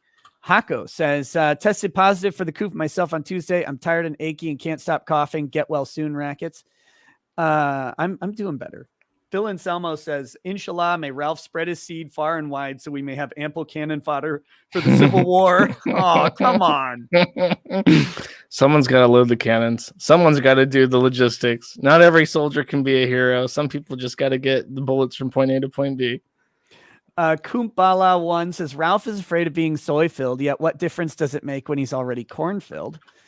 Dot God says, after years of fighting, finally won my disability case. Have some of my GIMP bucks. Oh, thank you. I'm really glad that you won. That's good. I'm not glad that you gave me your GIMP bucks. Like, that's not why I'm glad you won. I'm glad you won and that you gave me your GIMP bucks. Have some GIMP bucks. What is this world we live in? Oh, God. I just picture a little Joshua Moon, like 8 years old or whatever, and some being like, hey there, little fella. What are you going to be when you grow up? A shitlord. My kid's going to be aspirational. He's going to want to travel to Vienna and take up art. No, I mean, you're stop it.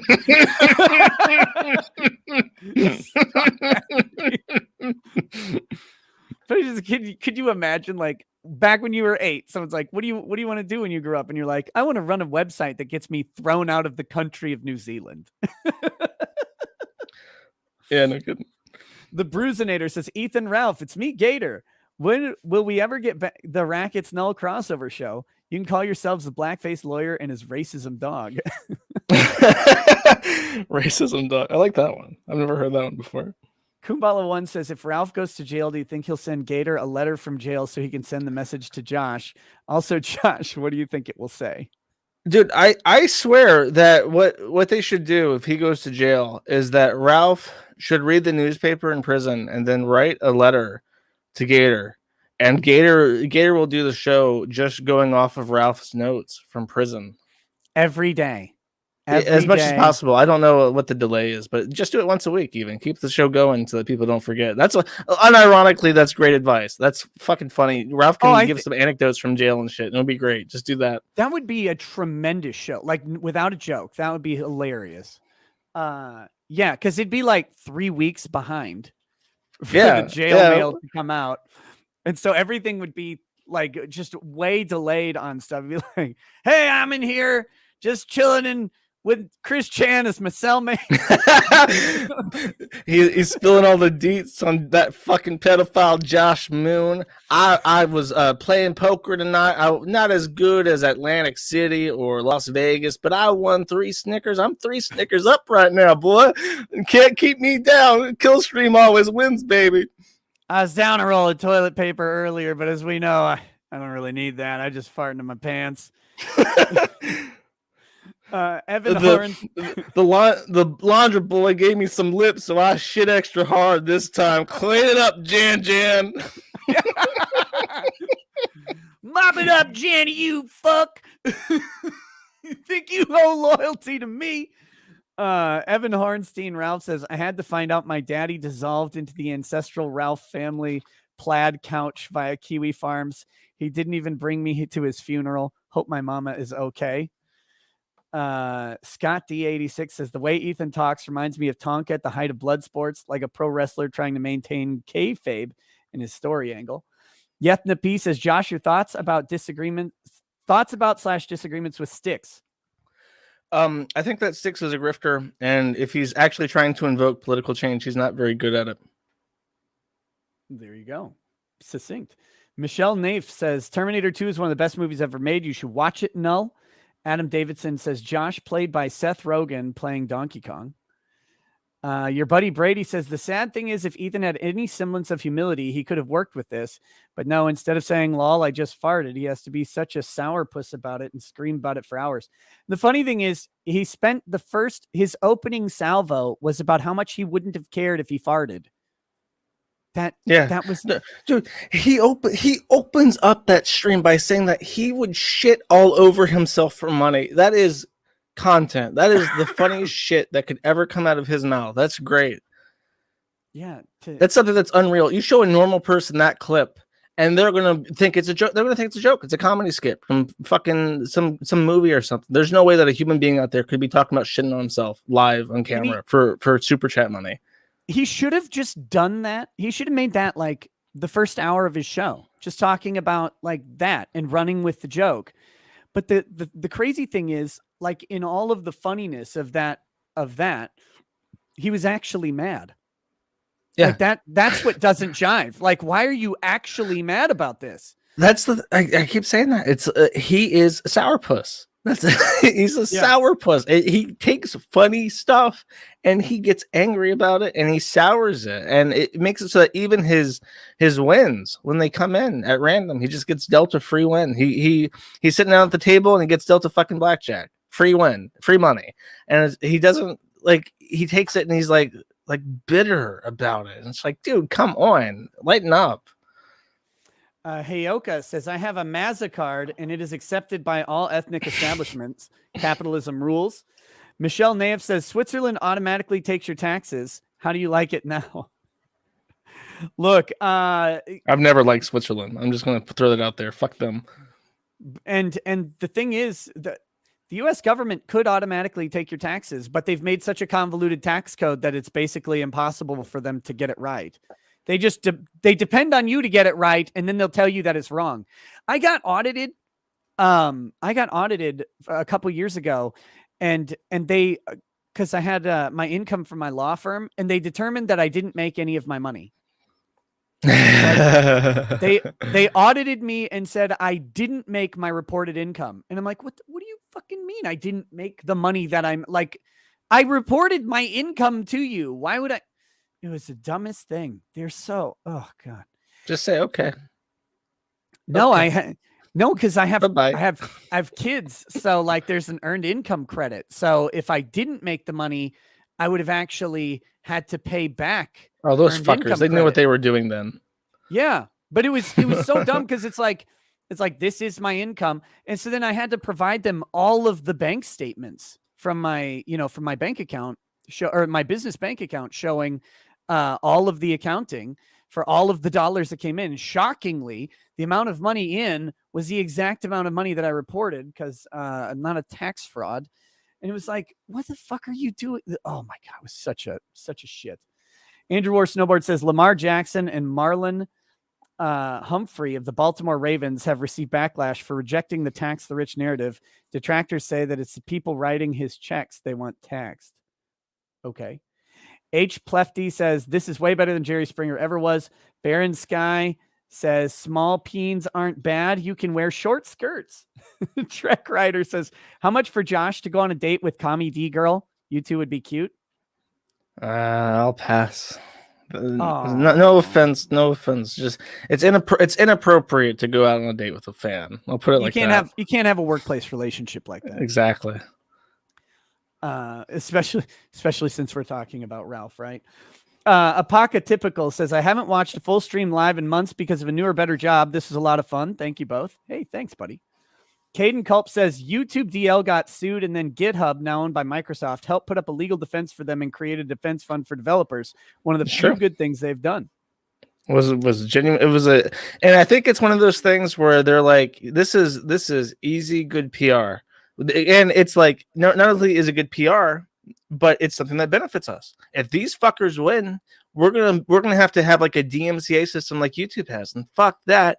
Let's just fork up the money now to try and win this, so we don't have to worry about it later. Which is a sound strategy, and it wins a lot of hearts too. Senator Funstein says, let's say we are looking back several months from now to convicted Kyle Rittenhouse. What do you anticipate it being that effed him over?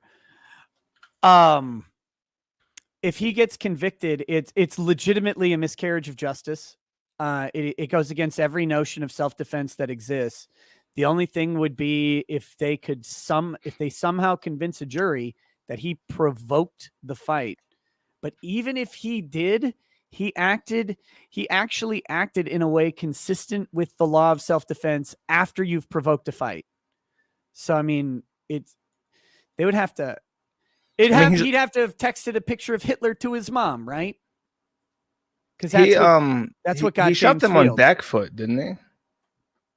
The first one he shot while running backwards. The second two he shot while being literally on the ground, because they knocked him over.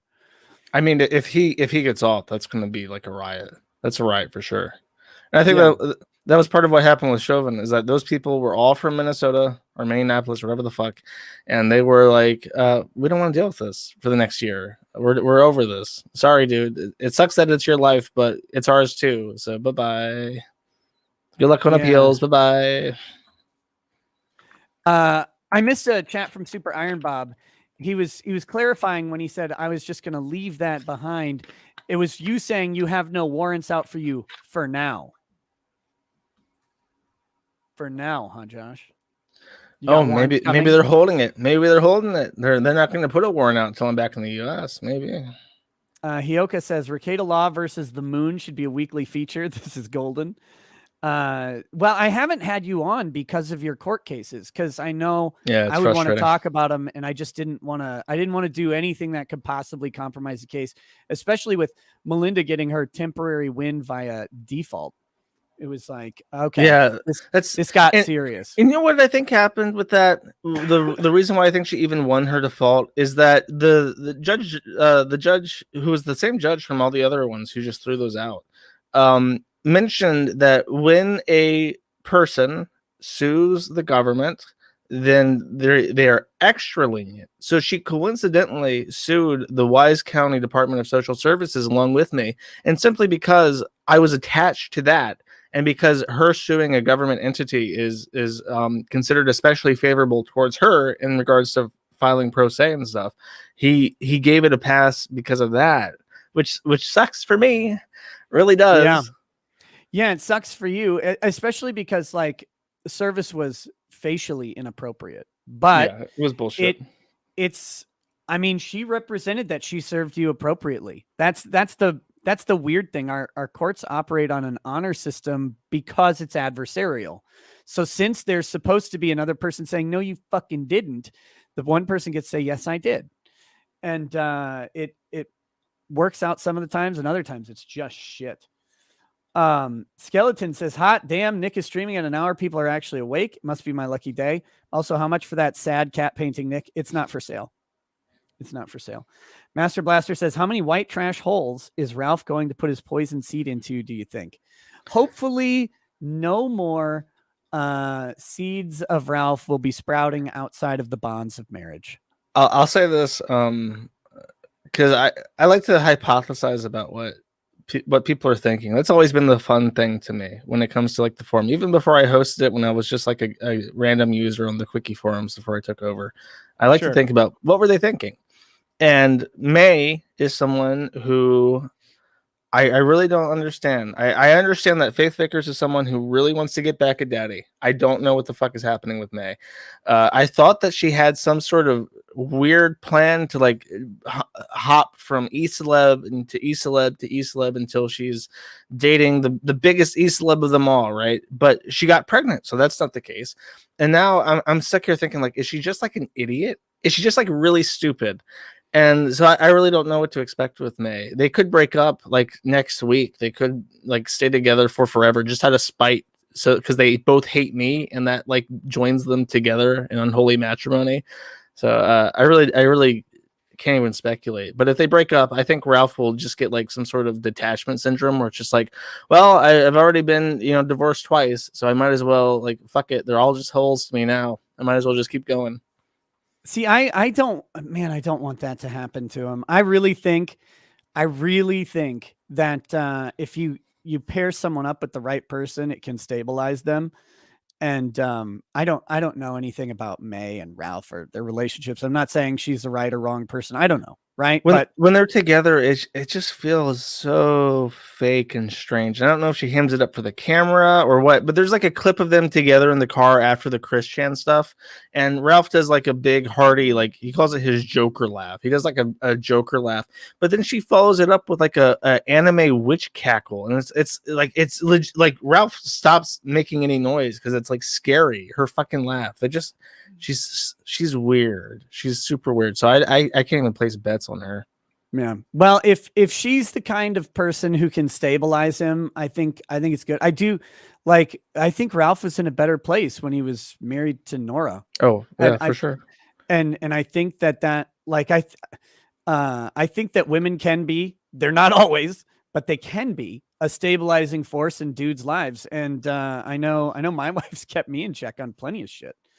And I actually hope that Ralph does better for himself. Nora was a legitimately, like I spoke to her a couple times. I have not a single negative thing to say about her. She was extremely nice. I was with her on the Kavanaugh stream. I was with her and Ralph for 8 hours, and she was just great. She was fun to be around. She elevated the stream, and I think that she had a seriously positive impact on Ralph. And without her, a lot of his restraint has disappeared. So it is sad. And I understand why she left, but it is what it is.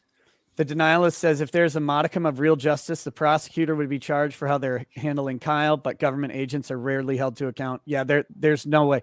Everything this prosecutor is doing is is bullshit, but it's also done in cases across the country every day. Fenrir Lyko says, glad to see you're doing well with the coof. Should troll haters who want you Minecrafted. Love the day streams. Joe Logic for lawyer panel. When Texas constitutional carry stream. I don't know. I think Joe might be on the stream later tonight. Because I'm still doing a stream tonight like an idiot. What?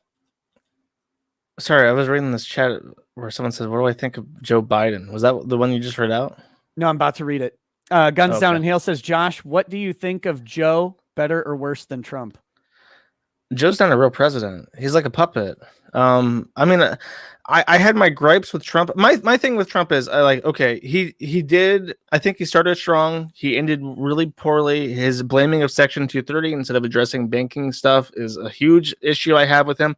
But he told his biggest fans for weeks, his biggest supporters, the biggest patriots, people who bled, who were really hurt and they really wanted to fix their country and they really believed that Donald J. Trump was the man who could fix their country. He told them, come to this rally and we will take our country back. And they did. And then he was like, bye-bye, and left, and then just let them all get tried for shit. He sat there for the last few days of his presidency, able to issue a pardon for everyone at that rally, and he chose not to because he knew he would eat shit for it. And I think that's treason. I think he betrayed all of his most hardcore, diehard supporters, and I can't forgive him for that. I wouldn't vote for him again. There you go. But do you think Joe is better or worse? I think President Kamala. I think President Kamala is doing a great job. Heck of a job, Brownie. The Sweep says, shout out to the whole Sweep podcast cast from Don Daddy Whitehill. Love you all. It was amazing to meet you at Anime Matsuri, Nick. Can Josh shout out fucking Efren? He's Null's #1 fan. Well, shout out to fucking Efren. There you go. There's that. And okay. Whew. Getting there. Mario Carter says, stream got cut shorter than Ralph. This is from last night's stuff. Forbidden Cat Belly says, I sent how much super more chat- are them? Because it's like 2:30 a.m. I'm gonna crash. I'm hungry. I got pizza in the morning. Go, get out of here, man. These are all from. I did all the ones from this show. All the ones from this show are done. So all right, we're all caught up. Well, thanks for having me. It's been a lot of fun. Shout out to the chat. Thanks for coming on, man. I appreciate it. And I'm glad to be able to have you on again now that your lawsuits are basically over. Yeah, it's been fun. Until the next one. All right, buddy. Hope not. Knock on wood. All right. Take it easy. Peace. Okay. It's just me and you now, chat. We're going to finish up these super chats because there's just some from yesterday. I got to skim through. There's not a ton because I got most of them yesterday during the show. But there are a couple. Forbidden Cat Belly says, I sent a super chat early stream. Spectrum sucks. Joel Reese says, it's not the camera, it's your face. Redrick Lasser says, it amazes me that as soon as someone has beef with you, without fail, the first thing they attack you for is the GoFundMe, even if they publicly agreed with you making it before. Marsupial Gamer says, here, buy yourself a cup of internet. And let's see, what else do we have here? CJ says, so Nick, you gave your router the coof. Did you wash it with warm soapy water yet? Twice. HP Lefty, what a sensitive little man-child. John Doe says, I can picture his neck jiggling violently as he's screaming this. Mario Carter says, how long until Ralph's dodging fights from his wheelchair? Taco Jones says, Nick, I think Ralph just protecting his brand. Zakin Tawate says, Ralph is an Afro-Saxon. Adrian Jones says, speaking of 24 hours streams, Nick, where's yours? I'm quarantined, so maybe I can make something work out. I don't know. Matt White says the kill stream disappeared into fat air. Jaro Stick says, was it attorney-client privilege that you knew he farted during his stream? He might have a point then. Yes. I read that one. I think I read Cerebral Parasite says, what do you think the real reason the GUNT wrecks every relationship and friendship he's had? Insecurity. That sums it up. Maybe it's narcissism that causes it, but it's insecurity. CJ says it makes it look like Griftception now. Matt White says, redneck voice, please. I don't like the outward. I like the inward. There you go. Nick's read that one. Read that one. Read that one.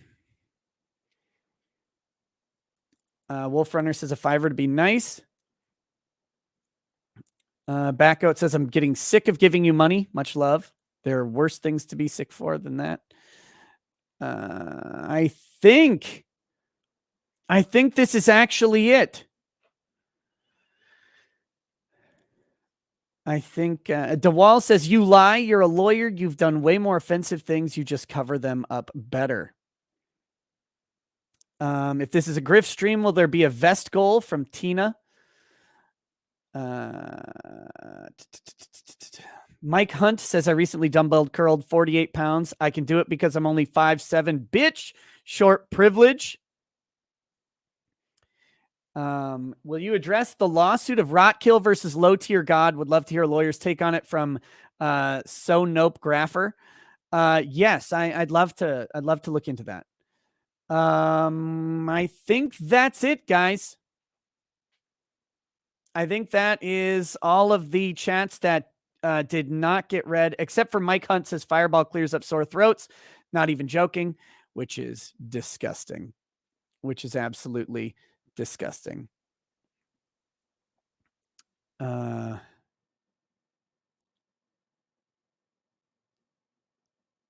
we go. There we go. That is all of it, guys. Laughing Kuru, did you miss yours? You might have. It's also difficult for me to say. I think I've got all of them. I'm not actually showing one from yesterday. I'm just checking. I just searched for your name. Yeah. Oh shit. Yeah, I don't have one listed. If I missed it, I'm sorry. Come back tonight and or tag me in it now. What was it? Oh, check Streamlabs. Oh, fuck. Oh, shit. Oh, damn. Oh, no. How many Streamlabs are there? Come on. Waiting for it to load.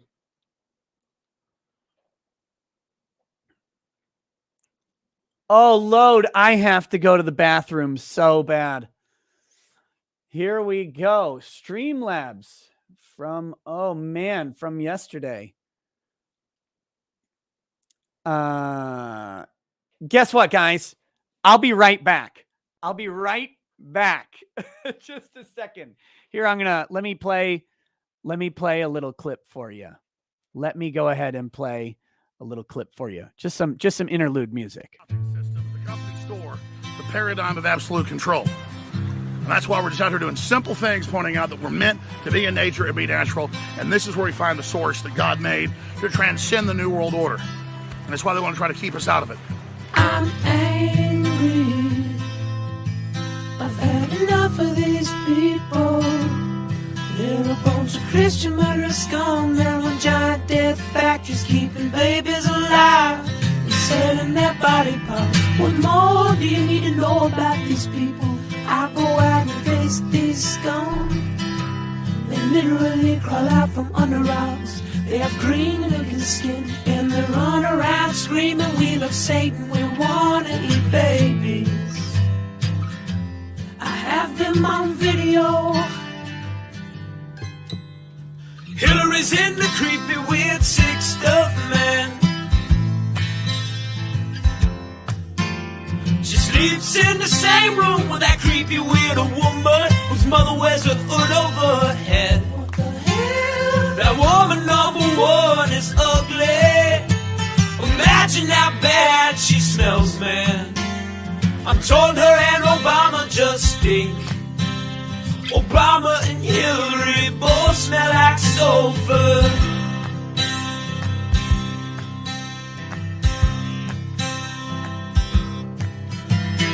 Literal vampire pot and the goblins are hobbling round coming after us. My spirit gets close to that evil and I feel it go.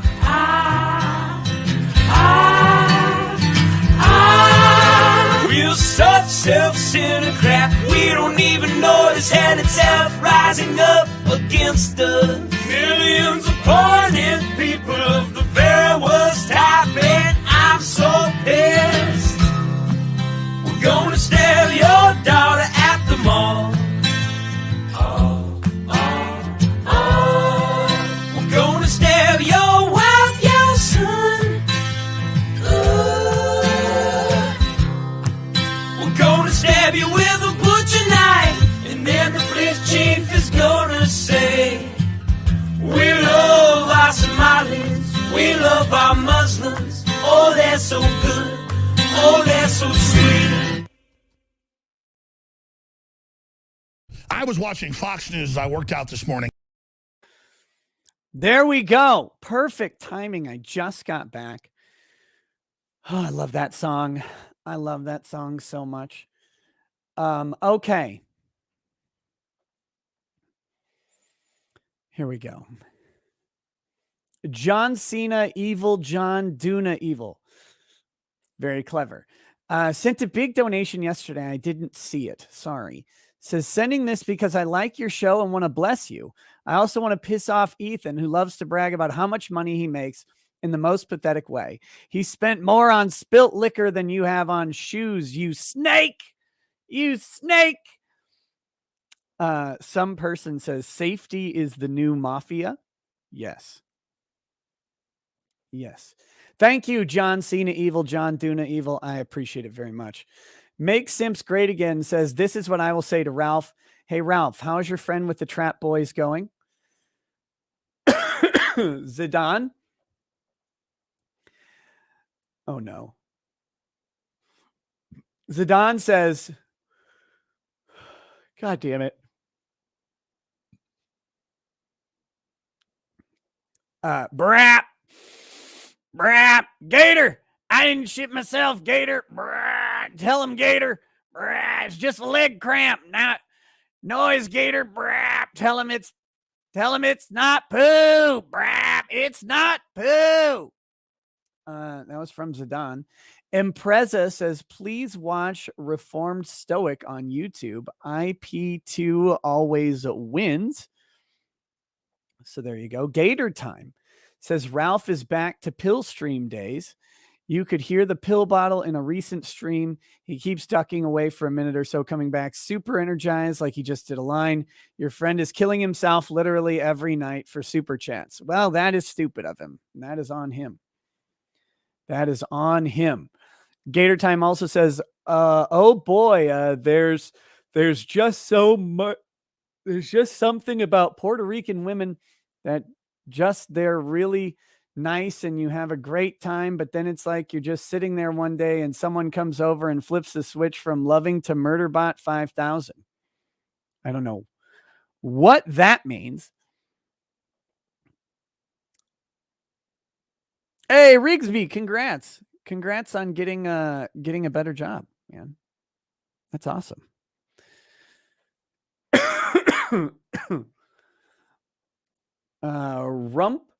Rump roast Twitch.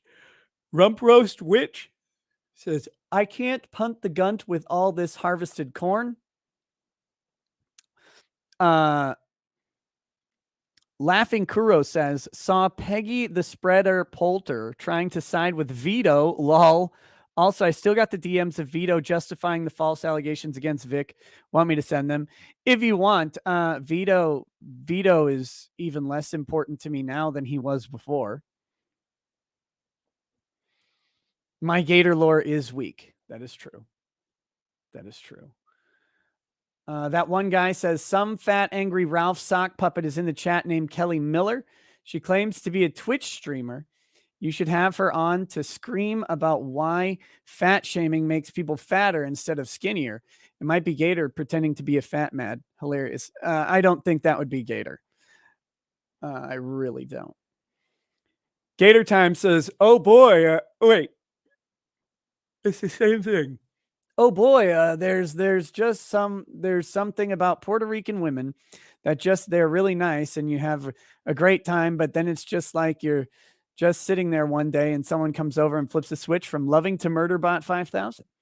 The Real You Way says, the WWE is copyrighted Ralph's sex tape. It is confirmed fact. Oh my gosh. Oh my gosh. Random says, I hate giving Susie money, but if Streamlabs got cucked and banned you, they shouldn't get any more money either. Have you looked into alternatives like Entropy? Also, any updates on Kintaro Miura? I'm looking at Stream Elements. We'll get that set up at some point here. The man who sharded the world says, I got tired of Ralph Wiggum's bullshit. This is the man who sharded the world. Says, I got tired of Ralph Wiggum's bullshit. I wanted to root for the guy for making a comeback after prison and then after the pill stream, but I was done after the Faye May arc. Good luck with the world star shtick and modeling your life on Diddler Dax. Jay Caesar says, kills dog, drinks half to death, punches cop, paper aborts his son, chokes Faith, gets raped by Ronnie, marries a pedo, shits on his pants on air, goes to jail, kills Stream Me, releases revenge porn, gets felted by IP2. No one in this sector can do what I do. He's got a point. He's got a point. And that is the end of the show. Except for Lacus 1236547 says, hey, Nick, did you see that Melinda filed an informal brief in a response to Null? Russ also filed 121 pages to the court a few hours back. Oh, Jesus Christ. Oh, all right. Well, guys, that's that. That's that. There will be a show tonight, I believe. Let me check and see. Stay tuned. I'll let you know if there will be a show tonight or not. On Locals, on Twitter, or you can watch for the link.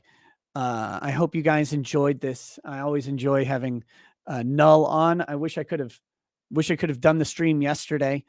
But I think it turned out for the better with Josh here. So we'll see. We'll see. We'll see how it works.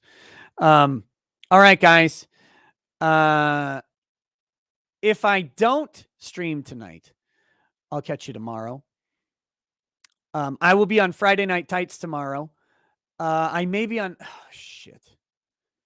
I may be on Eric Hunley's show as well. I was a real bad guest, and I did not RSVP yet. I'll have to mark myself down as a tentative because it's a little early.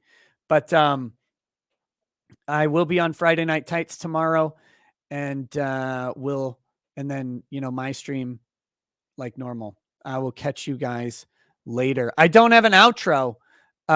So I guess we'll just do this one. Why you think you done it? Okay, number one, Your Honor. Just look at him. He talks like a fag, too. Peace. Peace.